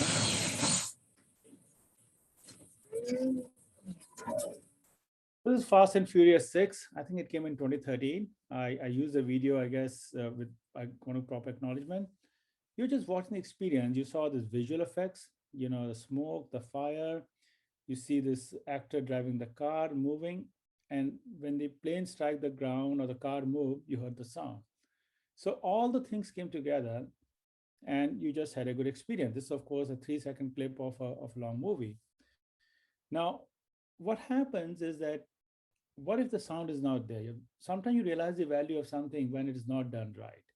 So when things are okay, you just take it for granted.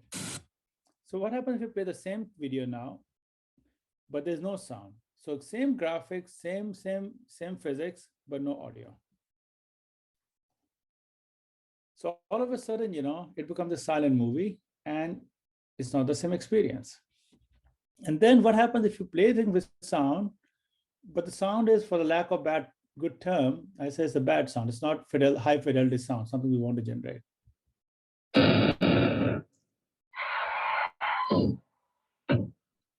So this is sometimes you realize that I showed the first one with great visual, great physics, high quality sound, then with no sound, and then with bad sound. So this is when you realize that why good sound is important, because otherwise there's no sound or not good sound, your experience is lacking. And there have been huge amount of studies, for training application. Ultimately, even just for real world human, we are, let's put this, we are audio visual mammals. We rely so much our daily task on audio visual cues, and our brain fuses them. So we always want, for the game of VR, the same experience. Now, sound has been generated, but if you still look at a lot of game and movies, a lot of sound generation is still quite.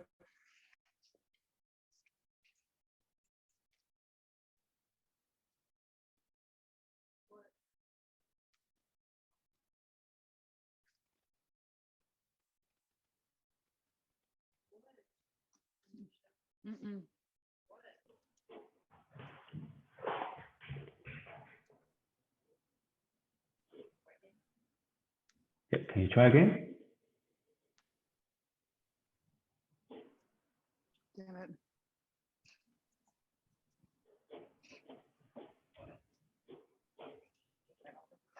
My Airbnb was connecting to my I probably tried to connect that thing.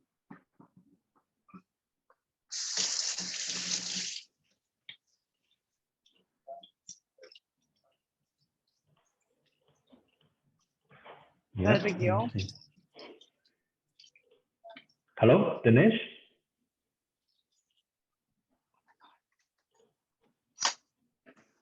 Yeah, I think so.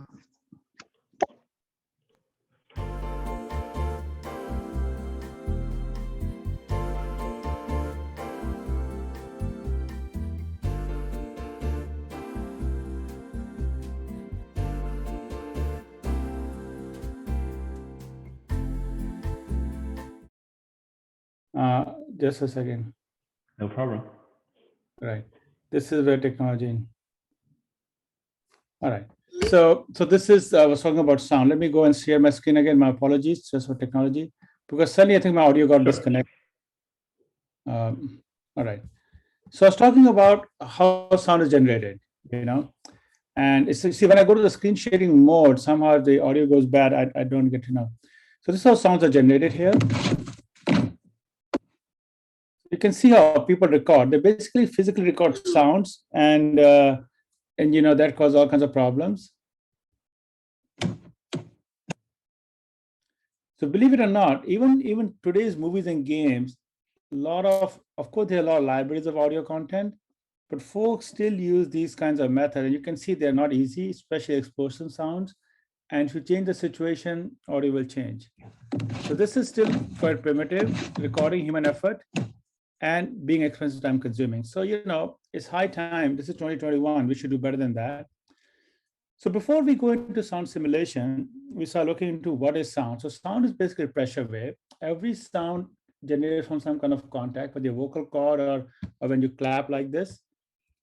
And the wave transmits the media and eventually goes to human ears.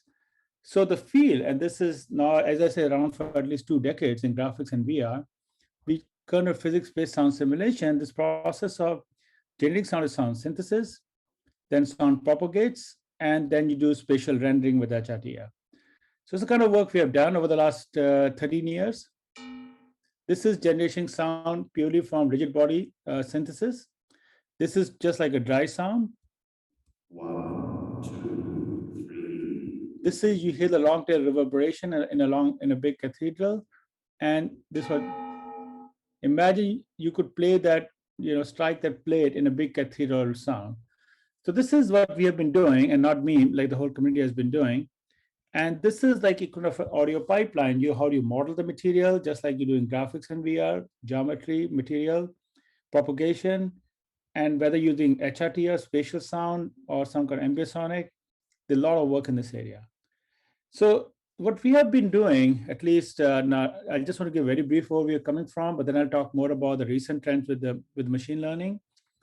That you can take a sound like that, like where you strike the wooden plate, but then we generate a different version. Like suppose instead of you striking a plate, let the plate fall on the ground. Or you change the shape from a circular plate to a rectangular bar. Or you change the material of the plate from wood to metal. Or you put the plate in like a cathedral. So today, at least I would say these technique problems are pretty well studied, and you can even get good solutions to actually go and implement them in your VR system. So this is just a very brief overview that how sound transmits in the nature. Sound is a pressure wave that interact with the surfaces, bends, reflects, transmits to the surfaces, and you hear. This is just a phenomenon we all rely on. And when you hear the sound propagation, you can even close your eyes and figure out the small VR or a large VR. You get a lot of sense of the space and also localization. So this is where getting the perceptual cues right in VR sound is very important. And typically in sound propagation, the output is like impulse response, which is a time-dependent function how it decays over a period of time. And based on impulse response, you can generate the other effects. So the amount of work, this whole field has seen lots of paper in the last 15 years at least, although the earliest work actually goes back to 60s in acoustic literature. And at the broad level, there are two kinds of methods, numeric and geometric. Numeric methods solve the actual wave equation, and it's numerical solvers. They're the most accurate one, but the complexity goes linear function of the size and a fourth part of the frequency. So human range frequency can go 2000 hertz, 4000 hertz, 6000 hertz. Every time you double the frequency, the complexity goes up by factor of 16. So they're most limited to pre-computed scene. And part of the work I'll show today is that how we can use machine learning to overcome this barrier of static scenes for these methods. The other method is based on geometric, which basically sound travel in straight line, which assumption hold for high frequency. So you bring a lot of ideas from ray tracing, which have seen huge amount of literature, and now all the NVIDIA GPUs, AMD GPUs support ray tracing, and you can do them quite well. So you can do interactive dynamic scene. So if you look at I'll just give you a brief overview. Geometric propagation, this is a ray approximation, and the very first paper actually goes back to 1958, like before even I was born. The classic reference is Kutro's book, Room Acoustics, which like the Bible. And there are a lot of techniques which came from 80s, 90s, and around this thing. All these bullets in green is the work, I would say, done by my group, mostly my students. We got into it, look at different ways of frustum tracing. We bring ideas from, pre-computer radio transform from graphics here, similar diffraction, and other kinds of, methods. So this is where also brought our psychoacoustics. So I'm not going to cover that because most of this work is old and a lot of them appear in VR conferences too, but at least you can see that. And here's what we could show. This video is about 4 years old, and it was the first one which could show on a desktop or a console, you could generate large number of sound sources, about 50, in a complex scene in real time, like about 20 frames a second. This was the work, and see if I can. Sometimes this.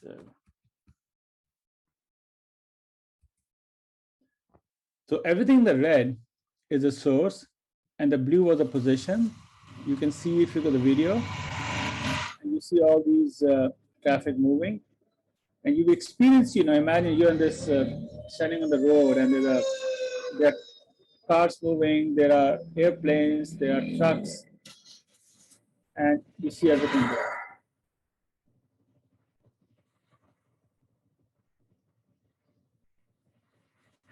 So this is again, as I said, this is about 4+ years old. But the first system which can do very large number of sources, dynamic scenes, real time, and we had some, UTD-based approximation for diffraction. The other work, as I said, really want to get it right is a wave equation, the one you're seeing on the top right. It's a second order, wave equation, assuming constant speed of sound. The classic numerical methods like FEM, BM, FTTD, and all that can be used. In our own group, we have done two big solvers. One is ARD, started by Nikunj Raghuvanshi dissertation, then equivalent source by Ravish Mehra dissertation. Ravish also got the first IEEE VR dissertation award in 2017 or 2016 in LA.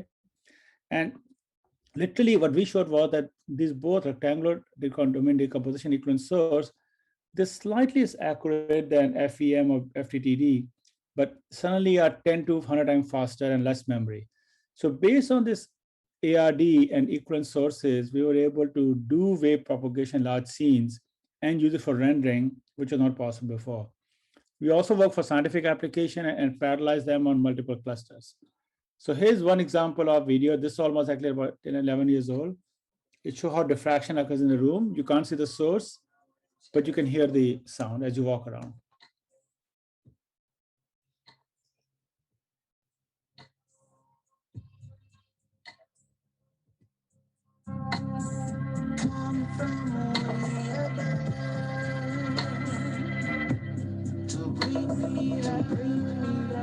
So you went from living to bedroom. So sound was coming on the bottom right from the bedroom, but you walk other way around and see how the low frequency diffracts. So the diffraction effects were very important, and there were no good real-time methods to deal with them earlier.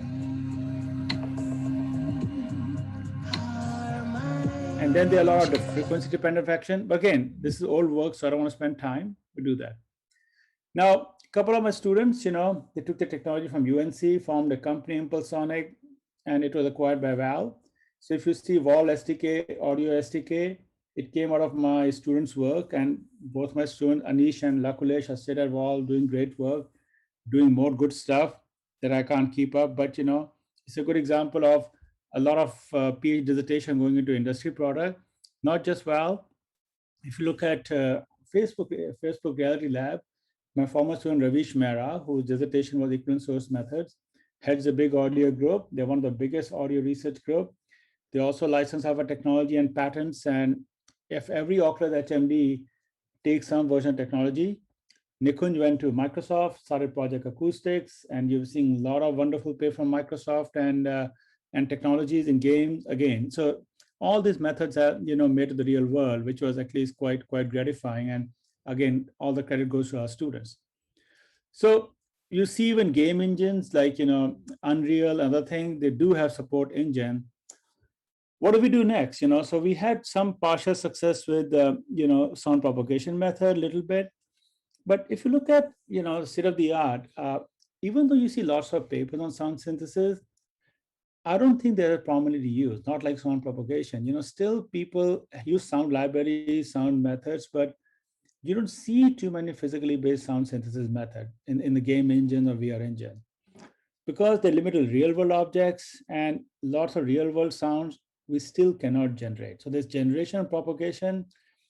Real world sounds are complex, and clearly, simulation has a long way to go. So that becomes one problem.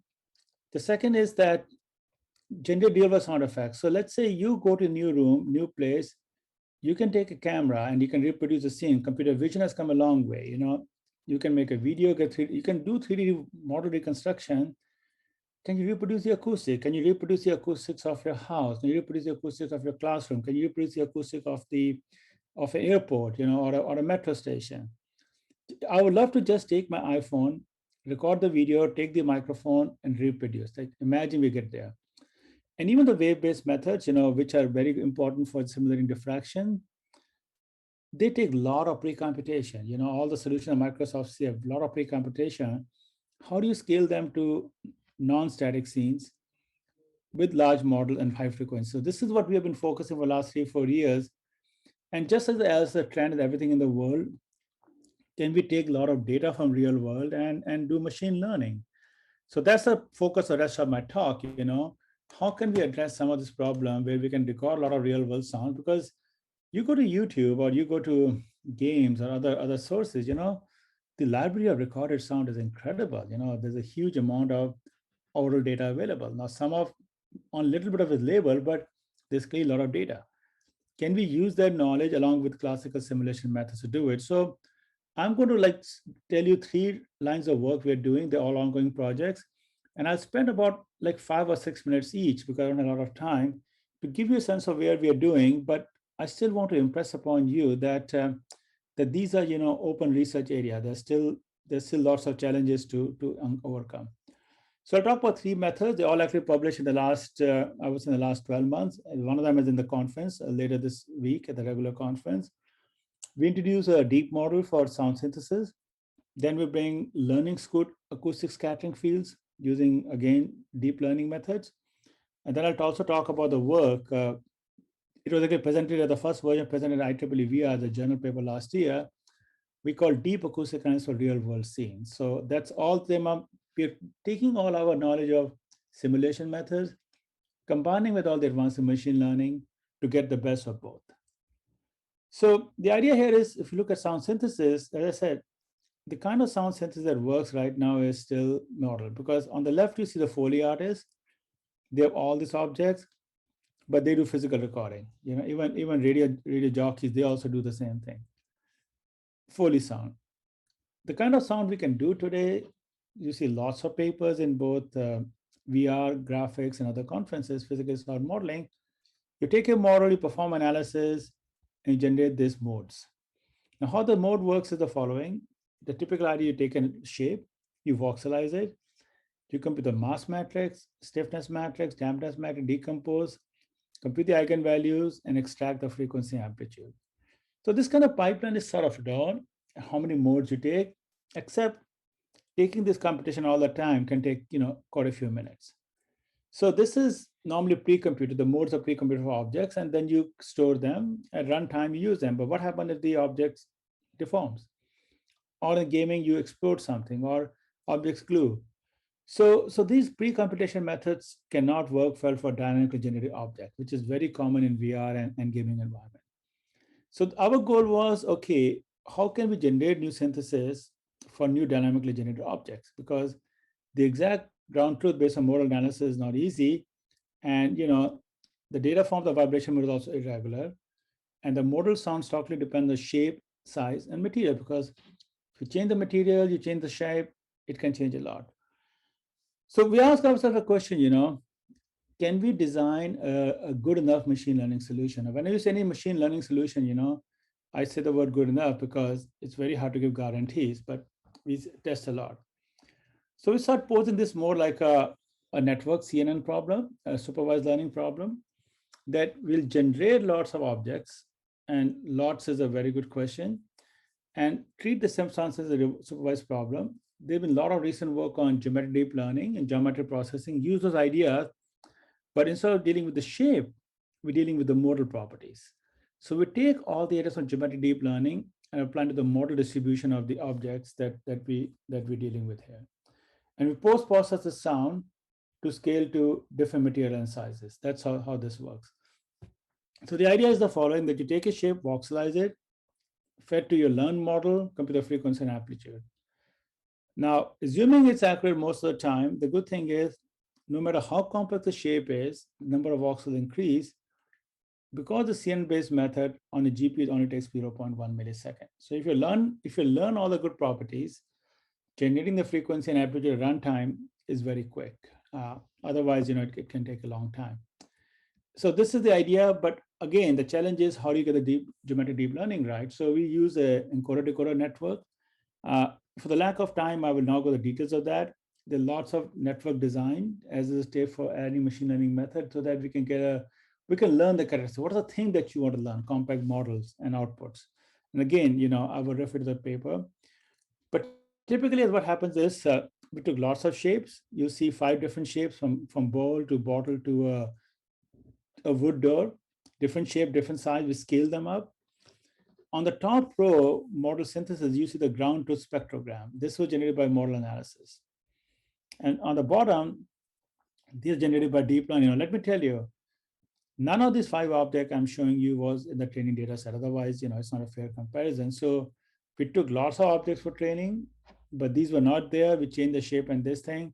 So we discussed a lot of ideas to how to generate the ground truth training data set and different parameters so that we can get accuracy. But of course, as I said, you can't give rigorous accuracy because that's the inherent problem of deep learning, that if you can in theory produce an object shape or material which indeed is different from a trained data set. In that case, I cannot give guarantees on the performance of deep learning method.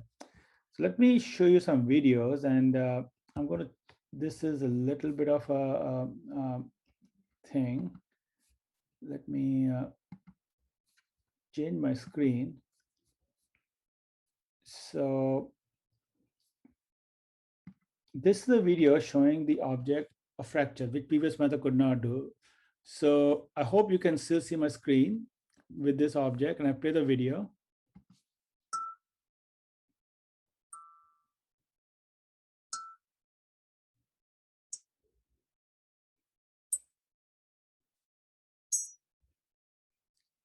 So the main thing to show here is that previous method was generated on a rigid model. Here we took that vase and keep breaking a new piece with generate runtime, and we can still generate sound, which are very plausible. So that basically means, as the object topology changes, our network has learned all kinds of shapes, and these topology changes are pretty good, so we were able to do it. Let me just show you exactly how it works. So this is a ceramic bowl.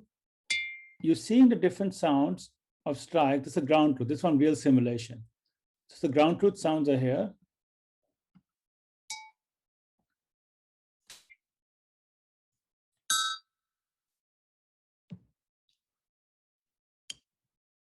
So this is ground truth by model analysis, and this is our from CNN.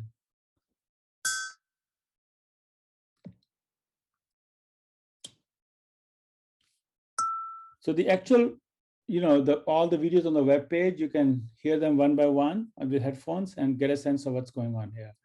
So we did a lot of testing and evaluation, lots of objects as any machine learning method, and thereby, make sure that indeed it works well. So I assume, Craig, you could hear all those sounds. Am I correct? Yes, I can hear. Okay, thank you. Just this is a technology where I have to verify. So Sure, let me go back to the PowerPoint.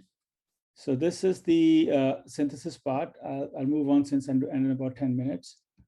So this is, as I said, fracture scene, because it's learning based, it can deal with arbitrary objects, as I said, but the accuracy would depend on if the new object is far away. So we have a huge, I'll tell you how we can make sure we have enough learned database here. So this is the first deep model method for model synthesis. And I would say it's not as accurate as the eigen decomposition method, but it's pretty good approximation. And we have tested quite well. It works well. Now, the question comes up here is, can these learning methods will also be used for, there are lots of sounds in nature which model analysis cannot capture well. And now the question comes up is, if we do have a lot of ground truth, because people in the acoustic community are recording a lot of acoustic events, and can we use same deep learning method to generate different kinds of things? So that's a big question now, because in this case, we got the ground truth from, model analysis. It's slow, but it's okay. We use a big cloud.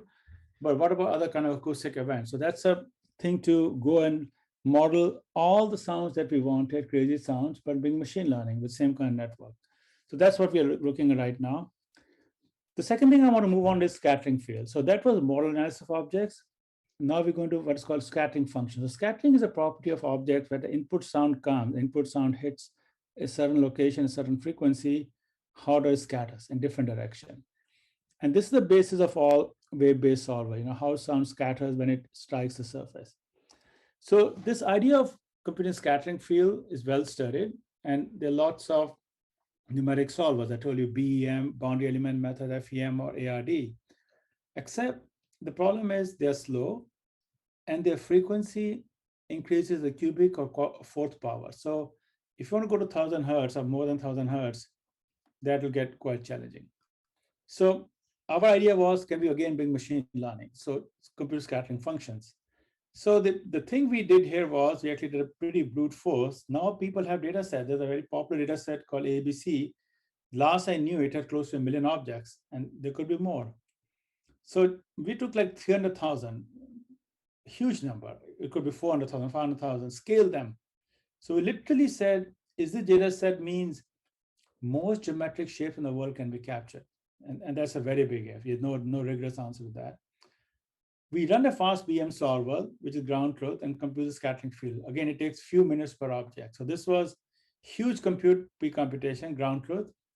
And one thing we did in this case was, since we want a descriptor which captures the changing topology, instead of mesh-based representation, we use point clouds. Point cloud-based deep learning solution have some benefits, and there are a lot of papers that we build our work on that. And once we compute this high-dimensional acoustic scattering field, objects are 3D, we convert them into spherical harmonics. And we did different experiments. Should it be second order, third order, fourth, fifth order? As the order goes up, the complexity goes up, and the memory goes up. We found, based on perceptual tests, that third order was a good place. It's good enough for interactive application, perceptual benefits, and still practical enough. So this is a huge training task. As I said, we took 300,000 objects, scaled them, compute the 4 different frequencies. So this training took us 10 days. But compute power is cheap. You can use Amazon Cloud, right? Now, if you want 300,000 objects to 10 million objects, we can do that. So this is just one-time training. The good thing is this costs only done one time. Now, 4 network model were trained. We took this 4 frequency, go to 1,000 hertz. They go a factor of 2. Each is trained for 10 hours. And what you see at the bottom, the TensorFlow, the RM optimizer, L2 loss, and batch size, these are pretty standard deep learning, of capabilities, the libraries. This is our basic network. Initially, we use our PointNet network, which is well known in the community. More recently, we developed our own network architecture, which gives very high accurate answers.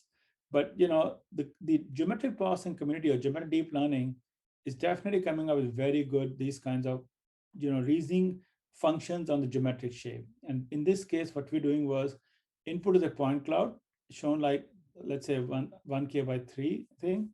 And the output is like a spherical harmonic vector. That's what goes there. So this again, for any deep learning method, you do huge amount of validation. So you take a complex shape like this screw or nut. At the top row, you see the scattering field at different frequencies. This is 120 hertz, 250, 500, and 1,000, because it's a frequency-dependent phenomena. And you can see the colors code. And you could see this is the ground truth, which take minutes. This is computed by our network. And again, the objects that I'm showing to you used for testing are not in the training data set, because you got to test on totally new. So because we took a huge database and we did a lot of scaling and our network design, we're pretty happy that if you see this shape again, the scattering field, ground truth, and our CNN are pretty good and close. Again, you'll see more objects like this. And you see it's not perfect, like at a very high frequency in this object. You do see certain types, at a high frequency. Actually, errors can go slightly more challenging at 1,000 hertz. It captures most of it, but if you look at very carefully, the error is slightly higher. It's not perfect, it's approximation. But remember, it only takes me 0.01 seconds once our learning is done. Whereas 1,000 hertz computation will take many tens of minutes because of the cubic factor of the frequency for BEM. More shapes like this. And then the whole idea was that we can deal with deformable object. So the object deforming, and where previous method would mean you recompute, but our case, as the object deforms, like you see in these 3 frames here, we update by deep learning. And again, you can see each of the approximations pretty good. Whereas, and here, 2 objects are disjoint. They come closer, they glue. So when they glue, they become one big unified object. And that's what really happens here. And again, you can see how the scattering function is changing as objects come closer, they come to each other, and our approximation is still pretty good. So this we did a lot of analysis with a metric called normalized reproduction error. And I would say, there are a few cases the error can be 0.2, which is still not bad at a high frequency. But majority of the cases we tested, and we did huge testing, the error was low. So that gave a lot of encouragement that our network-based solution is not bad. and this kind of things can indeed work. Now, what happened runtime is these are you have this function, you compute the scattering function, you combine that with ray tracing, and the ultimate sound propagation system is a combination of numeric and geometric. We test on different samples. As I said, this paper will be presented at a conference in about a few days by my student Jenu Tang. And again, the hybrid geometric is working real time. Let me show you a small video. If it plays, it'll show different versions. G sound is purely geometric, then the previous simple wave method, and our one. It's showing diffraction effects in real world.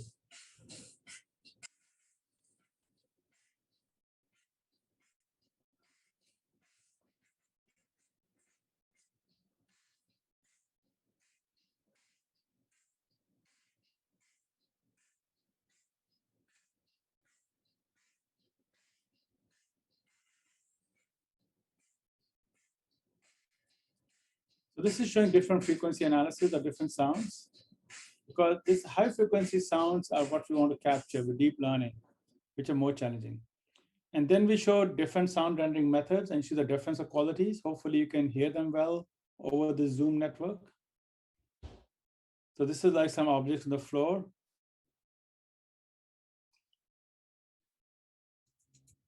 G sound is purely geometric sound propagation.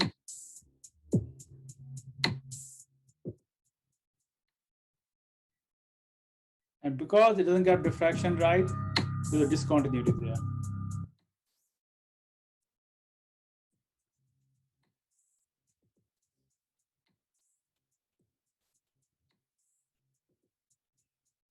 This is a previous method, which is pre-computed radians.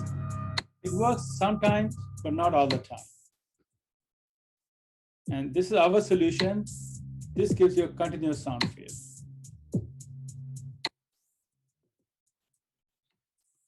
So the video is very long. In interest of time, I won't show the entire video. But I'll just show some example where you can see how this is being used. There's a Simonic model here.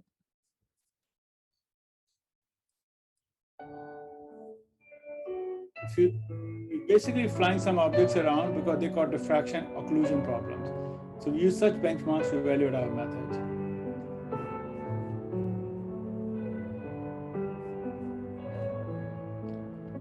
These are subtle effects, and eventually second diffraction kernel paper published a geometric hybrid, but this is learning based, and we show the learning based method actually does lead to better sound effects here. So in interest of time, I'm going to just skip. I'm just going to talk about the one last thing for a few minutes, where we're heading next. And this is sound propagation for real world scenes. So, we have come a long way now, but we can capture geometry. Computer vision field and with deep learning has done amazing things. You can take your videos with phone and pretty good get 3D models. But for sound generation, we're not just in the geometry, with the material property, which is the hardest part. Whether it's a wood floor, plain wood floor, carpet, natural stone thing, you change the floor, the sound properties change.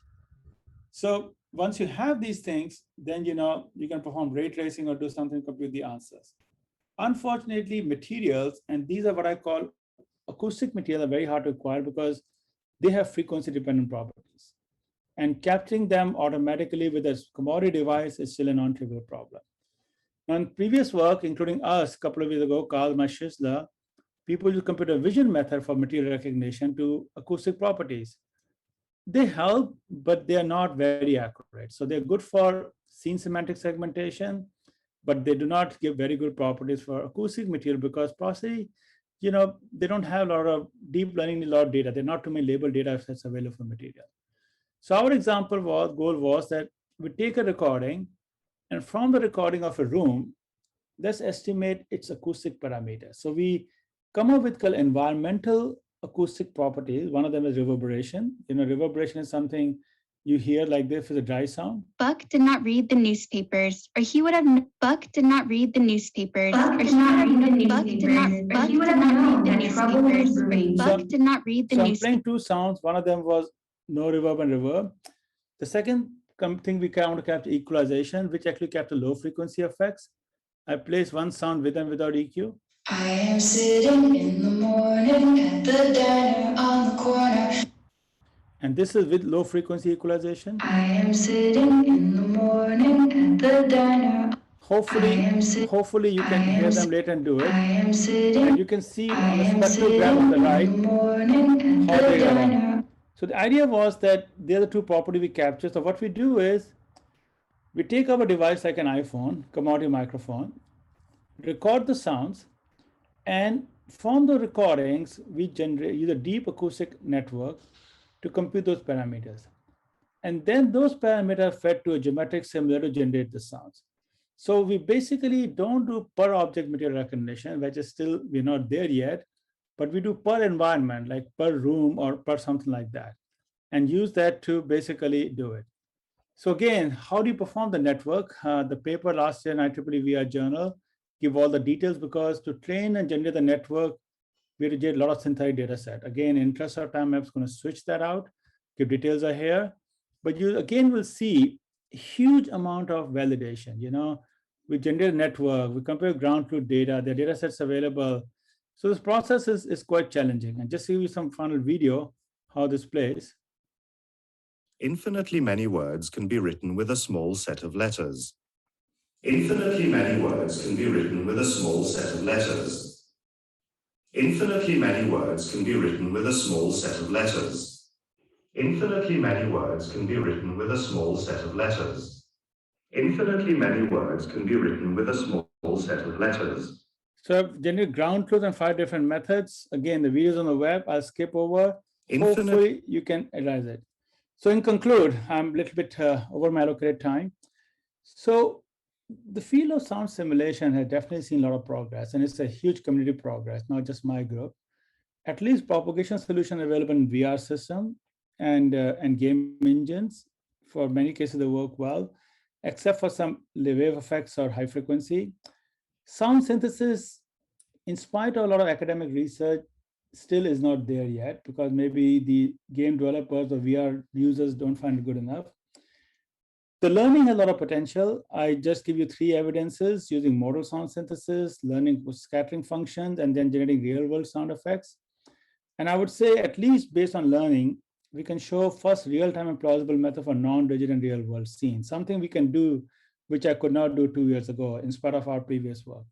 So that way is promising, and there's still a lot of work to be done. I want to thank and acknowledge all our sponsors, and I'll be glad to take questions as much time I'm allowed to have. Thank you, Craig. Sorry for going a few minutes overboard. Thank you, Dinesh, for the very wonderful talk and very interesting example. I have one question from Joaquin. So he asked, will machine learning combined with multi-scale data structures yield advances similar to those of ray tracing for sound synthesis? Let me make sure I understand the question. Will machine learning with, I didn't get the full question part. Yes, let me repeat. Will machine learning combined with multi-scale data structures yield advances similar to those of ray tracing for sound synthesis? So ray tracing has been used for active sound propagation, not synthesis, but I would clearly say, as machine learning advancing everything in the world, you look at computer vision and computer graphics, we see so many papers using beta machine learning, neural rendering and all that stuff. So clearly we can do more things in computer vision and computer graphics from machine learning. I would say I'm very optimistic that by combination of typical simulation methods and all the data and machine learning, I'm optimistic we'll see more advances. This is not just to sound and audio, this is trend to everywhere, but always, there's more attention in the world to vision and visual things than audio, but I hope audio community also picks up this method and strong advancement. Great. I have a question. I really like your illustrative example of turning and turning off the sound to illustrate the importance of having the sound in the virtual environment.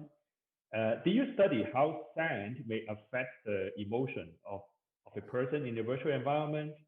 And in the context of VR training, does the realistic simulation of sound affect the training effectiveness? So that's excellent. I think there were two parts to it. One is that how does sound effects affect the emotion of a person in VR? Yep, that's the first question. First question. The second is, does it affect the realism of the sound simulation? Yeah, affect the training effectiveness of VR yeah. training? So second.